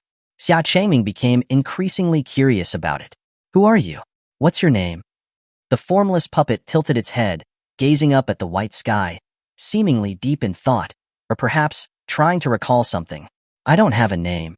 I only remember that people used to call me the master of the formless puppet, or the formless immortal venerable." "The formless immortal venerable? You are the formless immortal venerable?" Xia Changming was once again astonished. The figure before him was the formless immortal venerable who had fallen 1,000 years ago.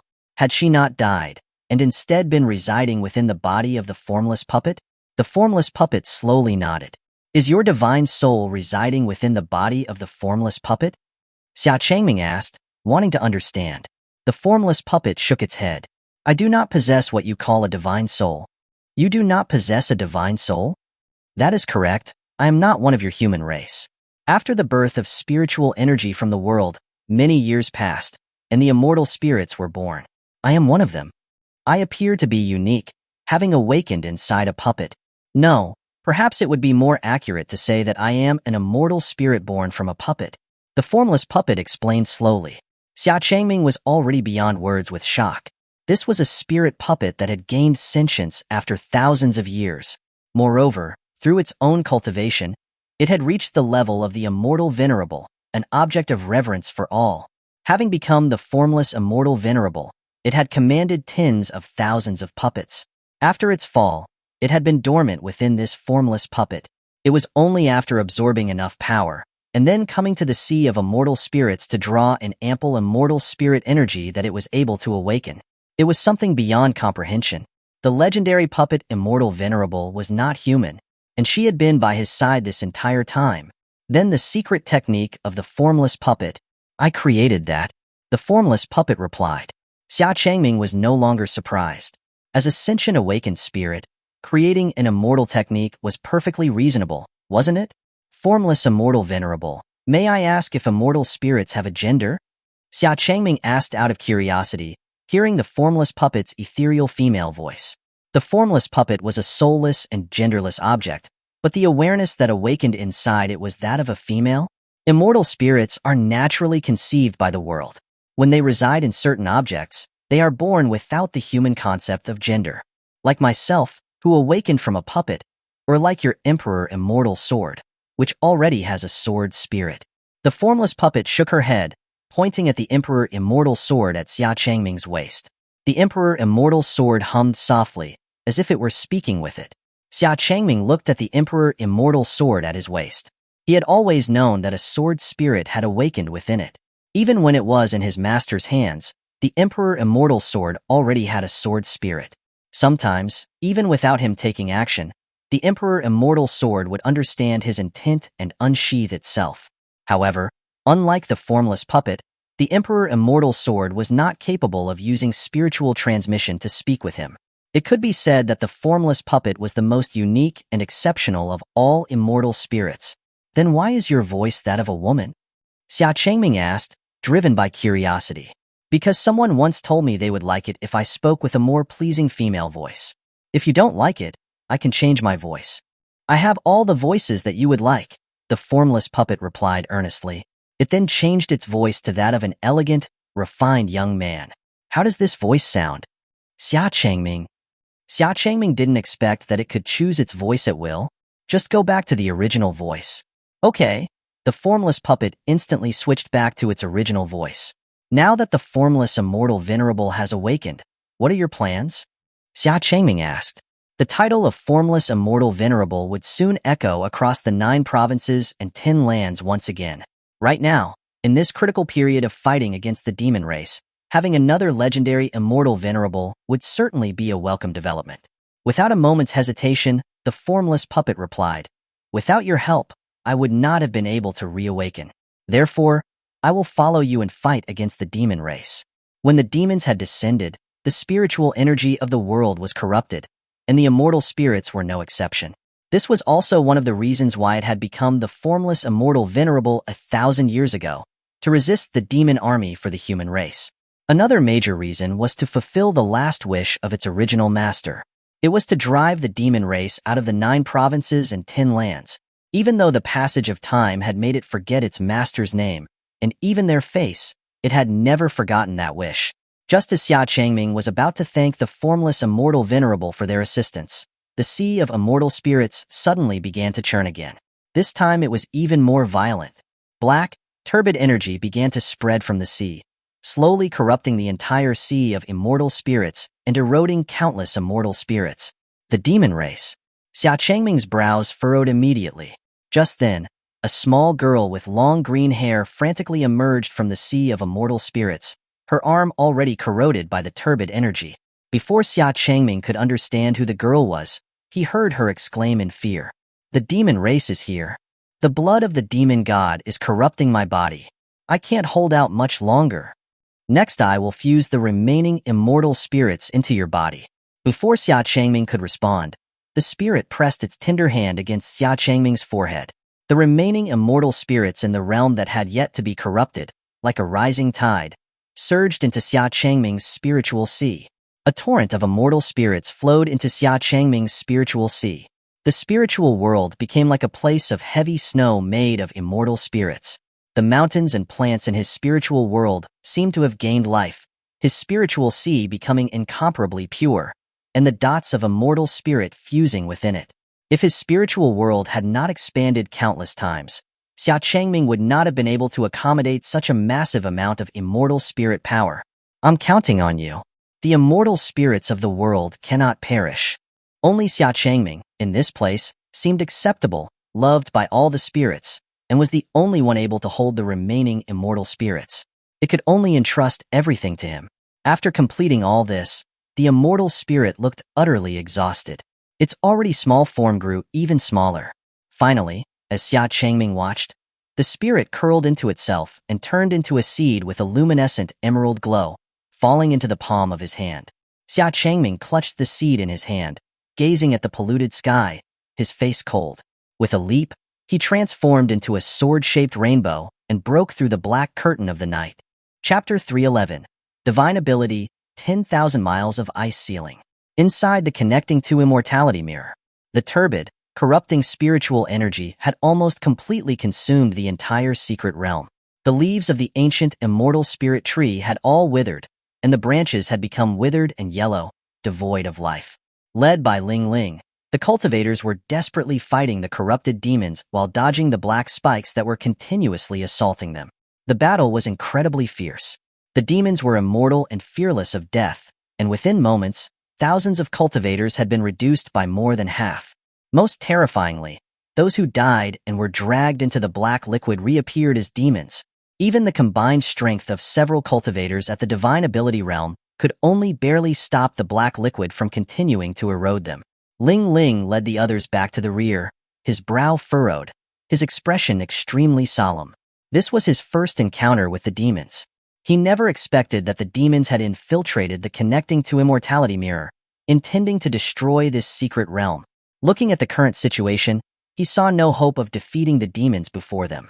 Even aside from the fact that these individuals became stronger after being turned into demons, the fact that they could not solve the problem of their immortality meant they were doomed to lose. So this is the demon race. Ling Ling mused.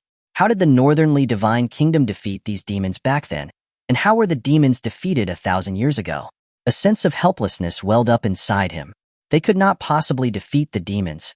Xia Changming and Su Yueli were nowhere to be found. If they were here, perhaps the situation would be completely different. Young master, what do we do now? Ling Xian asked Ling Ling from beside him. Everyone else looked at Ling Ling, awaiting his instructions. Ling Ling pondered for a moment, then made his decision. I'll hold them and this black liquid back. All of you who remain, head towards the exit of the connecting to immortality realm. Tell everyone that the demons have invaded Pengying Immortal Island. Young master you, behind the pristine white mask, Ling Xian's eyes were filled with shock. She already knew what her young master was planning. He likely had no intention of leaving this place alive. Do as I say, go, Ling Ling ordered. It's better than all of us staying here. The news of the demons must reach the others. Ling Ling gravely instructed Ling Xian. Yes, young master. Ling Xian didn't hesitate any longer and led the others towards the exit. When the demons saw this, they immediately pursued Ling Xian and the others, and the black liquid once again unleashed countless black spikes to attack them. Ling Ling closed his eyes, his divine ability and law aura erupting from his body. When he opened them again, his eyes were now the frosty silver of ice, his eyebrows were caked with frost, and an aura of cold surrounded him, as if he were wrapped in an icy immortal garment. Divine ability, 10,000 miles of ice ceiling. A thick layer of sharp ice formed on the surface of the immortal fan in Ling Ling's hand. As he fanned it out, a massive current of cold swept towards the demons and the black liquid. The icy air current transformed into a giant, 100-zhang-sized Xuanhuan bird, flapping its wings. The temperature of the entire secret realm plummeted drastically, as if the terrifying cold was about to freeze the air itself. When he had entered the connecting to immortality mirror inside the bubble, he had immersed himself within the secret realm and relived the time when he had received the inheritance of the Nine Nether Bird. This time, he had miraculously managed to communicate with the Nine Nether Bird's spirit. After promising to fulfill one of her wishes, he had obtained her inherited divine ability. Wherever the Nine Nether Bird formed by the icy current passed, everything was instantly frozen. The black liquid was instantly covered with a thick layer of ice, and the demons who had been floating in the air were transformed into ice sculptures in the blink of an eye. They were like works of art, frozen in midair. I did it. Ling Ling looked at the magnificent scene before him with elation. This was his first time using a divine law. He never expected it to have such an amazing effect.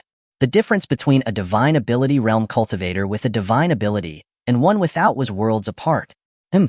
Not bad, I suppose. A furious voice interrupted Ling Ling's joy. Looking up, he saw a burly man with black flames burning all over his body and eyes like burning embers slowly walking towards him.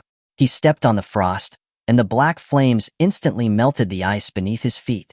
The moment he appeared, Ling Ling felt a chill run through his bones. The terrifying pressure of his corrupted spiritual energy, like a flame-forged demon lord, shrouded his mind. Did you do all of this? Ling Ling asked, his eyes cold. That's right, the man bellowed. In accordance with the will of the supreme demon god. To burn the connecting to immortality mirror and erase Pengying Immortal Island. The tyrant, spewing hot, flame-like foul air from his mouth, was furious. Ling Ling didn't hesitate, waving his icy fan again. Countless ice spikes shot towards the tyrant. The tyrant raised his arm in front of him, spreading his fingers wide, a black flame barrier forming in front of him. The countless ice spikes disintegrated the moment they touched the black flames. Is that all you've got? It's not enough to quench the fire of my rage, the tyrant roared in frustration. However, Ling Ling had used the ice spikes to block the tyrant's view and had leaped into the air to fly behind him. He brought the icy fan down with full force from above. 9 Nether Immortal Technique, Descending Ice Sword. A massive, 100-zhang-long ice sword formed in the air, hovering above the tyrant's head. The ice sword was brought straight down, and the cracks in the secret realm caused by the sword were immediately frozen again. The tyrant looked up with disdain. He didn't choose to dodge, but rather raised his arms, catching the 100-zhang-long ice sword with his bare hands. The black flames on his arms climbed onto the ice sword, and the ice sword was engulfed in raging black flames. In an instant, the ice sword that had once been crystal clear and covered in frost had transformed into a 100-zhang black flame sword. Ling Ling felt an immense heat and pressure coming from the black flame. His 9 nether cold air could freeze even ordinary flames, but it was completely helpless against these black flames. After the ice sword melted away, the tyrant looked at Ling Ling, a cruel smile on his face. I hope you can endure my wrath, or else it will be no fun. As soon as he finished speaking, the tyrant turned into a streak of black light, rushing towards Ling Ling. Ling Ling was shocked. Before he could escape, the tyrant was already in front of him. A fist wrapped in black flames was headed straight for his face. These black flames seemed capable of burning everything without end. Ling Ling knew he must not be touched by the black flames. In this critical moment, a thick layer of ice armor formed on Ling Ling's chest to protect him. The flame fist struck the ice armor, and Ling Ling was sent crashing to the ground like a shooting star. A tremendous roar echoed as he slammed into the ground, leaving a large, dented hole. Ling Ling struggled to get up. The first thing he did was remove the ice armor on his chest, which was still burning with black flames. He tasted a metallic tang in his throat as he spat out a mouthful of blood. Had he not formed the ice armor in time, he would probably be a corpse by now. He's a demon god at the immortal venerable level. Chapter 312. Where do you think you're going? You're still alive. Good. Very good. That way, you can endure my endless wrath. The tyrant laughed maniacally as he approached Ling Ling, his black flames growing even stronger. The flames were so intense they were distorting the very fabric of space. Be turned to ashes by the flames of my rage.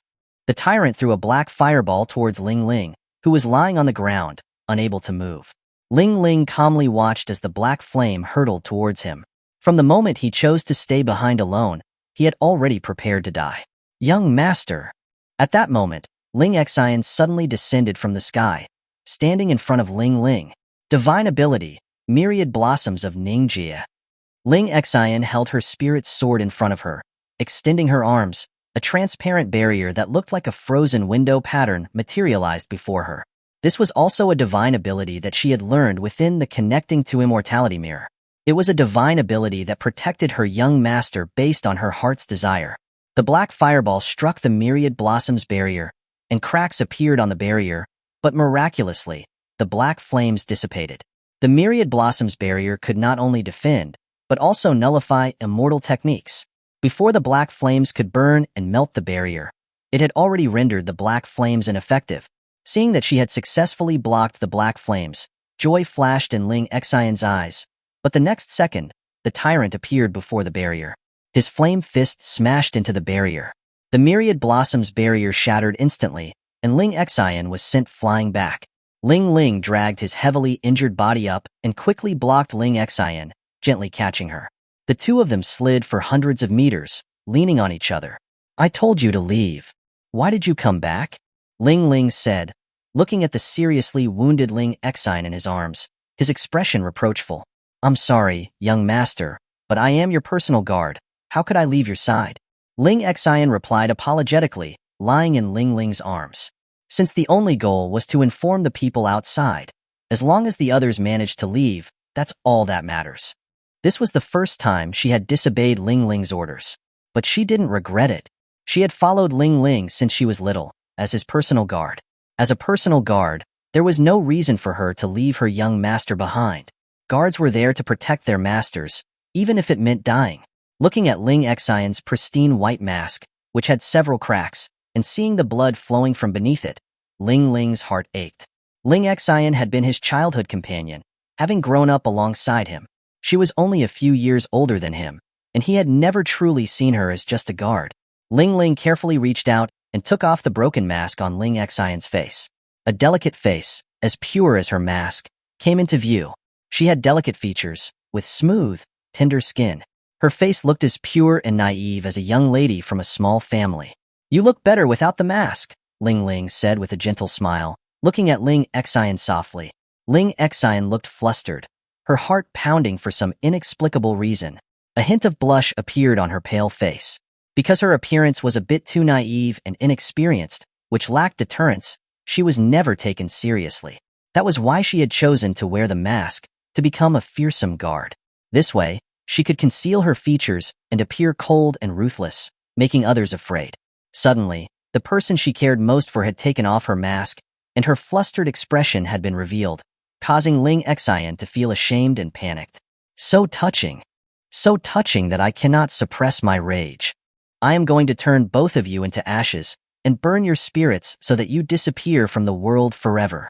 The tyrant's furious voice shattered the atmosphere between Ling Ling and Ling Xian, pulling them back to reality. Ling Ling looked at Ling Xian. They looked into each other's eyes and nodded slightly, holding each other's hands. They had already made their final decision. Looking at Ling Ling and Ling Xian's composed demeanor as they prepared to face death, the tyrant felt his anger soar. He did not like this expression. Screams of anger, despair, and the howls of being burned. Those were what he wanted to see. A sinister smile suddenly appeared on the tyrant's enraged face. "You don't think the others can escape from here, do you? Here, none of you will leave." Having said that, the tyrant clapped his hands. Ling Ling suddenly felt uneasy. In the distance, in front of those who were near the exit of the connecting to immortality realm, a terrifying monster with a massive, ball-shaped body covered with tentacles and eyes suddenly emerged from the black liquid. Numerous tentacles, like sharp blades, instantly killed several people mid-air. Everyone was shocked. They had no idea what the monster before them was. The defense of a heavenly venerable realm cultivator could not even withstand one of its tentacles. This monster was also at the immortal venerable realm. Looking at the monster suddenly blocking the exit, Ling Ling was shocked. He knew this monster. It had appeared in the southern sea of Pengying Immortal Island not long ago. In response, the previous head of the Heavenly Treasures Pavilion was immediately notified. It was this very monster she had slain with a single sword strike when she arrived. Back then, they thought that this monster would be the supreme demon god. Who would have thought it was just one of the demon race's numerous pets? Ling Ling was heartbroken. With two demon monsters at the immortal venerable realm before them, they had almost no chance of escaping. That's right, that's the expression I wanted to see. A rare expression of delight appeared on the tyrant's face. The next second, 100 zhang tall immortal fox suddenly jumped out of the void, its silver-sharp fangs lunging towards the Chaos Demon Ball. In a single bite, it crushed the Chaos Demon Ball. It stepped on it like trash under its feet, with black liquid splashing everywhere. When the liquid splattered on Su Yueli's immortal fox body, it was instantly purified by the immortal spirits in her fur. Her body returned to its spotless, spiritually radiant, and fairy-like fox form. Disgusting! Su Yueli spat the crushed Chaos Demon Ball out, looking disgusted and repulsed. Everyone stared in shock at the huge, immortal fox that had suddenly appeared. She had crushed an immortal, venerable realm monster in a single bite. Such terrifying power.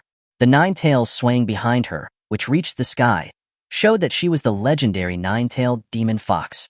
Yet, this pure, immortal 9-tail was the first they had ever seen. Ling Ling was overjoyed at Su Yueli's appearance. With Su Yueli, who was also at the immortal venerable realm, they no longer needed to fear the demons. Su Yueli lowered her eyes and looked at the corrupt spiritual energy creeping up her legs. Her fox eyebrows furrowed and she unleashed a breath of emerald purple fox fire, with glittering sparks of immortal spirits, which completely purified all the black liquid on the ground. The tyrant was shocked and enraged.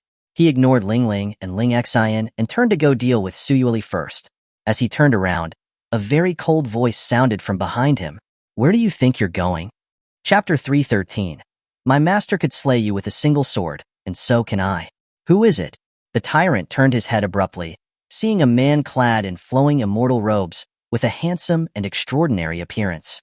He stood calmly in the air, his hands behind his back, staring at him. His sharp, sword-like eyes were cold and killing in tint. This man is strong. This was the first time the tyrant had such an intuition. However, he felt no fear. Demons were immortal and fearless. Instead, he felt even more excited. The black flames condensed into a fiery armor that covered his entire body. Xia Changming frowned slightly, then a smile curled the corners of his mouth. Pointing a finger at the tyrant, he chuckled. I know you. You are the tyrant, one of the 7 great demon gods. Heh, I didn't expect someone to recognize me. Since you know I am the demon god tyrant, then prepare to be reduced to ashes by my black flames. The tyrant roared with a maniacal laugh. Xia Changming shook his head lightly, unimpressed. I know you because you were killed by my master with a single sword last time. You're the weakest demon god I've ever seen. The weakest demon god. Upon hearing those words, the demon tyrant was enraged. The fire of his anger could no longer be suppressed, and the black flames on his body shot up to the sky. Although the demon race could be resurrected after a certain amount of time, only the supreme demon god and no other demons, not even other demon gods, retain their memories from before death. Therefore, they did not know how they died. Moreover, the time when Xia Changming saw the tyrant had been in the illusionary void realm, so the tyrant would have even less chance of remembering it. The tyrant only thought that Xia Changming was provoking him. I will make you understand what happens when you anger me. The tyrant summoned a menacing, fiery battle axe out of thin air, his eyes filled with cruelty and bloodlust. Pavilion Master, be careful of the black flames on his body. Those flames cannot be extinguished, and you will be consumed if you touch them. Ling Ling warned Xia Changming worriedly from below. Thank you, Brother Ling. You are severely injured, so stay away for a bit, lest you are affected. Xia Changming waved his hand lightly, and a gust of wind lifted Ling Ling and Ling Xian, carrying them away. The tyrant immediately felt like he was being ignored, and his anger intensified. With a single step, the void beneath his feet shattered. He transformed into a streak of black, scorching divine light, rushing towards Xia Changming, raising the black flame battle axe to strike. Xia Changming turned his head back, his gaze chilling, and muttered, Freeze! The world instantly turned bleak, and time seemed to stop entirely at that moment. The tyrant was shocked. He scanned his surroundings with disbelief. He could feel his speed being slowed down countless times, so slow that he looked as if he was suspended in midair. Xia Changming felt that after awakening the heavenly Tao divine ability, it seemed to have perfectly merged with his one-realm divine ability. He could control the myriad laws of heaven and earth, even time itself, with just his will. Moreover, it was no longer limited to the confines of his one-realm spiritual sense, but encompassed the entire space of the 9 provinces and 10 lands. Xia Changming walked slowly through the air to stand in front of the tyrant, gazing at him arrogantly and coldly. My master could slay you with a single sword, and so can I. With that, Xia Changming slowly drew the Emperor Immortal Sword. As the blade was just barely revealed, a clear chime resounded throughout the connecting to immortality mirror, and immediately the world fell silent. Xia Changming released a massive, sharp sword aura, centered around himself. Unrivaled sword technique, annihilation. The black flame battle axe in the tyrant's hand was the first to be annihilated by the sword aura, and then it spread to the tyrant's arm. The tyrant's eyes finally filled with disbelief and fear as he watched his arms being reduced to nothing in the blink of an eye, while still being unable to move. This is impossible. The tyrant's lips moved as the sword aura annihilated his whole body, leaving only his head. But in that sword aura, the world was silent. He just opened his mouth, but no words came out. Then, even his last head was annihilated by the terrifying sword aura. The tyrant, one of the 7 great demon gods, was once again slain with a single sword. Xia Changming retracted his power. The world regained its color, and time resumed flowing. Ling Ling widened his eyes in shock. Where was the tyrant? What just happened? It was as if Xia Changming had just told them to stay away, and the next second, the tyrant had disappeared. The entire process had probably not taken even half a cup of tea. A demon god at the immortal venerable realm had been killed in the blink of an eye. He had already been shocked when Su Yueli had bitten the Chaos Demon Ball, but Xia Changming was even more unbelievable. He remembered that Xia Changming had only been at the heavenly venerable realm 20 years ago. Now, he could already kill an immortal venerable with a single sword strike. He truly was worthy of being that great one's disciple. Noticing Ling Ling's shocked gaze, Xia Changming turned his head back and asked with a smile, "What's the matter, Brother Ling?" "No, it's nothing. Thank you for your help, Pavilion Master." Ling Ling shook his head with a wry smile, then cupped his hands in thanks. The others in the connecting to immortality mirror also thanked Xia Changming and Su Yueli. Everyone had almost thought they were going to perish here. Xia Changming flew down to his wife's 100-jang tall body. Compared to the last time he had seen her, her fox body was now even more filled with a vibrant immortal aura, and her body was covered with shimmering, immortal spiritual dust. It seemed that she had also obtained an immortal fortune within the ancient immortal spirit tree. Xia Changming landed on her brow and gently stroked her flowing, soft fur, saying, slightly reproachfully, "Wife, you can't just eat anything. Be careful you don't get an upset stomach." Su Yueli knew that Xia Changming was referring to the Chaos Demon Ball she had bitten earlier, so she turned her head slightly away and said in a charming voice, "I know. How could I possibly eat that kind of thing?" With that, Su Yueli slowly transformed back into her human form. She felt a little shy after having Xia Changming pet her forehead in front of everyone. After returning to her human form, her beautiful, fair face was flushed with a hint of shyness.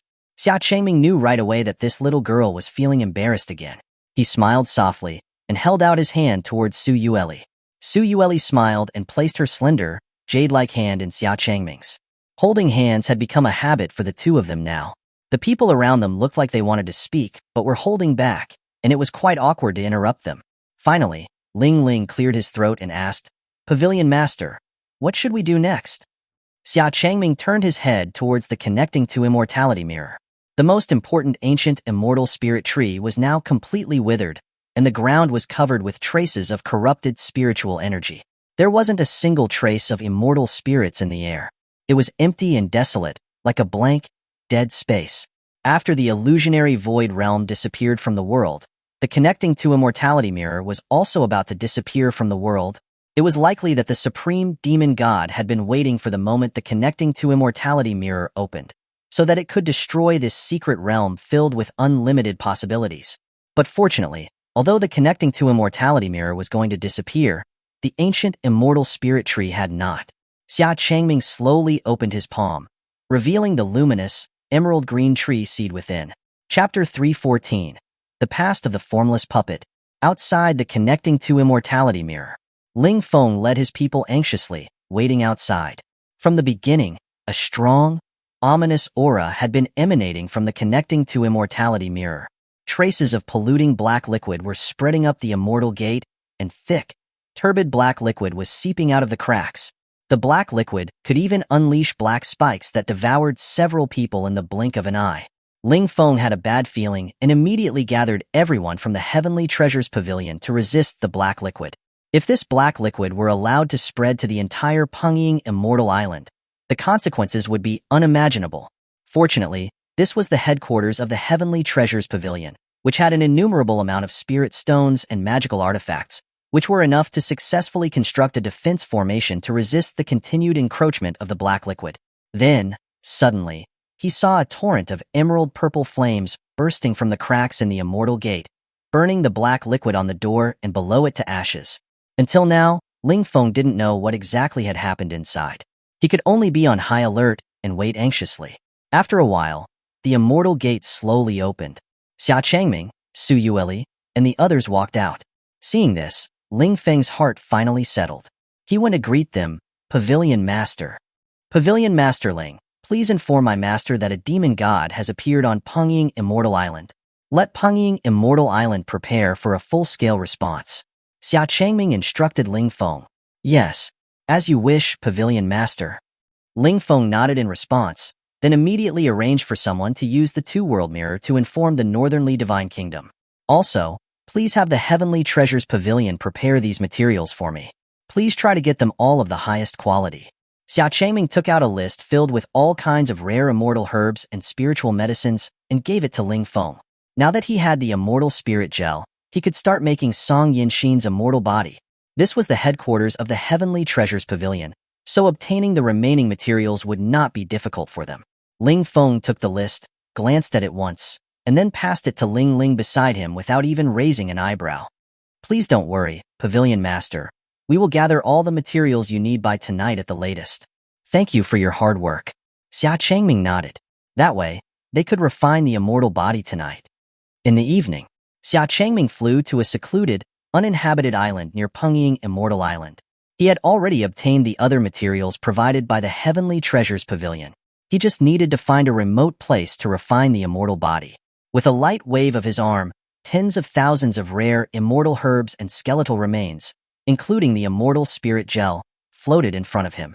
Only one last essential ingredient was missing, Song Yinshin's spirit. A demon god had appeared on Pengying Immortal Island, and he was worried. So he could only notify Song Yinshin, who was far away in the heavenly capital, and have her come here. She should be arriving soon.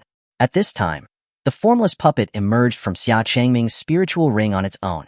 Normally, living things could not be stored within the spiritual ring. At most, souls could be stored within it. However, the formless puppet was unique.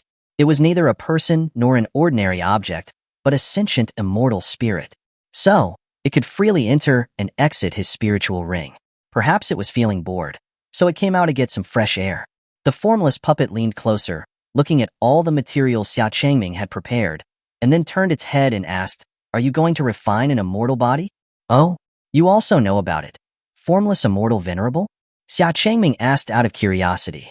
He never expected the formless puppet to understand his intentions just by looking at these materials. The secret immortal techniques for refining immortal bodies were extremely rare. Even in the era when immortal venerables were everywhere in the 9 provinces and 10 lands 1,000 years ago, there were not many who knew about them. The formless puppet nodded, then seemed to fall into a memory as it said, "Someone once thought I was a soul possessing a puppet and wanted to refine an immortal body for me. I overheard him talking about it. After I awakened my consciousness, I would often read ancient books and human knowledge. That person also taught me a lot about your human race." The person the formless immortal venerable is talking about is? Xia Changming suddenly became interested in the formless puppet's past. He had heard it mention that person more than once. What kind of person was it, who had enabled a puppet that was originally soulless to awaken an immortal spirit, and had brought about the world-shocking formless immortal venerable, even creating the formless puppet technique and comprehending divine laws? The formless puppet fell silent. Its face had no features, so no expression could be seen. But Xia Changming could feel that the formless puppet seemed a bit lonely. After a moment, the formless puppet finally said slowly, "He was my first master. I don't remember his name. I only remember that he really liked puppet dolls, but he wasn't very good at making them, and his techniques were clumsy. I was the first puppet he ever completed. Before I awakened my consciousness, he would always talk to me and say a lot. He would dress me up, and he would even hold me at night when he slept. He was a very strange person." "Do your humans have a habit of sleeping while holding puppets?" The formless puppet suddenly asked Xia Changming. Xia Changming was speechless for a moment. Then, he slowly shook his head. Normally, they wouldn't. Then he really was strange. Later, I read many human books, and I didn't see any records about dressing up puppets, sleeping, or bathing with them, the formless puppet said earnestly. Xia Changming hesitated for a moment, then tried to explain, "Maybe he liked you." "Liked?" The formless puppet murmured, repeating the word. A long, long time ago, he seemed to have said these 2 words to her with a smile, but she had never understood what they meant, and still did not understand now. It just felt very strange. She had looked up many things, and found that like covered a lot of ground. It seemed like you could like anything, just like how children liked candy. "Do your humans like puppets or dolls?" the formless puppet asked again. Xia Changming pondered for a moment, and replied, "Generally, people don't. But some people do." "I see." The formless puppet nodded after hearing this, like a student who had been taught. Xia Changming felt that it may not have understood what he meant. Just then, Suyueli flew over from afar. When the formless puppet saw her, it immediately put on its mask, as if it were hiding its identity and transforming into the formless immortal venerable as it once did. "Husband," Suyueli called out to Xia Changming as soon as she landed. Her beautiful face was etched with a gentle smile, but that smile froze when she saw the formless puppet standing beside Xia Changming. Her beautiful face instantly turned cold, and her gaze became scrutinizing. A woman? The current formless puppet looked almost identical to an ordinary human, with long black hair and dressed in a woman's outfit. Therefore, Su Yueli's first reaction was to think that the formless puppet was a woman with her face hidden. She was with Xia Changming almost every day, and there was no woman beside him she didn't recognize. But she had only been gone for a moment, and a woman she had never seen had appeared beside Xia Changming. Su Yueli narrowed her beautiful eyes, looking at Xia Changming coldly. Xia Changming could not help but smile wryly. He could smell a hint of vinegar in the air. Chapter 315. Refining an Immortal Body.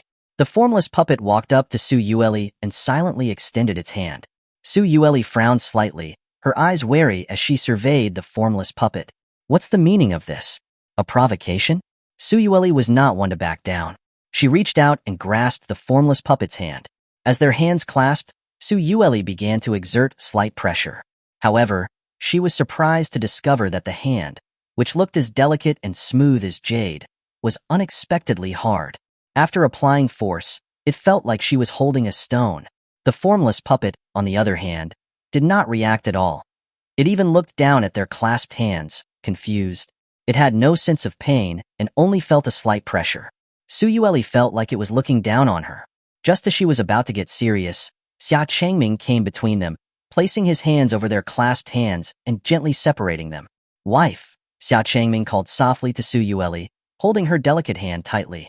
Su Yueli gave a soft "Himph" and turned her head away, but she did not pull her hand from Xia Changming's grasp.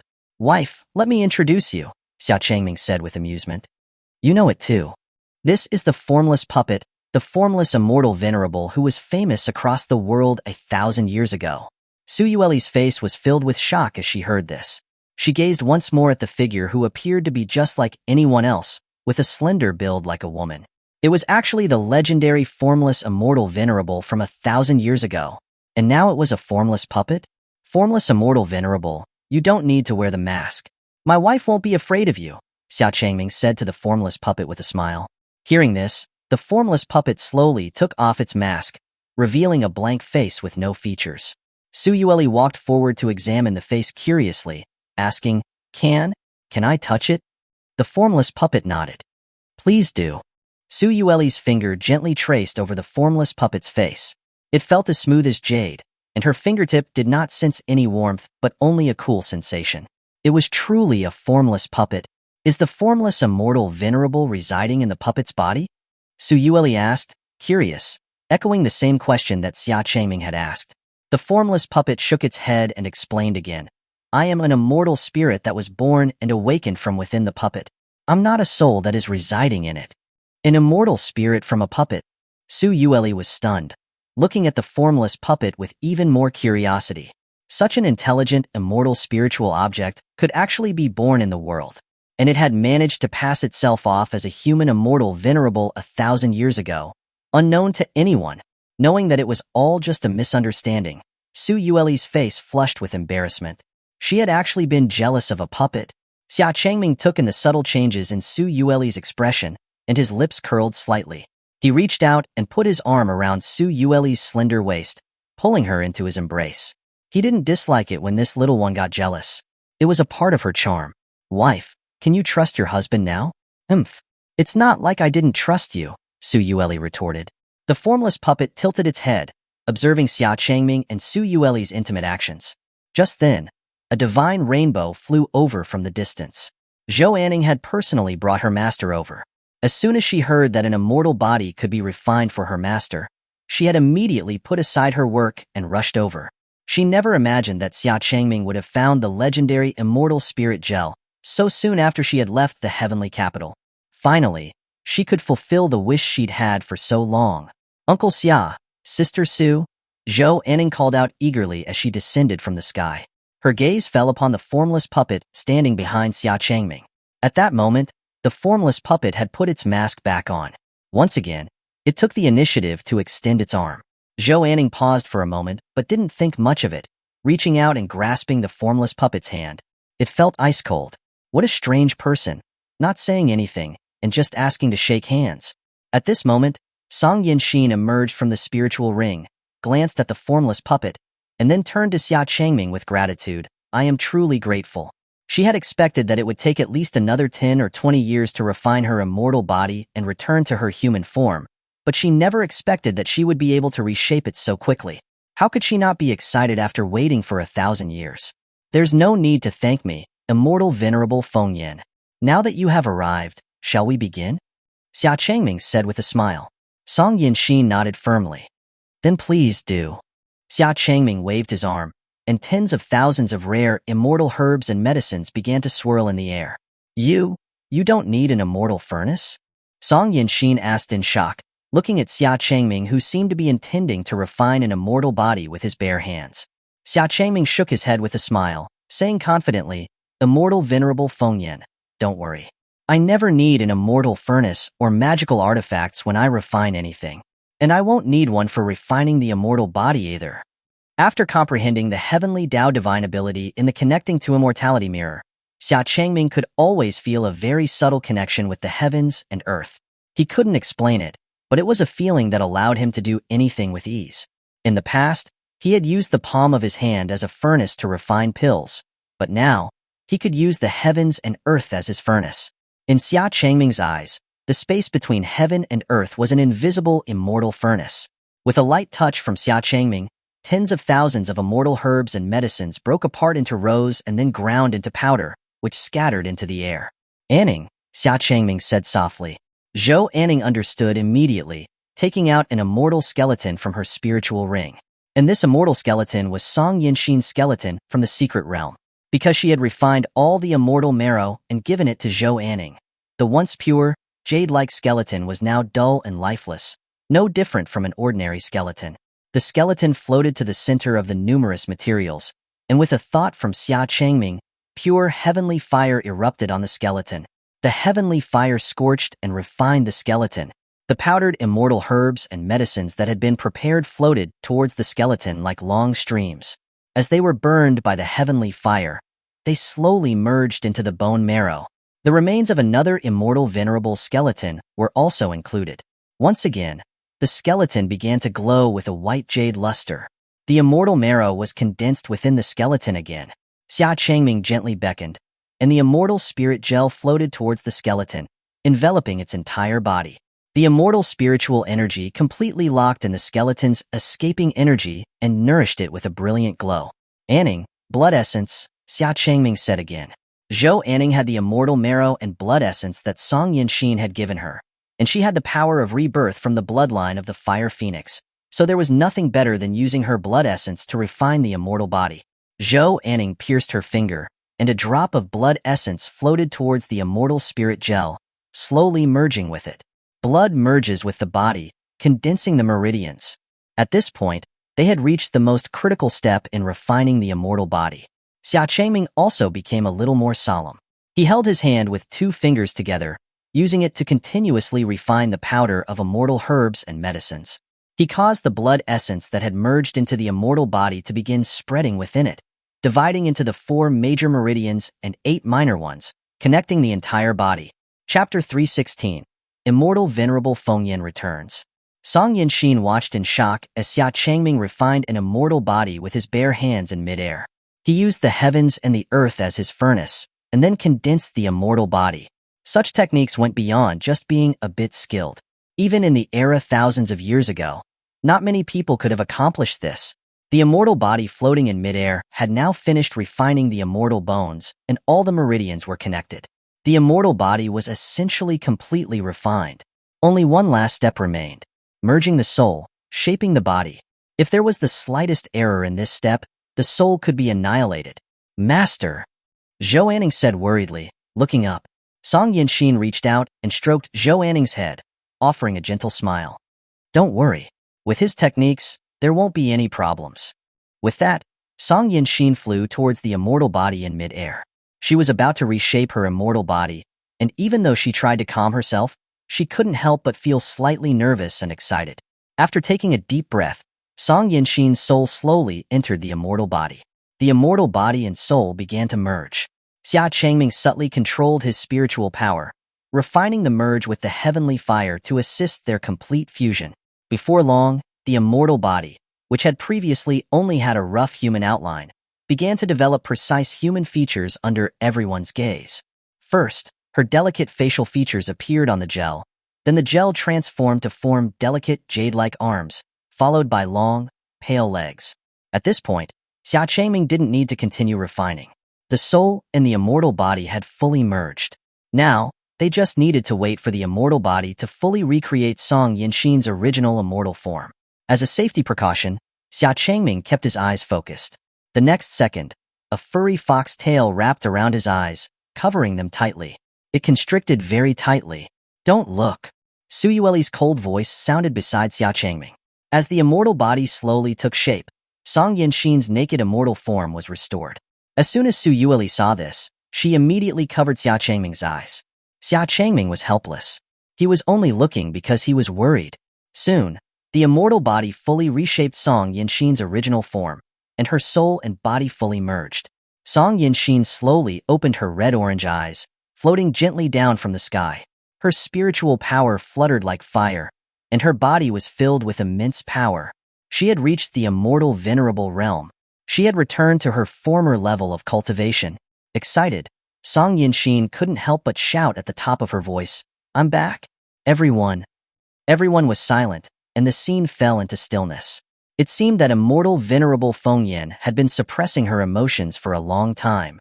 Song Yinshin realized her mistake and, embarrassed, covered her mouth, immediately adjusting her demeanor and regaining her usual immortal venerable composure.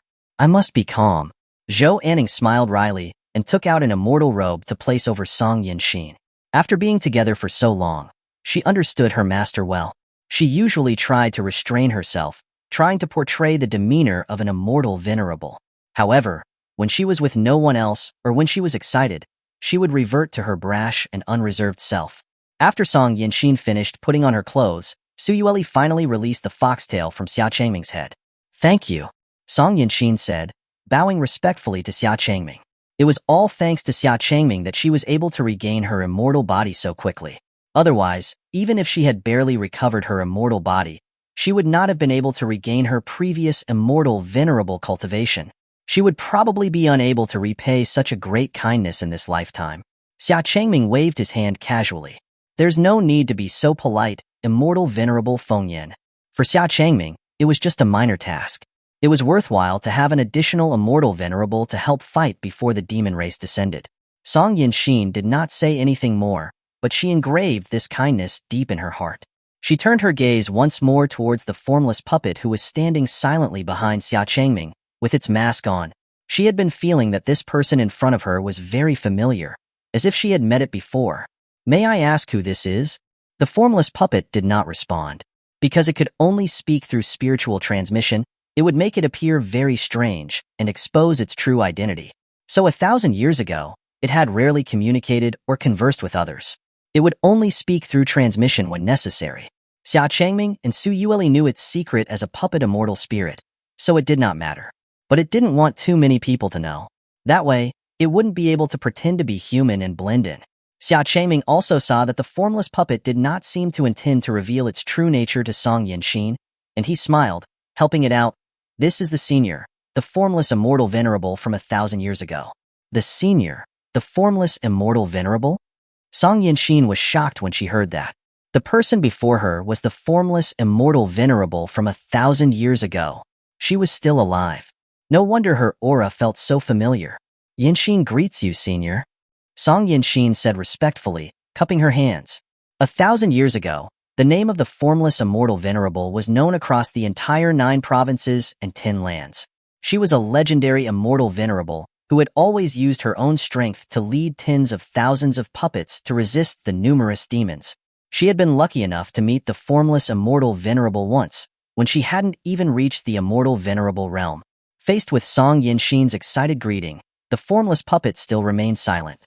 Song Yinshin looked helpless. The senior, the formless immortal venerable, was as quiet and taciturn as she had been 1,000 years ago. She was so aloof that she barely talked to anyone.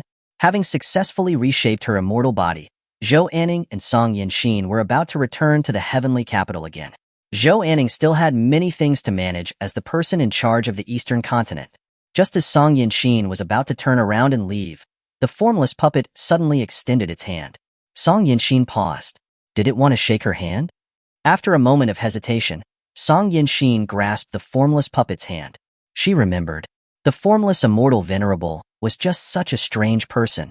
She didn't like to talk, but she often liked to shake hands with other people. Maybe she was a person with a cold exterior, but a warm heart inside. After shaking hands, Xuanhuan bid farewell to Xia Changming before bowing once again to thank him. Thank you so much, Uncle Xia. Xia Changming smiled slightly, specifically reminding them. A demon god has appeared on Pungying Immortal Island. Be on guard within the borders of the eastern continent as well. Xia Changming had a feeling that the demon race was planning something in the 9 provinces and 10 lands. Otherwise, they wouldn't have taken the opportunity to destroy the connecting to immortality mirror. They hadn't made their move yet. Zhou Anning nodded solemnly. Anning understands. Damn demon race. One day, we will wipe them from the face of the world. At the mention of the demon race, Song Yinshin's face froze over, her whole body emanating a killing intent. They had an irreconcilable hatred. Then we will leave first, Uncle Xia. Zhou Anning leaped into the air and waved towards Xia Changming and Su Yueli before she and Song Yinshin transformed into a divine rainbow, flying away into the sky. After watching the two of them disappear into the distance, Xia Changming also took Su Yueli's hand, turning his gaze toward another direction. It was time for them to head to the heavenly mystery Holy Land. By his calculations, it was about time that it should be starting. Chapter 317, Petting the Fox. The next day, Xia Changming and Su Yueli prepared to bid farewell to Ling Ling and the others, embarking on their journey to the Tianzhou sacred land. Before their departure, Ling Feng presented them with a long-prepared gift. Xia Changming and Su Yueli arrived at a treasury within the Heaven and Earth Treasure Pavilion. Within the vast treasury, a single item was displayed. This was the gift intended for Xia Changming. As he approached, Xia Changming was taken aback. Before him stood a magnificent dragon chariot, resplendent in gold and radiating an aura of extravagant grandeur. Instead of wheels, the chariot floated upon a bed of ethereal clouds, resembling a celestial carriage riding the wind. At the forefront, for golden dragons lay prostrate with closed eyes, golden ropes attached to their backs. These were slender, 5-clawed dragons with elongated bodies, shimmering golden scales, fur along their spines, and long, flowing whiskers. They were the legendary golden roaming dragons, thought to be extinct for a millennium. Each adult golden roaming dragon possessed the cultivation of the divine passage realm, but they were most renowned for their incredible speed.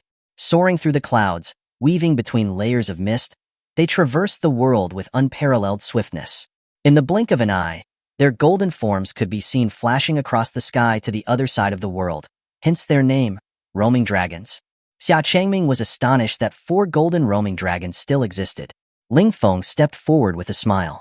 Lord Pavilion Master, this dragon chariot was specially prepared for you by Lord Nine Cauldrons. He said that as the divine emperor of the Northernly Divine Kingdom, you represent the majesty of the throne and should travel accordingly. Therefore, he instructed me to prepare this chariot for your journey to the Tianzhou sacred land. My thanks for your trouble, Xia Changming responded, both amused and touched. With his immortal venerable cultivation, he had little need for a mount. However, knowing it was a gift from Nine Cauldrons, he gratefully accepted. A change of pace in his travels wouldn't hurt. With a leap, Xia Changming boarded the chariot and took hold of the reins connected to the roaming dragons. The prone dragons immediately opened their eyes and rose to their feet, surprisingly docile and obedient. Lord Pavilion Master, farewell. Ling Ling stepped forward to bid him goodbye. Beside him stood a young woman with delicate features. Her attire and weaponry identified her as Ling Xian, Ling Ling's constant companion. She no longer wore a mask to conceal her face. Xia Changming smiled knowingly. Farewell, Brother Ling. Be sure to invite me to the wedding feast. With that, he and Su Yueli flicked the reins, laughing heartily as they transformed into a flash of golden light and vanished from sight. Ling Ling stood stunned, unable to react. Beside him, Ling Xian blushed deeply, lowering her head. Above the sea of clouds, the 4 golden dragons soared through the sky, their breath resembling swirling mists, pulling the magnificent chariot behind them. Their combined speed far exceeded Xia Changming's expectations, nearly matching his own swift pace. Holding the reins, Xia Changming enjoyed the sensation of traversing the clouds, feeling a true sense of adventure. Su Yueli, in the form of a small, delicate fox, lay curled up on his lap, seemingly asleep. her head resting on her bushy tail. Since receiving the celestial spirit's blessing, her fox form had become even more ethereal and graceful. From time to time, Xia Changming would gently stroke her soft, white fur. Su Yueli's fox face expressed contentment, clearly enjoying the caress. Her tail slowly extended, wrapping around Xia Changming's waist and up around his neck like a fluffy white scarf. Xia Changming's hand, stroking her back, slipped down to her belly, gently running across its softness. Unlike the fur on her back, her belly was even softer and more yielding. Su Yueli's eyes snapped open. Blushing in her fox form, she turned to him and Chundal, "Husband, where are you touching?" "Not my belly." Releasing the reins, Xia Changming ran both hands over her body, reveling in the soft, downy feel of her fur. He gently pinched her ears and rubbed her forehead while his other hand continued to caress her belly, occasionally giving it a gentle squeeze. He found himself increasingly enamored with her fox form, reminiscent of the pleasure he once found in petting a cat. Only now, it was a fox. "Husband, not there?" Su Yueli gasped, her body trembling as she lay weakly on his lap.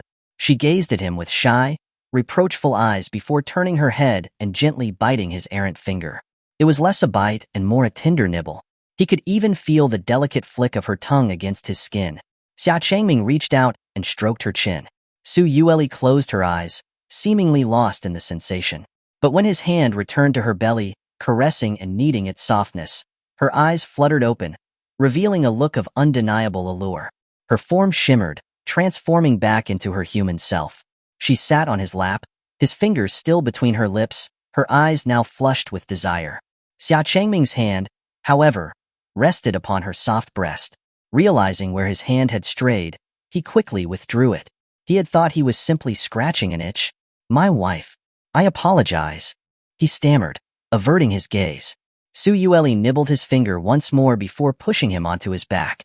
Her tails unfurled, binding his hands and feet.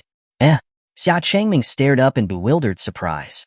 Su Yueli leaned over him, her face flushed, her lips slightly parted, her expression undeniably seductive. Strands of silver hair framed her face. Clearly, she was overcome with passion. "Husband," she whispered, her breath hot against his skin. "My wife, calm down," he began, but she silenced him with a kiss. Xia Changming froze for a moment, then smiled indulgently, wrapping his arms around her slender waist as he erected a privacy barrier within the chariot. Lost in their embrace, they began to shed their clothes, her tails drawing the curtains closed. Chapter 318. Tianxian Sacred Land, Saintus in Lianxin. Within the Tianxian Sacred Land, mountain ranges stretched endlessly, forming a natural barrier that seemed to separate the world. Beyond these mountains lay vast, glittering fields of golden rice paddies, stretching for thousands of miles. From the sky, the rippling fields resembled waves on a golden ocean, swaying gently in the breeze. Xia Changming, driving the dragon chariot, slowed its pace to admire the breathtaking view. Su Yueli, still in her fox form, curled up on his lap, the picture of languid contentment. Bending down, Xia Changming kissed her forehead and stroked her soft fur. "My wife," he chuckled. "Time to wake up. We've arrived." Su Yueli stretched, yawning widely, before transforming back into her human form and leaning against him to gaze at the golden fields below. She couldn't help but marvel at the sight. Tianxian, known as the granary of the Tin Lands and the land of abundance, lived up to its reputation. This vast region was covered in golden rice paddies, with countless other crops in the distance. They could even make out the figures of countless people working in the fields. Soon, the chariot passed over the bountiful fields, and a magnificent complex of towering ancient buildings came into view. The structures, predominantly white and yellow, were adorned with shimmering star stones, radiating a sacred glow. The streets and alleys bustled with people, and though not as prosperous as the divine capital, everyone wore a genuine smile. This place felt like a hidden world untouched by conflict, its people simple and kind. This was Xia Changming's destination, the holy capital of the Tianxian Sacred Land. Representatives from the various kingdoms of the Tin Lands had already arrived and gathered in the sacred hall. Accompanying them were the most powerful cultivators from each region, sect leaders, royal guards, and even ancestors who had lived in seclusion for centuries, emerging only after hearing of the demon's return. They had all assembled to participate in the Immortal Conference, called to discuss the unification of the Tin Lands. This conference would determine the future of humanity's war against the demons. The immortal demon war of 1,000 years ago seemed poised to begin anew. As everyone waited in silence, the 4 golden dragons descended from the sky, circling above the sacred hall, their chariot immediately capturing the attention of all present. Those assembled were the most powerful and influential figures in the Ten Lands. Yet none had ever seen anyone travel with a chariot pulled by 4 divine passage realm golden dragons, especially roaming dragons, thought to be extinct. Who possessed such power?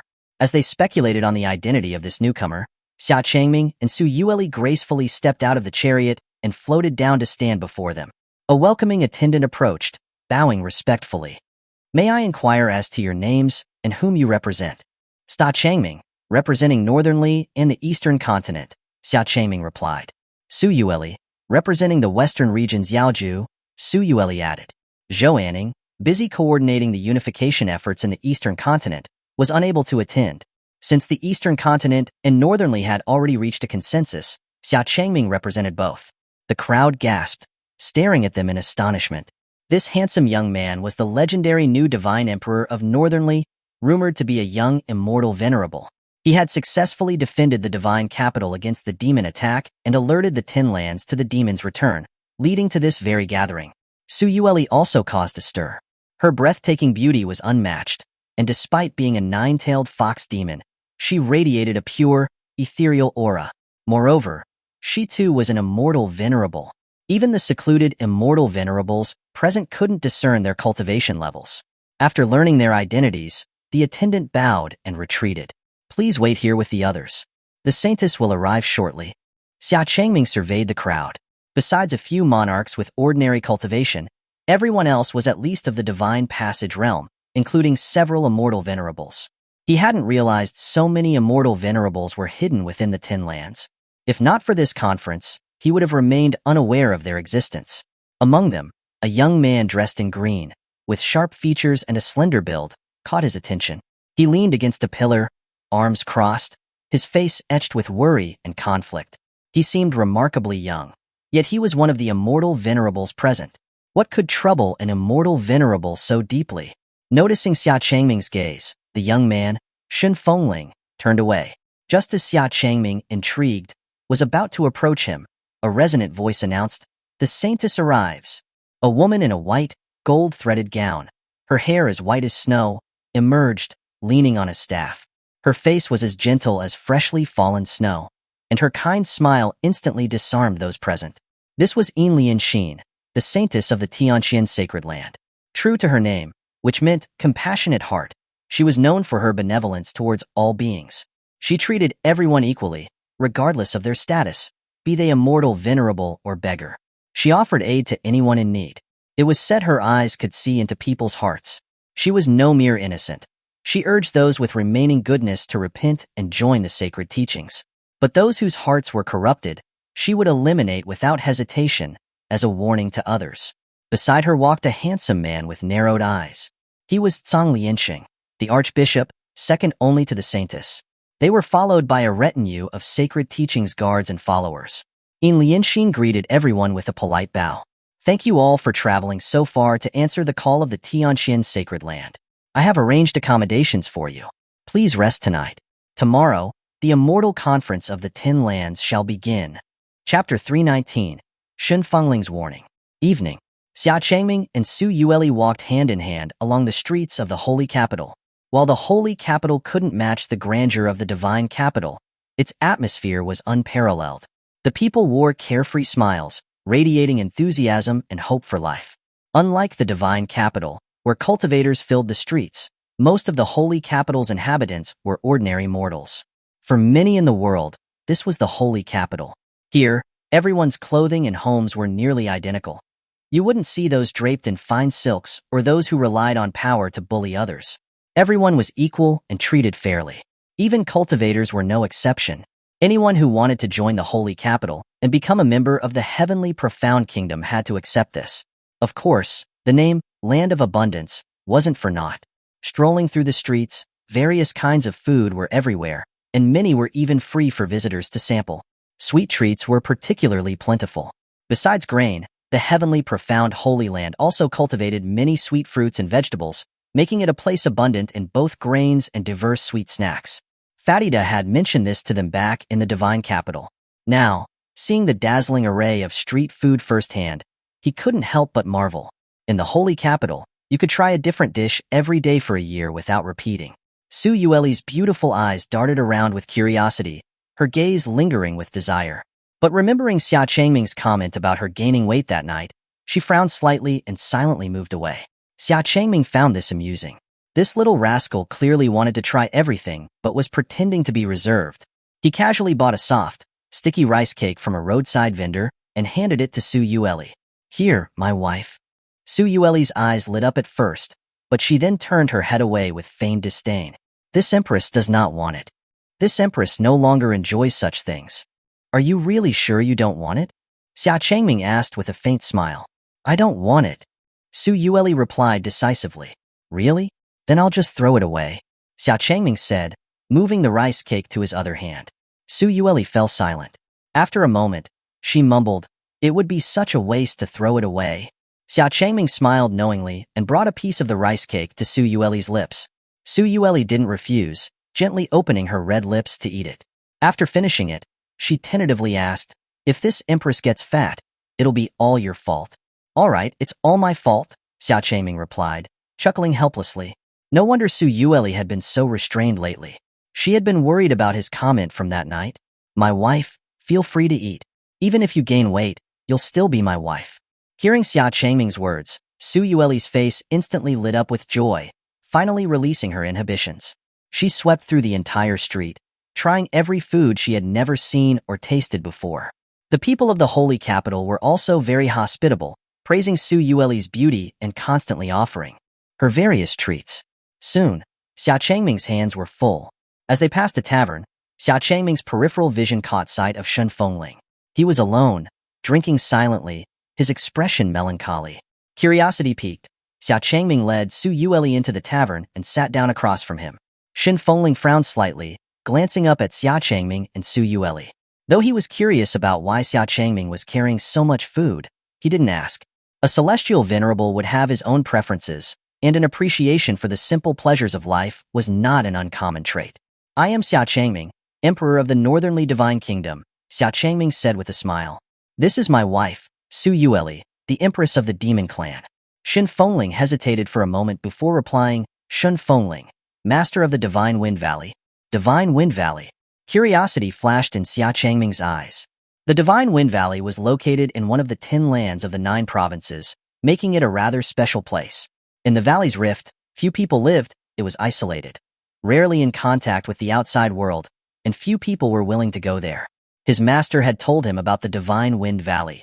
It had a sparse spiritual energy, even less than the barren lands, yet a celestial venerable was always born there. Strangely, only one celestial venerable was born there at a time. Each celestial venerable was only born after the previous one had perished. And while a celestial venerable had a long life, and the Divine Wind Valley had never experienced any natural disasters or calamities, the celestial venerable there would perish every 100 years, and a new one would be born shortly after. According to his master, the Divine Wind Valley must have used a unique secret technique that allowed the celestial venerable's cultivation to be passed down from generation to generation. This would ensure the protection of the Divine Wind Valley for all time. "Why are you drowning your sorrows alone, Brother Shin?" Xia Changming asked, lifting his wine glass for a small sip. Xuanhuan's face showed hesitation. After a moment, he sighed deeply and asked unexpectedly, "I heard the Northernly Divine Kingdom successfully repelled the attack of hundreds of thousands of demonic troops and defended the divine capital. Is that true?"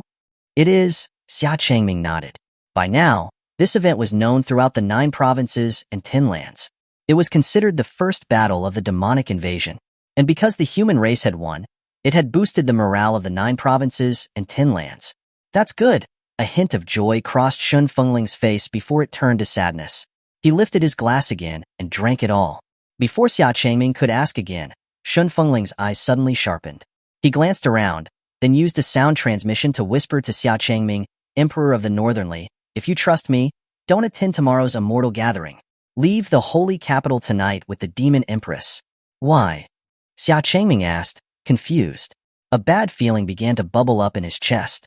Could it be that the heavenly profound holy lands gathering of the kings of the 9 provinces and 10 lands was not intended to be a union, but was something more sinister? This was the heavenly profound holy land, known throughout the world for its virtue. Could the demonic race have infiltrated it, disguised as someone else? Recalling Yinhua's near-perfect disguise on the Pengying Immortal Island, Xia Changming couldn't help but speculate. Just as Shun Fengling was about to say more, he suddenly saw a holy capital guard outside the tavern, looking at him intently. His expression instantly changed, and without another word, he hurriedly stood up and left. Xia Changming fell deep in thought. This trip seemed like it wouldn't be as smooth as he had imagined. Su Yueli gazed at Xia Changming. When she saw that neither Xia Changming nor Shun Fengling were speaking, staring silently at each other, she knew they were transmitting some secret words. She didn't know what they were saying, but it was clear that both Shun Fengling and Xia Changming were serious. "Husband, what's wrong?" Su Yueli asked through sound transmission. "My wife, tomorrow's immortal gathering might not be so smooth." Su Yueli immediately understood what Xia Changming meant. Her beautiful eyes narrowed, and she asked, "Will we still attend tomorrow?" Xia Changming smiled faintly. "Yes." Chapter 320. The Alliance Immortal Gathering of the 9 Provinces and 10 Lands. The next day, the Grand Hall of the Holy Palace. Inside the magnificent hall, holy light shone brightly, creating an atmosphere filled with a divine aura. The representatives of the 9 provinces and 10 lands had gathered inside. This was only the second time in the history of the human race that the 9 provinces and 10 lands had come together again to discuss how to defend against the demonic race. The last time was over 1,000 years ago. The difference was that the last meeting was to discuss how to eradicate both the demonic and demon races. Now, the human and demon races were sitting side by side. Xia Changming and Su Yueli entered the hall slowly, greeting Shun Fengling as they walked by. "Brother Shun." Shun Fengling's expression was shocked and disbelieving. He sighed helplessly, assuming that Xia Changming didn't believe what he had said. It seemed like the 9 provinces and 10 lands were about to fall into the demonic race's hands. After Xia Changming and Su Yueli took their seats, the holy maiden, Yin Lianxin, appeared before everyone, walking with graceful steps.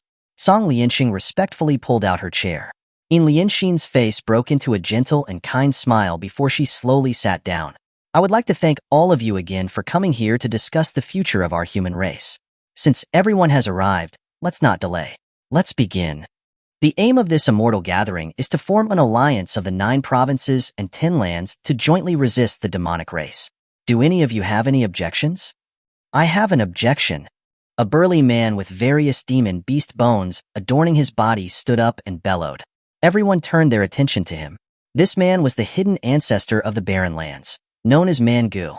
He had a reputation for being primitive and able to lift mountains. He was a celestial venerable.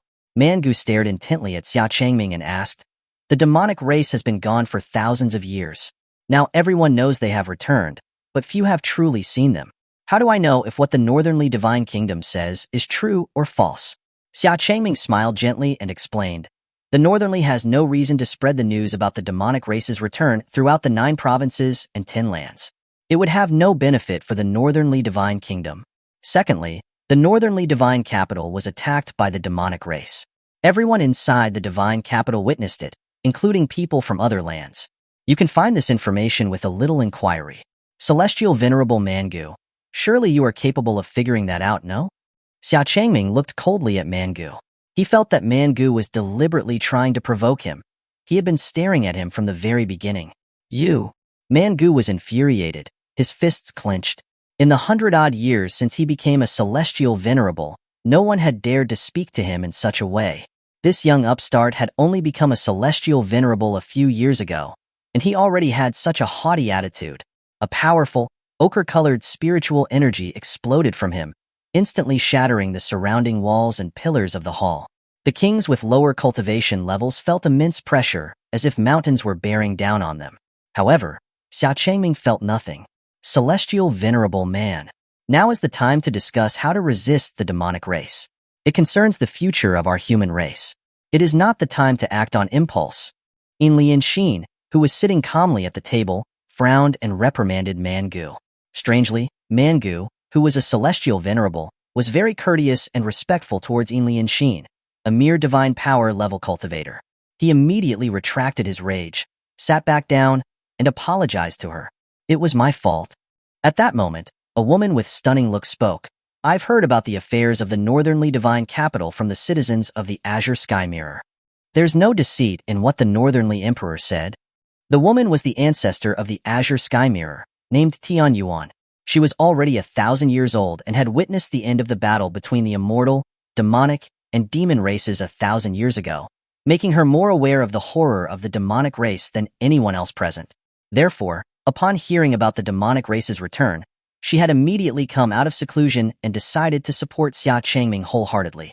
If they wanted to resist the demonic race, the human race couldn't be in disarray. With Tianzhou's testimony, and because the others had also investigated the truth behind the battle in the divine capital, everyone was certain that what Xia Changming said was true. Manga snorted and glanced at Xia Changming, crossing his arms and remaining silent. Then, an old man who was thin as a stick with hollow eye sockets laughed sinisterly. Heh heh heh. I heard that the demonic race is immortal and lives for eternity. Isn't that exactly what we cultivators pursue? A man with spiky, fiery red hair and an arrogant expression also smirked. Maybe the ultimate end of our cultivation is the demonic race itself. Who knows? The two men's words immediately caused many in the hall to frown and glare at them in displeasure.